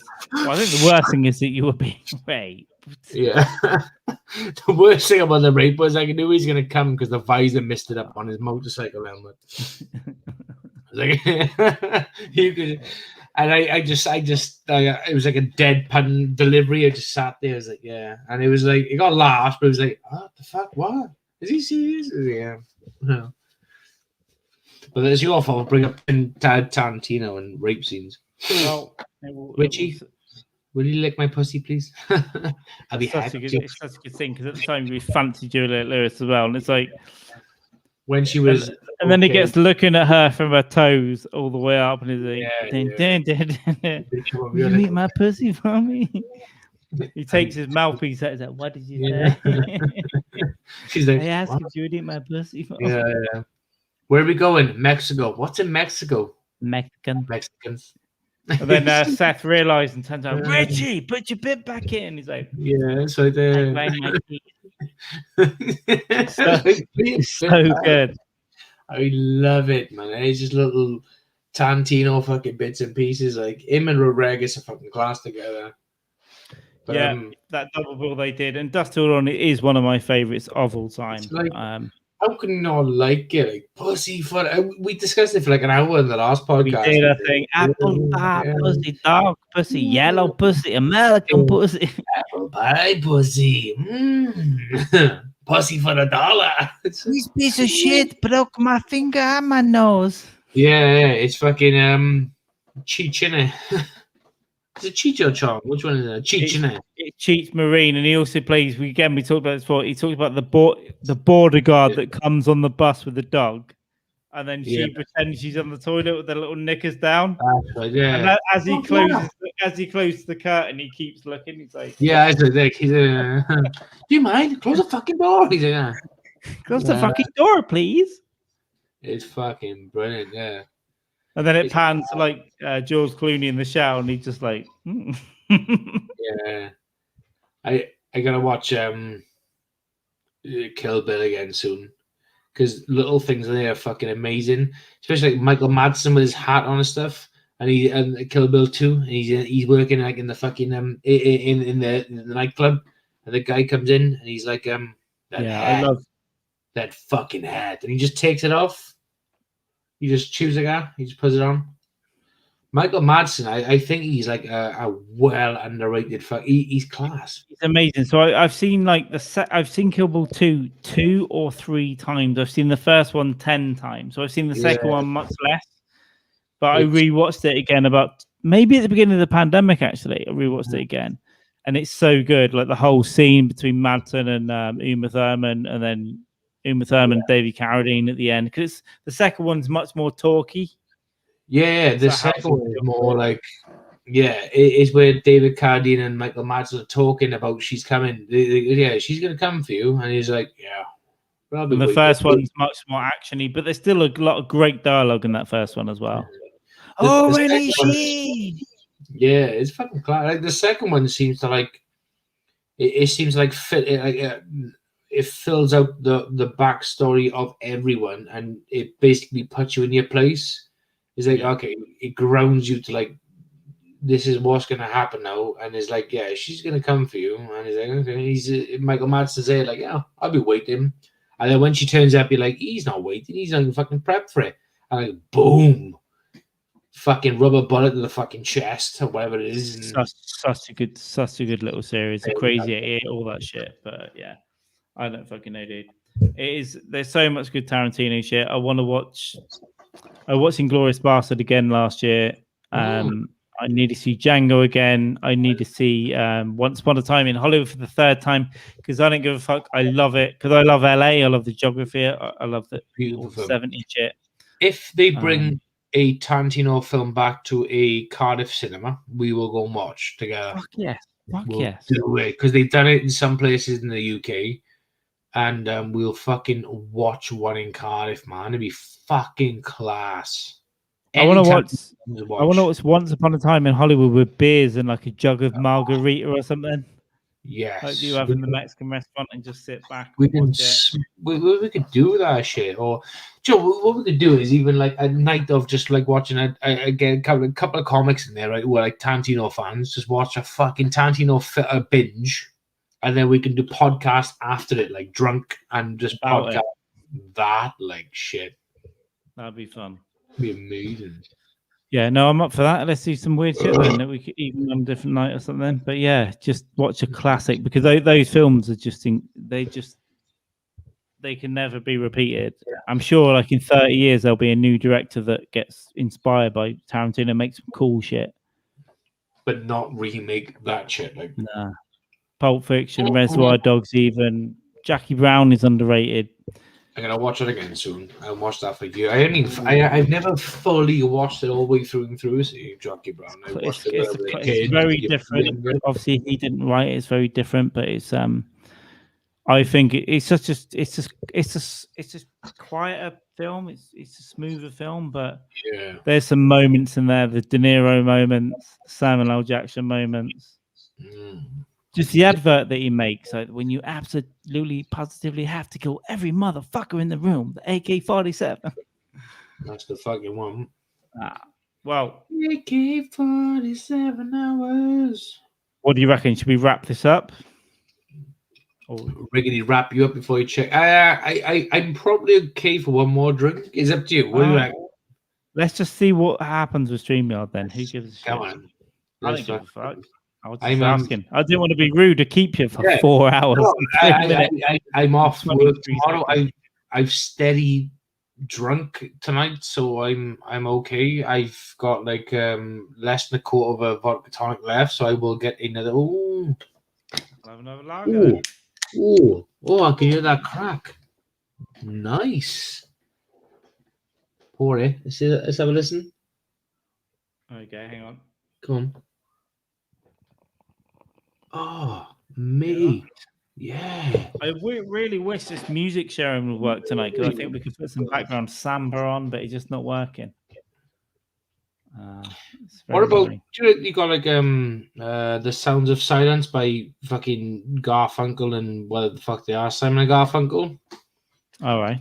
What if you had like, do the Sound of Silence? What if you had like the Sounds of Sutcliffe or something like the Sounds of Sutcliffe, and it's just like hammers and screwdrivers and stuff, just doing, but with the background music of the Sound of Silence by Simon and Garfunkel.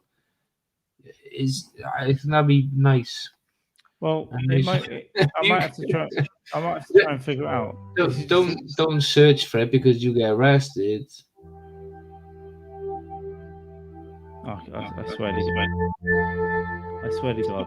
I heard this earlier, and it sounds like a Hannibal season 2 soundtrack ending. Yeah, it could do. I don't know if any of this has come through to you. It should be coming through to me, and at the weekend it was working so well, so it's just annoying me because I want at some point we can sit with a little bit of music in and like, yeah.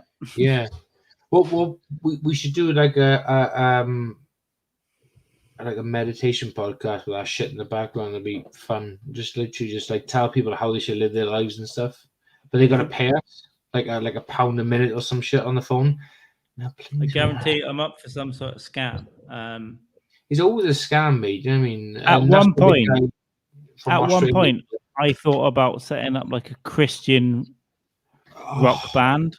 They're the best scams, brother. And just like get 4 chords, and we'll get 4 of us together to make some bullshit band, and then just go. We're real Christian. We believe in God. Write all kind of God lyrics, and God just go to God is the word. Christian festivals and just get them to pay us $5,000 a show, right? We Christians build it are up. the number ones, yeah. Of course, they're stupid. What we'll do, we'll basically say, look, you know, one of us woke up and we had cancer, and then doctors were like, "Oh, you got 3 months to live." Carl, I have a joke about this because down by me is a local coffee shop, and every Saturday between the hours of 10 and 1 p.m. they offer free healing. So they haven't done it for the year because of the pandemic. It's been closed down, like because they didn't heal the pandemic then. Yeah, God didn't work during a pandemic, evidently. Working. So I have got a joke written down about this whole fucking like this fraudulent thing in my local village. But that's to be told for a different day. But yes, we should definitely do something like that. That'd be class, man. Because the point being is they're gullible cunts. They're gullible bastards. Like, and we could say, Jamie was, woke up and he had cancer. He had 3 months to live. Doctors couldn't do nothing. But then Carman basically found a religious group, and he was healed through clap and sing. God, we can get 3 of us. If we can get a girl on board that'd be up for it, it'd be good as well. We can get like 3 or 4 of us. And we'll just be like, we all found Jesus really late, and now we want to sing about him. I want to sing it about him for you. And we can just write these stupid songs. Yeah. What's that song by Noddy? Come see the boys. Oh, come on, feel the noise. Yeah, that's the fucking one, yeah. We could just do God clear the AIDS. We'll cover that. Come We'll be a clear Christian the cover band cancer. that change the lyrics. Yeah, we got God. Just basically rip it off and just fucking want to go for it. And you got, like I say, a couple of grand every 3 months or so in the back pocket. Just do these festivals, and then we can just dish the money out, whatever. I got a bass guitar and a guitar, but I can't play the guitar. I can play guitar. I haven't played. Oh, for a while. amazing!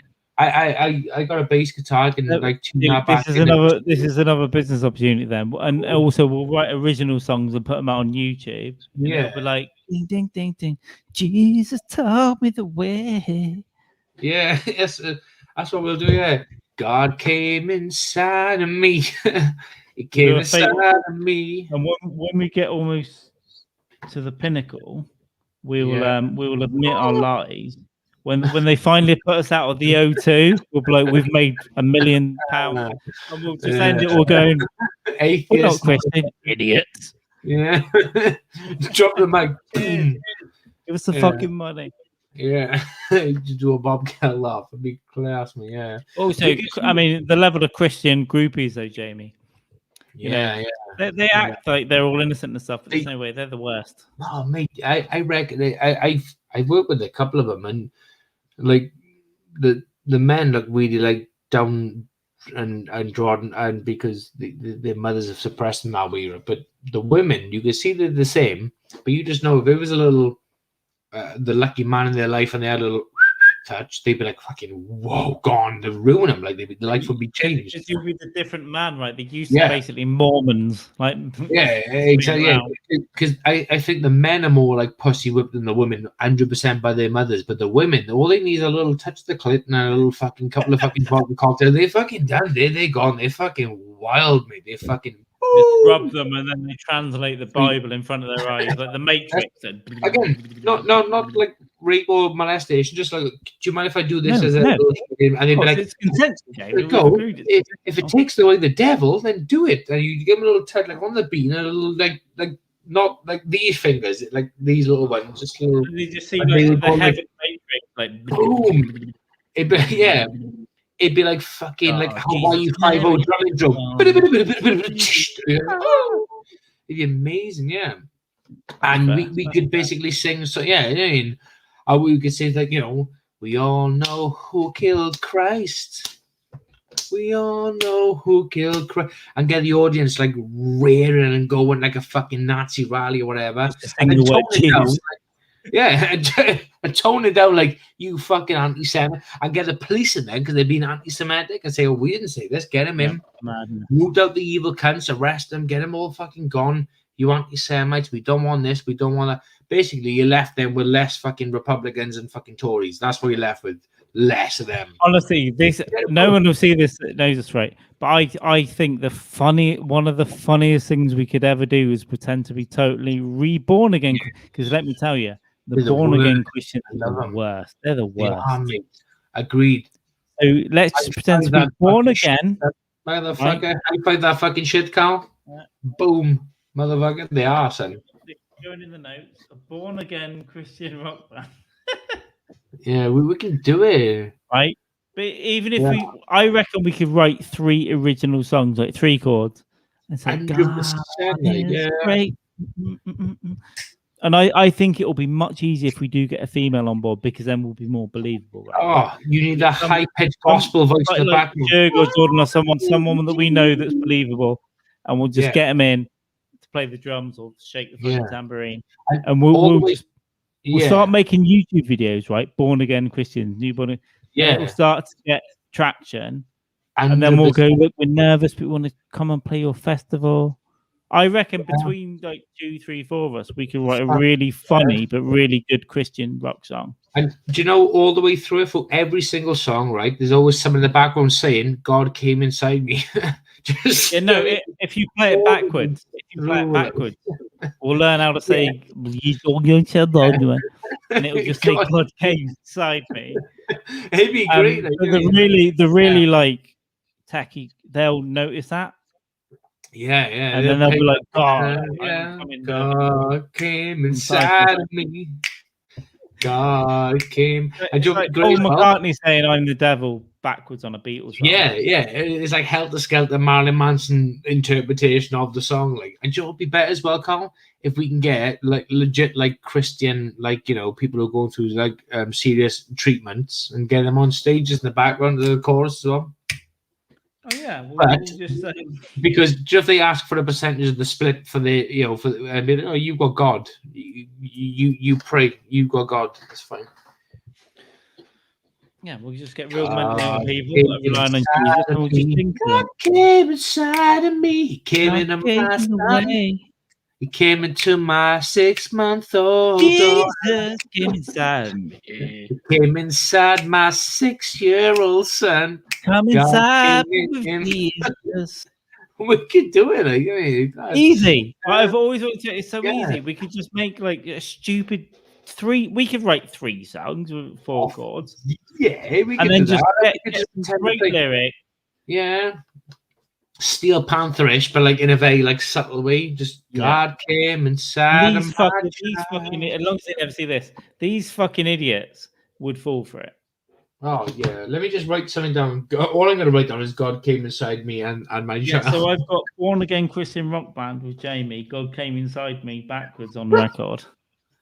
I just need to remember to look at these notes. God came inside of me. You get the female member of the group to like do subtle lyrics. It's like harmonize in the background, like in the background. But what they say actually makes a sentence. Like yeah. No one really pays attention to those lyrics. Well, we got people in the audience, right, collecting with collection buckets, and you could just say to basically like, on the label, because they won't care, this goes to the booze bucket, and they'd be like, what's that? You say it's a Christian organization. Oh, we're gonna just say booze bucket. That way, then they're fucking duped into it by you saying booze bucket to Christian organization for like, you know, abused alcoholics or whatever. Yeah. Fucking sweet. I think we got something there. Oh, we could do that, Carl. That's fucking good. Yeah, we'll find a great Christian rock fucking like out there, and we just do it. There's going to be at least 2 or 3 in the UK, right? Mm-hmm. And then we can find, how can we dress up as what Muslims? we'll do first is try and record some like just 2. I reckon 2 songs on YouTube. We'll figure out how to do it. Sounds good. We'll make it look serious. Blah blah blah. But we're a bit of fun as well, a bit modern. We want to be too stuffy. Yeah. And then we'll get that out online. We'll text and email and tweet like Christian groups. Because they're automatically gullible, right? They're automatically gullible. They believe in a sky fairy. They believe a deity from fucking 2,000 years ago is going to come back and save them one day. Because they're fucking gullible. They think they don't need to wear a mask during the time of COVID. And I don't think there's anything illegal about it, is there? It's just us going, we believe in God. Do you believe us? Yeah, but you could say after the fact, you could say, yeah, we raised this money, but we decided after the fact we're not religious anymore. No, we're not raising money for charity. There's no fraud. We're just saying, pay us, and we'll come and play at your gig. That's it. There's no fraud. There's nothing. We just want money from you, you fucking idiot. That's perfect. If you can word it right, so there's nothing to say specifically. We are a Christian band or whatever. just say we're a rock band that respects Jesus, right? But we're modern. We're modern. We're not stuffy like the past. We're modern. We're fun. We're fun to hang out. By the way, our backstage area is left alone. Just put some vodka. I don't know if we can get them to give us vodka, maybe not, but we'll just bring our own. We'll bring our own Coke and booze. Don't worry. But just send a continuous stream of Christian worshippers in there that aren't male, that aren't men. Oh my God! We'll have a word with them about the Lord. This is fucking. This is gold. Why not? Why? What? There's nothing wrong with it. There's nothing illegal. No, but this is just what's been happening in my dreams for years. It's exactly what we should do. Exactly. Like, I thought about it for years. Like, get a bunch of fucking idiots. Maybe in 2 years' time, they'll go, "Hey, man, we're the Mormon Church of West Kansas. Come out to America." Like, sure. Oh. We should fucking do it, mate. 100%. I gotta get a beer a sec. That's what we do. To be confirmed. Keep the audience happy, Carl. I don't think I can find any. I'm trying to work out a way to play music to you guys.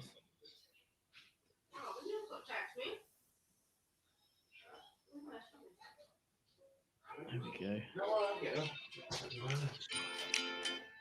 Play some ukulele out there. This could be like the Christian shit we promise to the people that believe in God. Oh, Jesus. Jesus, take me home. Mary, take me home. Let me sleep with a prostitute for you. Because this is Jesus. And God, He wanted us to have Jesus. Jesus is the best. God is the worst. Cheese. God for you. God is the best. And we're coming for you.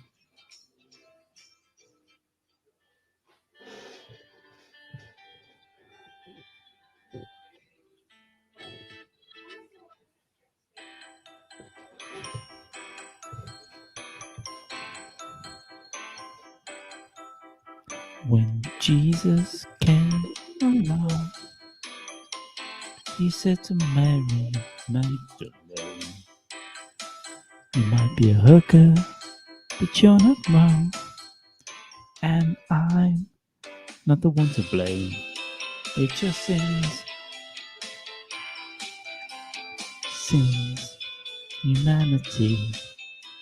It's your sins, humanity. Jesus loved me."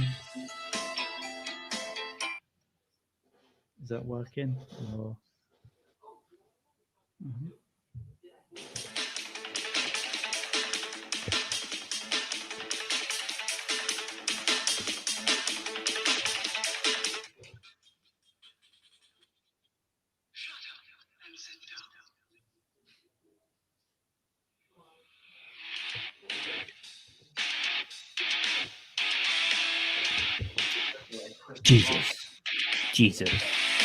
Jesus and God will show you the way. Jesus and God. Are you gay? No, because Jesus and God. Jesus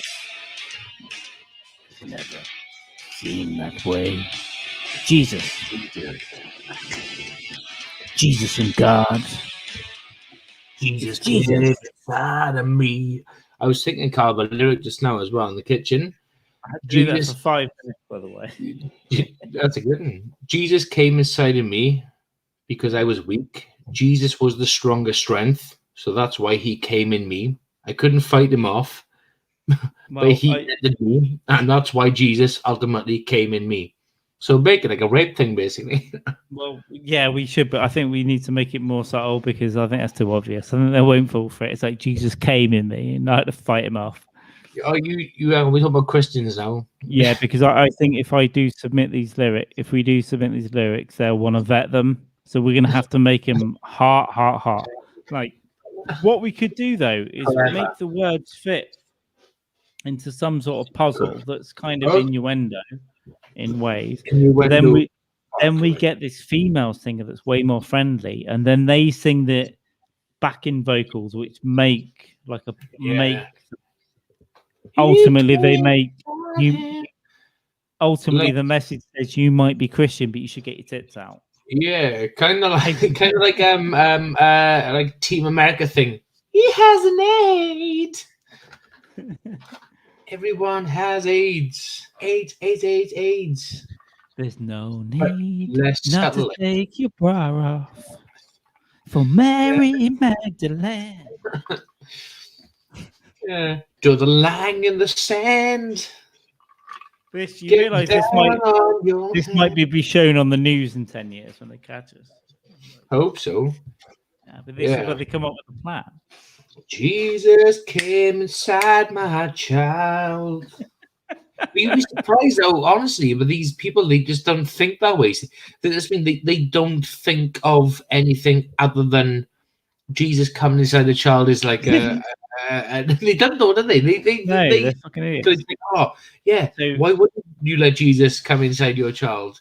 It's Carl. They walk amongst us, and they walk amongst me locally. I know them, and the hardcore old school ones do not think anything other than, yeah, what's wrong with Jesus coming in your kid's life? And it's so what we should do, I've written another note. Research some modern Christian rock bands, right? And some historical ones. Just see what kind of shit they put out. Because I know that shit. Especially now, I know there'll be some modern ones which will be like kind of go, you might see me on your TikTok, whatever, all that shit, right? Because they have to stay up with modern Christian kids, because otherwise they would lose interest, right? Because they have to be able to appeal to whatever, like a good range. So we should find out what the current state of affairs is, like what the equivalent of the Christian Arctic Monkeys are, or the, fucking Ariana Grande. We'll figure out what the situation is in this landscape, and we'll find a niche, and we'll come in a little bit rougher, admittedly, a little bit older, but we don't need to tell them our ages. But we just come in a bit rougher with a band with some good lyrics that are funny, interesting, and got an underlying tone of. But you do get you know for the Lord?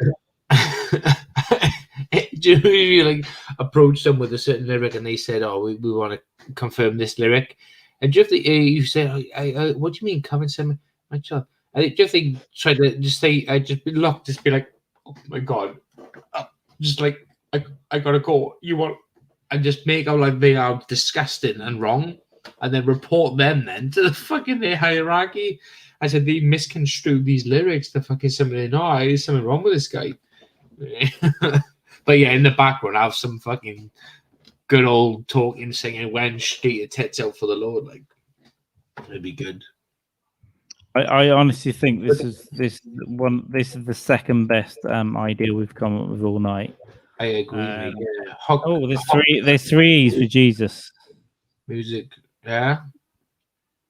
It's the best idea we've come up with all night, and music career. So we could get a great comedy gig with a nice little podcast thing going. We could write a dark version of Peter Pan, and have an entire Christian music career. Yeah, I mean, come on, they come on being on like an award thing in 20 years, the best selling authors and best like Christian rock music. You're like, listen, the days are gone now. You don't need a record deal or an agent or a manager. We just need to put some good videos on YouTube, get them to go. Yeah, that's it. And do you know what I reckon as well? Because Matt Nappo, he's also plays in a band and he's a very good guitarist as well. I reckon we can get him involved as well. Like a voice from America as well. On some massive. Again, it's not fraud because we're not saying anything apart from you should give us money. We are religious. We're playing this music. No, but we can even say we're religious. It's fine, I think. We can just say we're religious. Give us some money. We are willing to perform for Christian Christian audiences. That's all we fucking said. We didn't say we're religious. Yeah, you're right there. That's you, mate. You hit the nail on the fucking head there. You just done the Bruce Wayne of the Ted Bundys and stuff. We just get a female comic. We get a female comic to jump into the band and just sing things like titties, titties, titties. Yeah. Titty.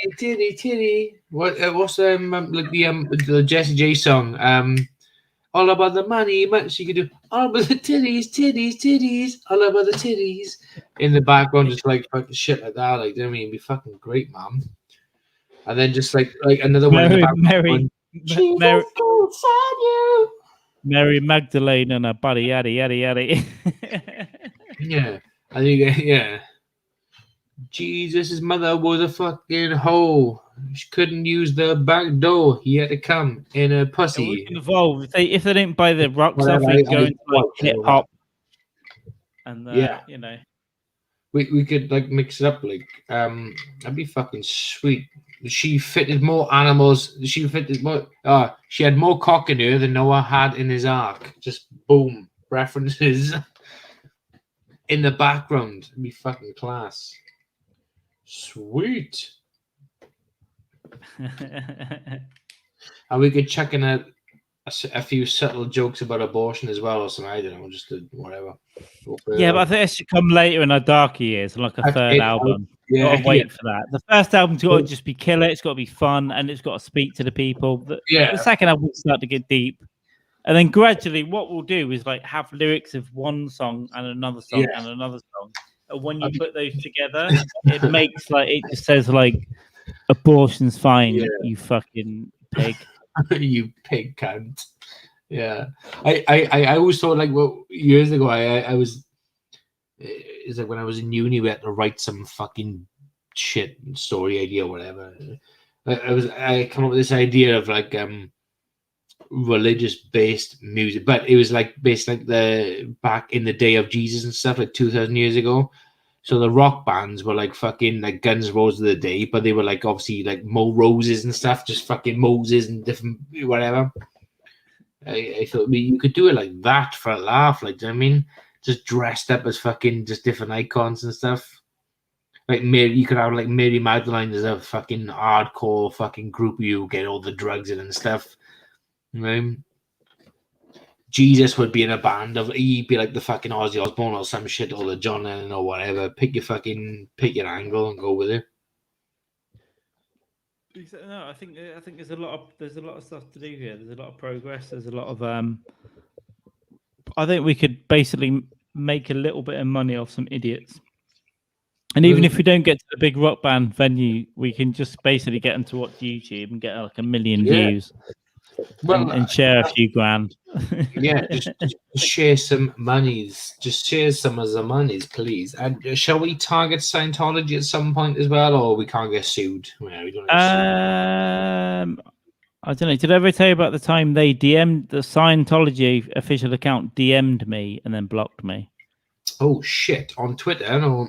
Yeah, because years ago I said something like I'm not saying David Miscavige should have the piss beaten out of him, but so the official Scientology account DM'd me and said, "Why are you advocating violence against Mr. Miscavige?" And I looked at it, and I spent like a week trying to think of what to say, and then I went to reply one day, and it's like, "You are blocked from replying to Scientology." Wow. But that's the thing with like Miscavige, right? He's been well known for like fucking beating people to a pulp in the fucking church after fucking. He's the guy who took over from L. Ron Hubbard, right? Yeah. Yeah, and they haven't been able to nick him for anything. It's like even the disappearance of his wife. Yeah, she hasn't been seen in 12 years. No, that's what Leah Remini came out. She was like, "What the fuck?" Because that's what for her was the slope of like, "What the fuck?" Remini through, and then there was another. Yeah, I went deep on this about 3 years ago. Remini was in like through is obviously he's a phenomenal journalist, great documentary. He's outstanding. He done a documentary on it, brilliant, amazing. But with Leah Remini, and she done the Rogan podcast, didn't she? That's right. That was a really good episode. And actually, she was like in it. She was in the midst. I went and watched the first series of the show she did as well. I found it online, and it was crazy. What the fuck was that called? I can't remember. Yeah, It was a bit Hollywoody, but it was like good. Rinder or whatever. I Mike can't remember. And Rinder, there's a little yeah. actor she found on there that was in another one of these documentaries. Yeah, But it all gets convoluted because the bloke who came out and whistleblowed, they think went back to Scientology for money. He did by all accounts. But Mike Rinder is remember I fucking love this guy, John Sweeney, BBC journalist. Is that the one they went after? Yeah, he's They sent him to London, didn't they, to go after him, didn't they? He went. They done a 2-part fucking documentary on Scientology, right? But the first part was way back when, and he basically lost his fucking rag because basically they fucked with his mind so much. The second in command that blew the whistle came to London to intimidate him. He was like, "You fucking stay away." His name was Tommy Robinson as well. Funny enough. And that was the guy that pulled out of it. But then they think he went back. So yeah. No one knows who he is actually, because that's a funny thing. Because the person in the first Panorama documentary with John Sweeney, who made John Sweeney crack, Tommy. I'm pretty sure his name is Tommy Robinson, as he goes. He's not. Is he a bigger cunt? I don't know. But he basically has not been seen for a long fucking time. And then they did a follow up then with John Sweeney doing a Scientology documentary years after the fact. But this is where Mike Rinder, who was in the top ranks of Scientology, left after the first episode. That's the guy I'm thinking of, yeah. And he's like come out, he's like, no, it's this, that, that. And he's done a lot of documentaries with Leah Remini. And he's on Twitter now as a prolific thing against Scientology because he left his wife and kids behind because he's like, I can't do no more of it. Like, and him and John Sweeney and Leah Remini now, I think they're working on a podcast together, I think. But it's like fucking insane. But the guy in the Louis Theroux documentary, I think he's gone back to fucking Scientology now, I think. Yeah, one of them did. I need to figure it out again because it was an actor that exposed them because he's doc. That was it's one of the guys that started whistleblowing. One of the young actors that got done. He and this young actor lost like 40 grand in Hollywood. They took him for all his money, and he said, "Yeah, I've watched the videos." And this guy is like now making videos where he's like, "You shouldn't slag off Scientology so much," but he's going, "I know from the lighting and the way they film it, it's a Scientology movie." He's back in because apparently what they do if you're high profile and you leave, they'll offer you like 300, 400 grand and they'll say, don't disparage the church anymore. You can leave, but we'll give you all this money. Just don't talk about us badly. Yeah. I can't remember his name because Matt Ryan is the one who left with Leah Remini and it can't be him then if he's worked together with them. But it's I can't remember this guy's name, but him and John,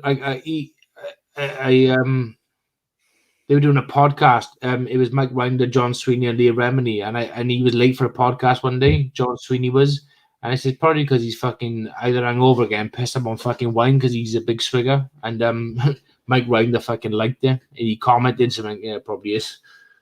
I need to listen again. Do they still do that?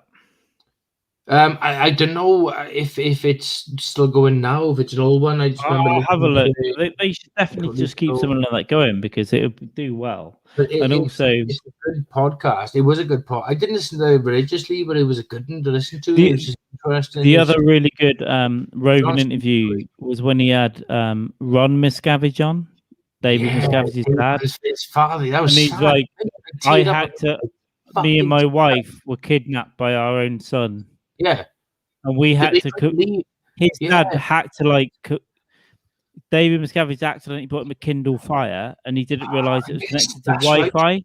Right. And then he Googled Scientology, and then found out how much of a scam it is. I fucking teared up on that. I was like, "What?" So his own parents had to spend 6 months planning on how to escape from their own son. Yeah. I don't know how the FBI haven't gone in and just fucking got the guy, but because it begs the fucking question about how many fucking people are on the fucking payroll of those fuckers because they got unlimited. But yeah, I remember watching that podcast. I was fucking teary-eyed because I was thinking, shit. I might Because rewatch it at some point because it was really you- good. you remember how David Miscavige got into Scientology? No. 'Cause I remember from that podcast because he said his son was suffering. David Miscavige was suffering for when he was younger, really bad asthma attacks. To a point whereby his father would have to take him to a cool shower and hold him in a cool shower to try and cool him down and relax him because he was going into palpitations, this, that, the other.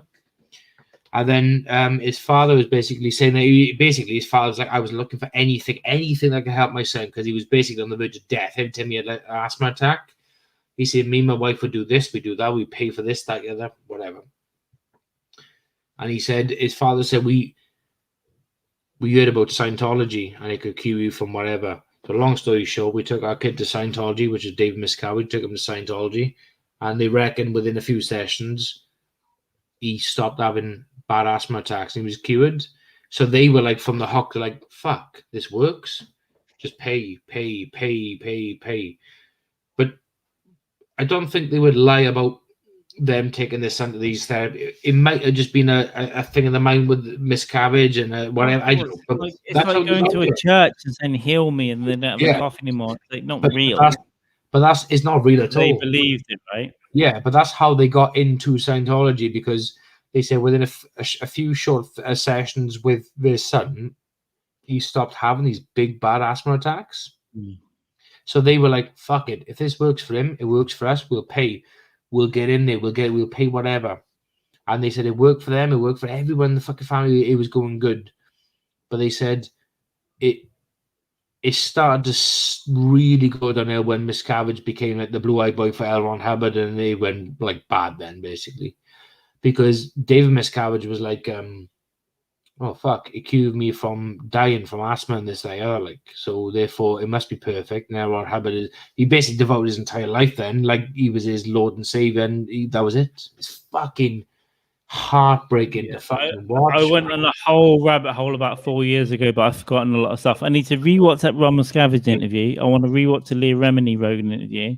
Watch the fucking Going Clear with Scientology. Going Clear, which is great.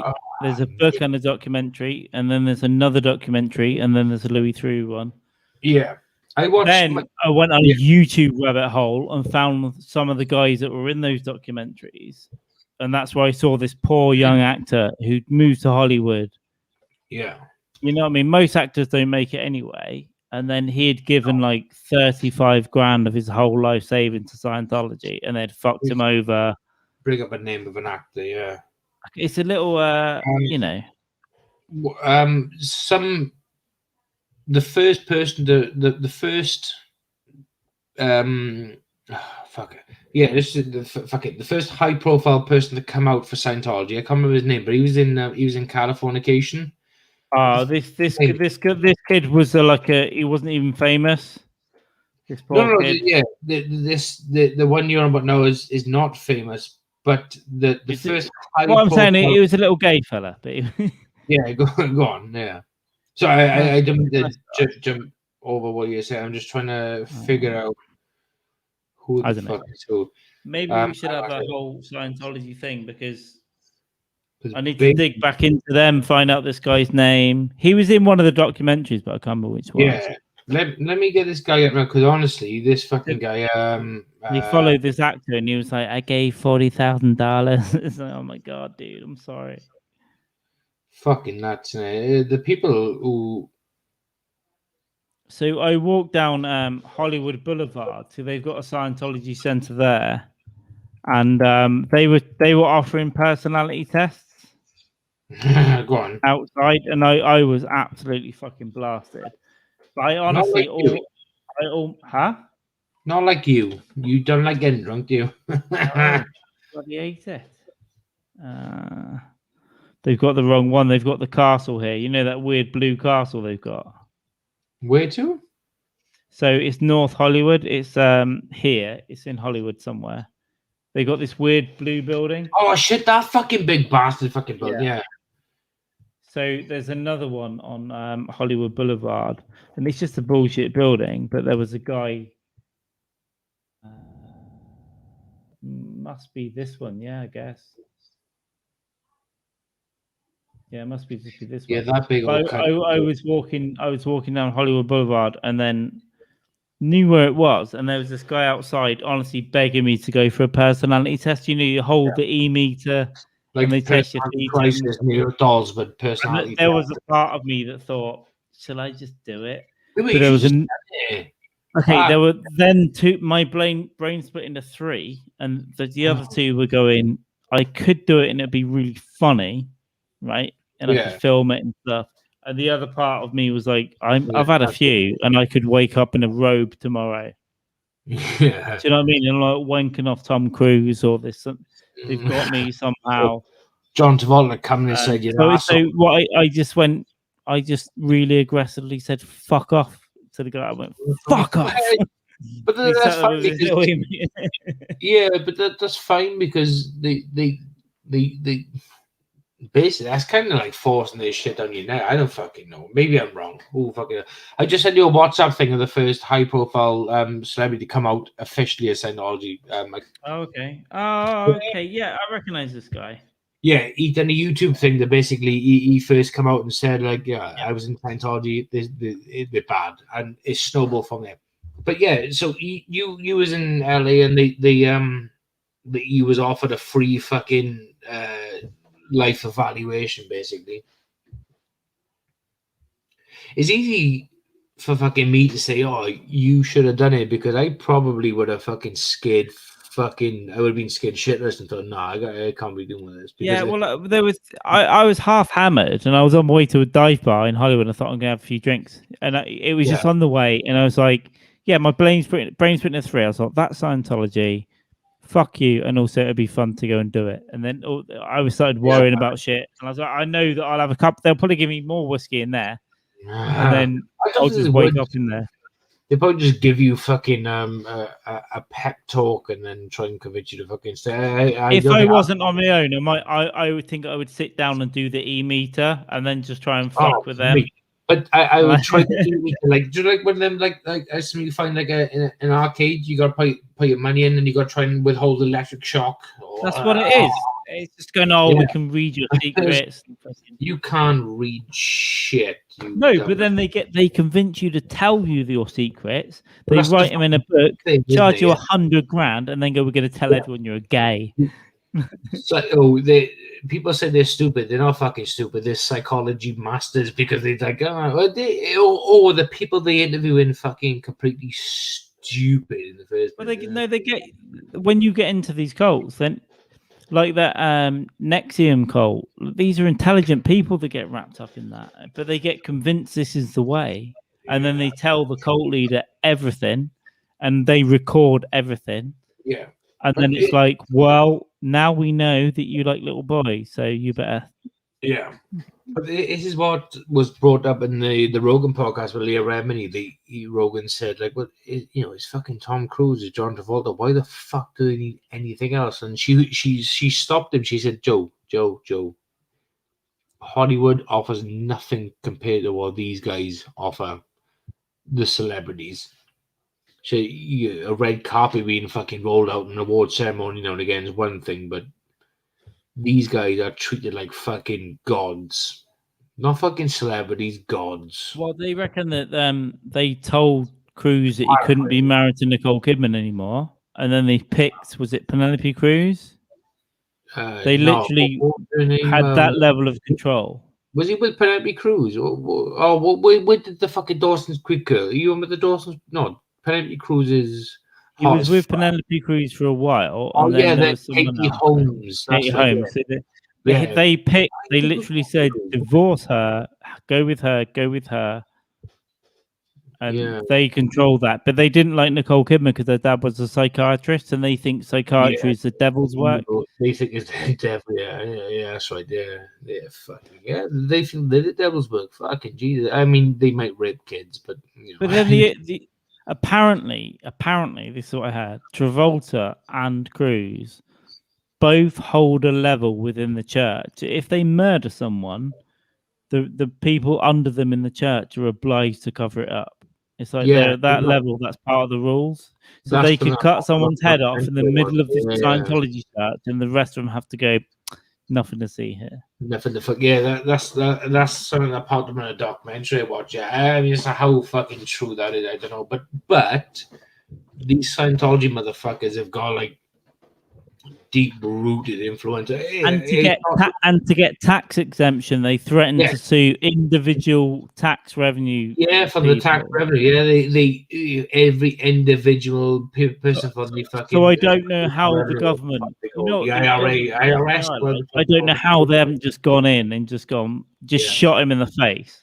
Yeah, yeah. Can you imagine like you or I just saying, "No, I ain't gonna pay this because I'm gonna fucking." I'll sue you, you prick.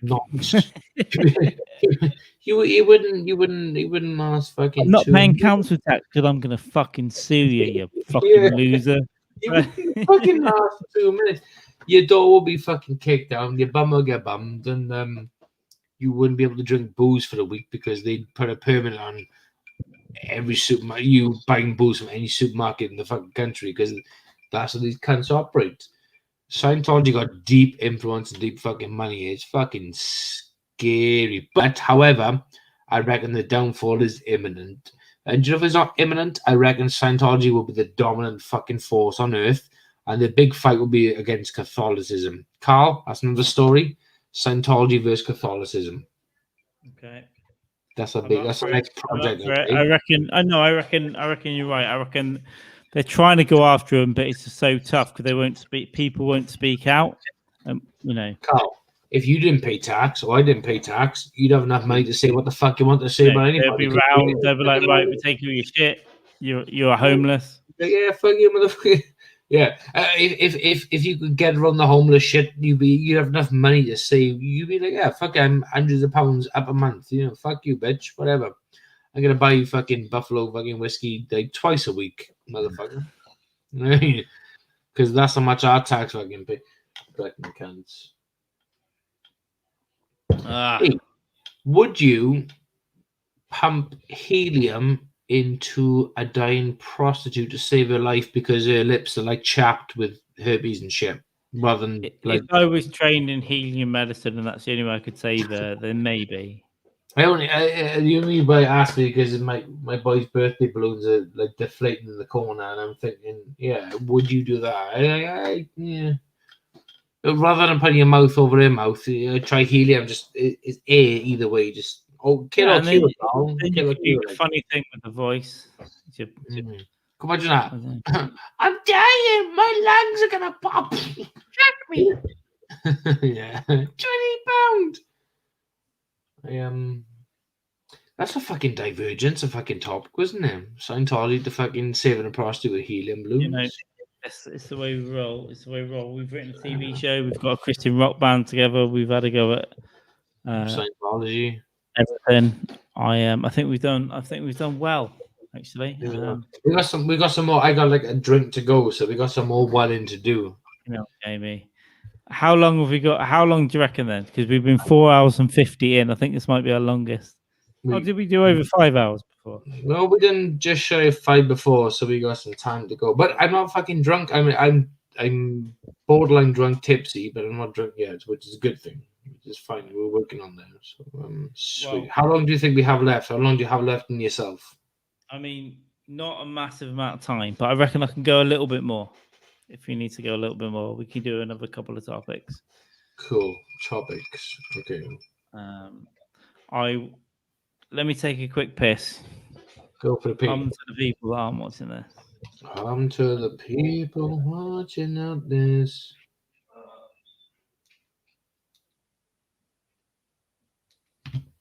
So, what is your preference of pornography? Pornhub, RedTube, people? I started off on the do you remember fucking X-Hamster, guys? X-Hamster was fucking brill.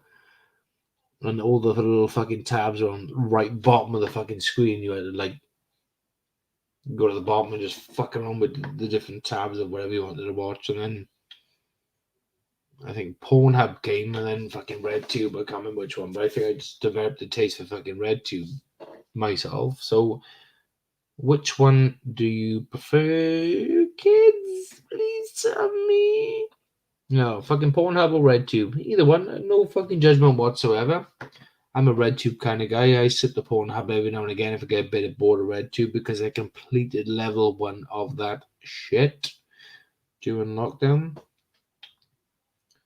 You know, fucking Pornhub is a bit fucking long-winded for my liking. There's too many fucking, I don't know what it is. Too many slugs. It is bad. Too many fucking slugs. RedTube's a bit dirty though, so I feel like I'm contradicting myself when I say that. A contradiction of terms, if you will. I don't know. Fuck it. Anyway, vodka tonic. Let's be quiet.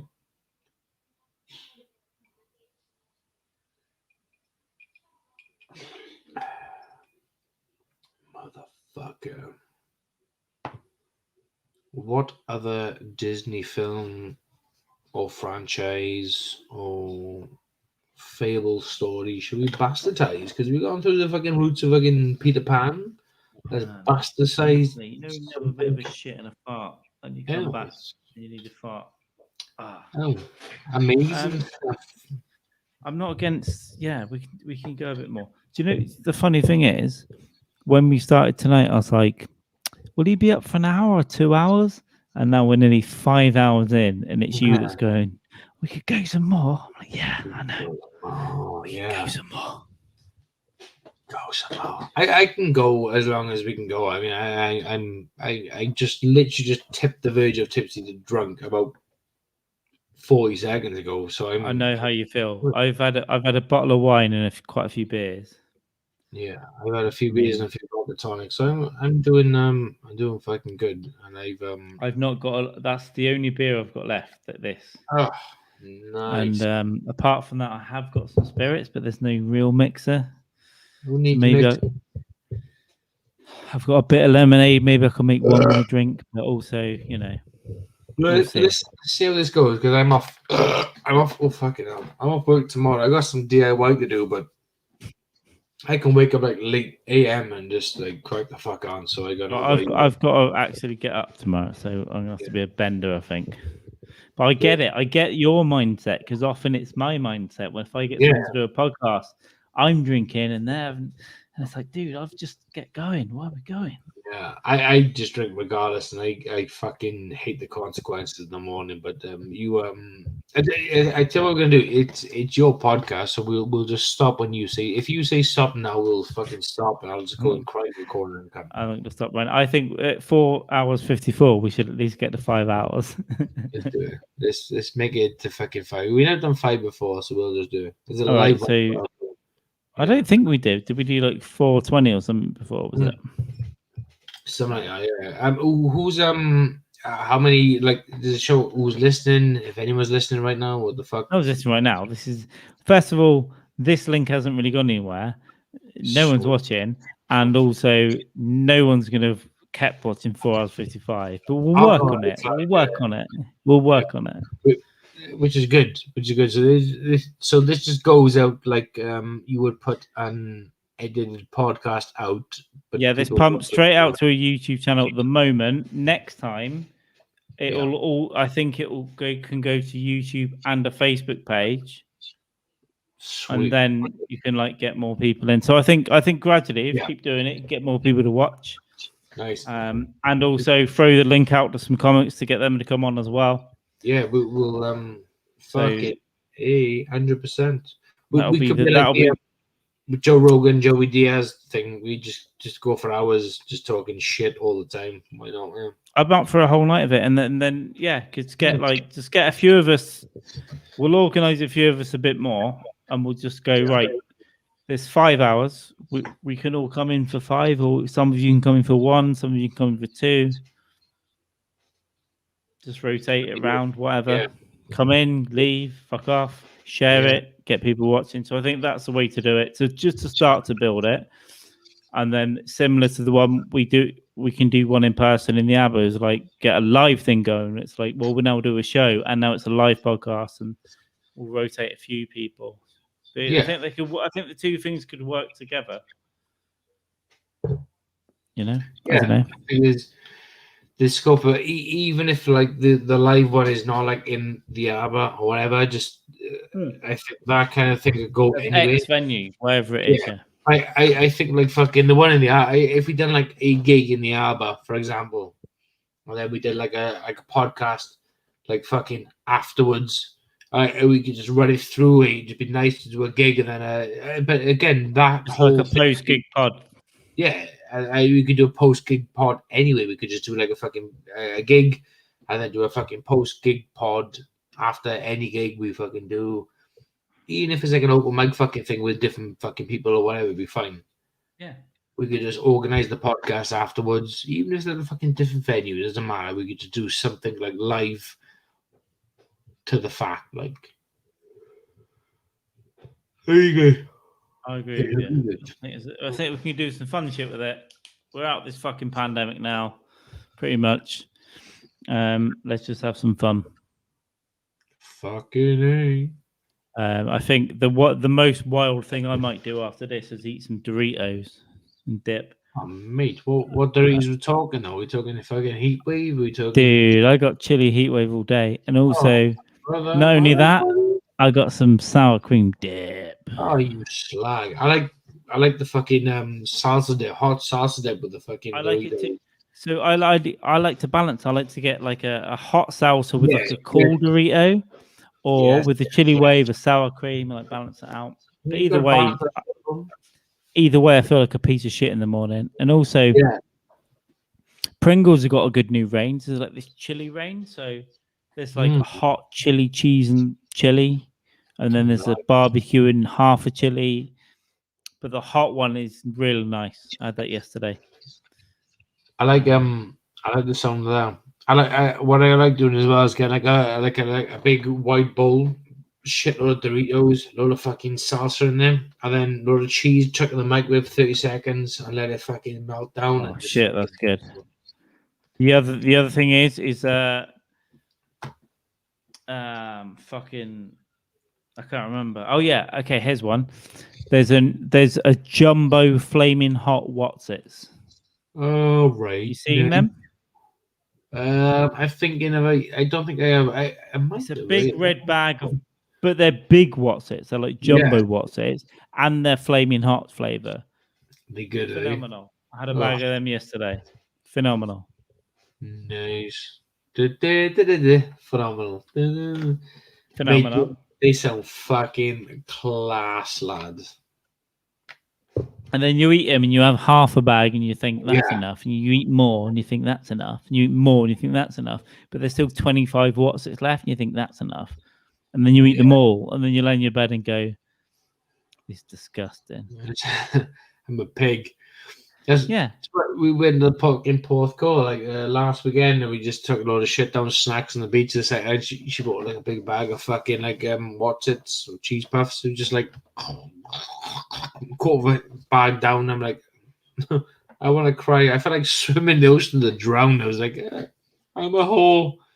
I know. I feel disgusting, but it's so beautiful at the same time. So. Yeah, there was like a paradox. It's fucking Human evolution developed to like find some fat here and there, and then just live from apple to apple to hog to apple, and then we just go and buy these fucking chili flavored maize snacks and just shove them in our face. We don't even need them. That's where we evolved. Like it's the peak of our evolution. I mean, forget Elon Musk launching fucking rockets into space. Yeah, we just launched to the fact where I'm going to sit in bed in 20 minutes with a bag of Doritos, dip in sour cream, texting everyone I ever knew after doing a 5-hour podcast, and then just passing out at 2 a.m.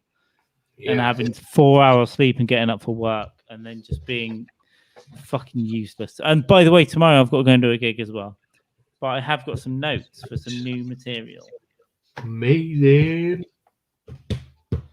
which I will not be able to read tomorrow either. No, you probably won't be like fucking like say like hieroglyphics or some fucking shit. What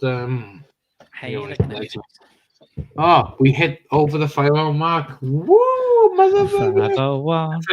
That is so stupid. Asteroid, like we drilled through this fucking. That is so stupid. How have we done that as humans? And secondly, I like it. I like the long ones, but it's just like, what are we doing, dude? I like it though. We just fucking talk and talk and fucking talk. Like About everything. like there's like there's got to be like a handful of people in the world you could probably like an individual could probably do that with, like just talk for 5 hours and whatever. Like it's you know, it's like some people you talk to and you're like, yeah, okay, this conversation's gotta die like now, and you look at your clock, like it's been 40 seconds, it's gotta go. It's like, you motherfucker. We've had piss breaks. It's been fine. There's probably been some lulls, but I think I've been engaged. It's been fine. But the ideas we've come out of this tonight is classic. As long as we can both remember them. I've got my notes. They're pretty clear. I think they're pretty good. Yeah, for now. Nice. Word. Everything's amazing. Yeah, I don't know how much longer I can go for, but is there anything we didn't cover tonight? No. Like every other podcast we nearly end on is we covered everything until the next podcast. It was like we do long ones all the time. We don't do short podcasts. We just do long ones. I honestly thought this would be like a fairly sober midweek, 1 hour, 2 hour. I like it though, because there's another guy I do a podcast with regularly, like a different one, and he, to get him to an hour is difficult. He's like, oh, we've done an hour, I'll go now, and then it's difficult to arrange it. It's like, fucking hell, dude, you've got 168 of them, you don't do anything else. But this I like, because we'll just talk and then it'll just spread. And even the one with the comics on Saturday, no one gave a fuck. We'll just do 4 hours. Yeah. That's nice, I think. Just relax, 1 hour, 2 hour, whatever. If you tell me you need to be away in an hour, we do an hour. Yeah. If you want to just sit here and talk shit and do 5 hours and 4 minutes and 20 seconds talking about setting up a Christian rock band, well, then that's fine too. That's my kind of fucking podcast. And I'm too lazy to split it up, and it's just going to be on YouTube. And fucking check out live and go for the fucking. And thing. at some point, it'll be on the audio stuff. But who cares about that? Who cares? It's like people with cancer. Who cares? Just get it up. Fuck them. Who cares? Who cares, man? Who cares? Peace. I'm gonna get some food. Fucking.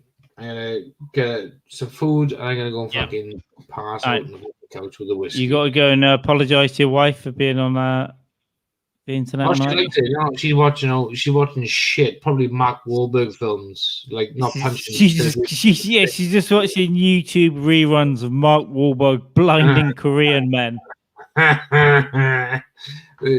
2 fingers down there, just loving it as well, like lapping it up. Amazing. Well, okay, let's fuck off then, because I'm going to eat Doritos in bed, and that's going to be disgusting. By the way, it's going to be disgusting. You film that shit, baby. And when I do it, it's just going to be. I'm going to be texting everyone I've ever met in my whole life. I hope so, because I need to come tonight. So and then I'll wake up tomorrow with replies from him going, "Why did I text you?" Fuck it. Just make sure you get the cum shot in your chest, and I'll be happy. I'll be a good man. I'll be a happy man. Do it. We have done 5 hours and 6 minutes, pretty much. This is impressive. This is nice. It's been a long one. It's been a long one. It doesn't even feel like it's been 5 hours, though, which is great. We imagine if this time next year, Rodney, we're millionaires from the Christian rock band. Yeah, you are the new Legion of Skanks. Well done. I'm starting to write these Christian rock songs this week. We'll get together. I need to get a guitar. Jesus came inside of me, and he put himself inside of you. You play over a Christian song. We just go for it. Fucking. We can try. Go on. For it. Ready? This is like start. Okay. Jesus came inside of me. He put his love in me. Jesus came inside of me. Don't say God don't care about me. Even came inside my son. And he put me on his hard cross bun. Made me feel like no one else but Jesus. And Jesus you direct me to the baby Jesus. Baby Jesus. Baby cheeses. Jesus, baby Jesus. God, won't you show me the way? Show me the way, baby Jesus. And can I help the Pope help the Nazis escape? First declaration signed by the Nazis was the Catholic Pope. I don't know how long this can go, but the Christians will pay us. Jesus. Not Come anymore. inside me, Jesus. But the Lord inside of me. Put the Lord inside Here of we go. me. We're improv enough. At least a bit of right stuff. Stupid cunts that believe in that.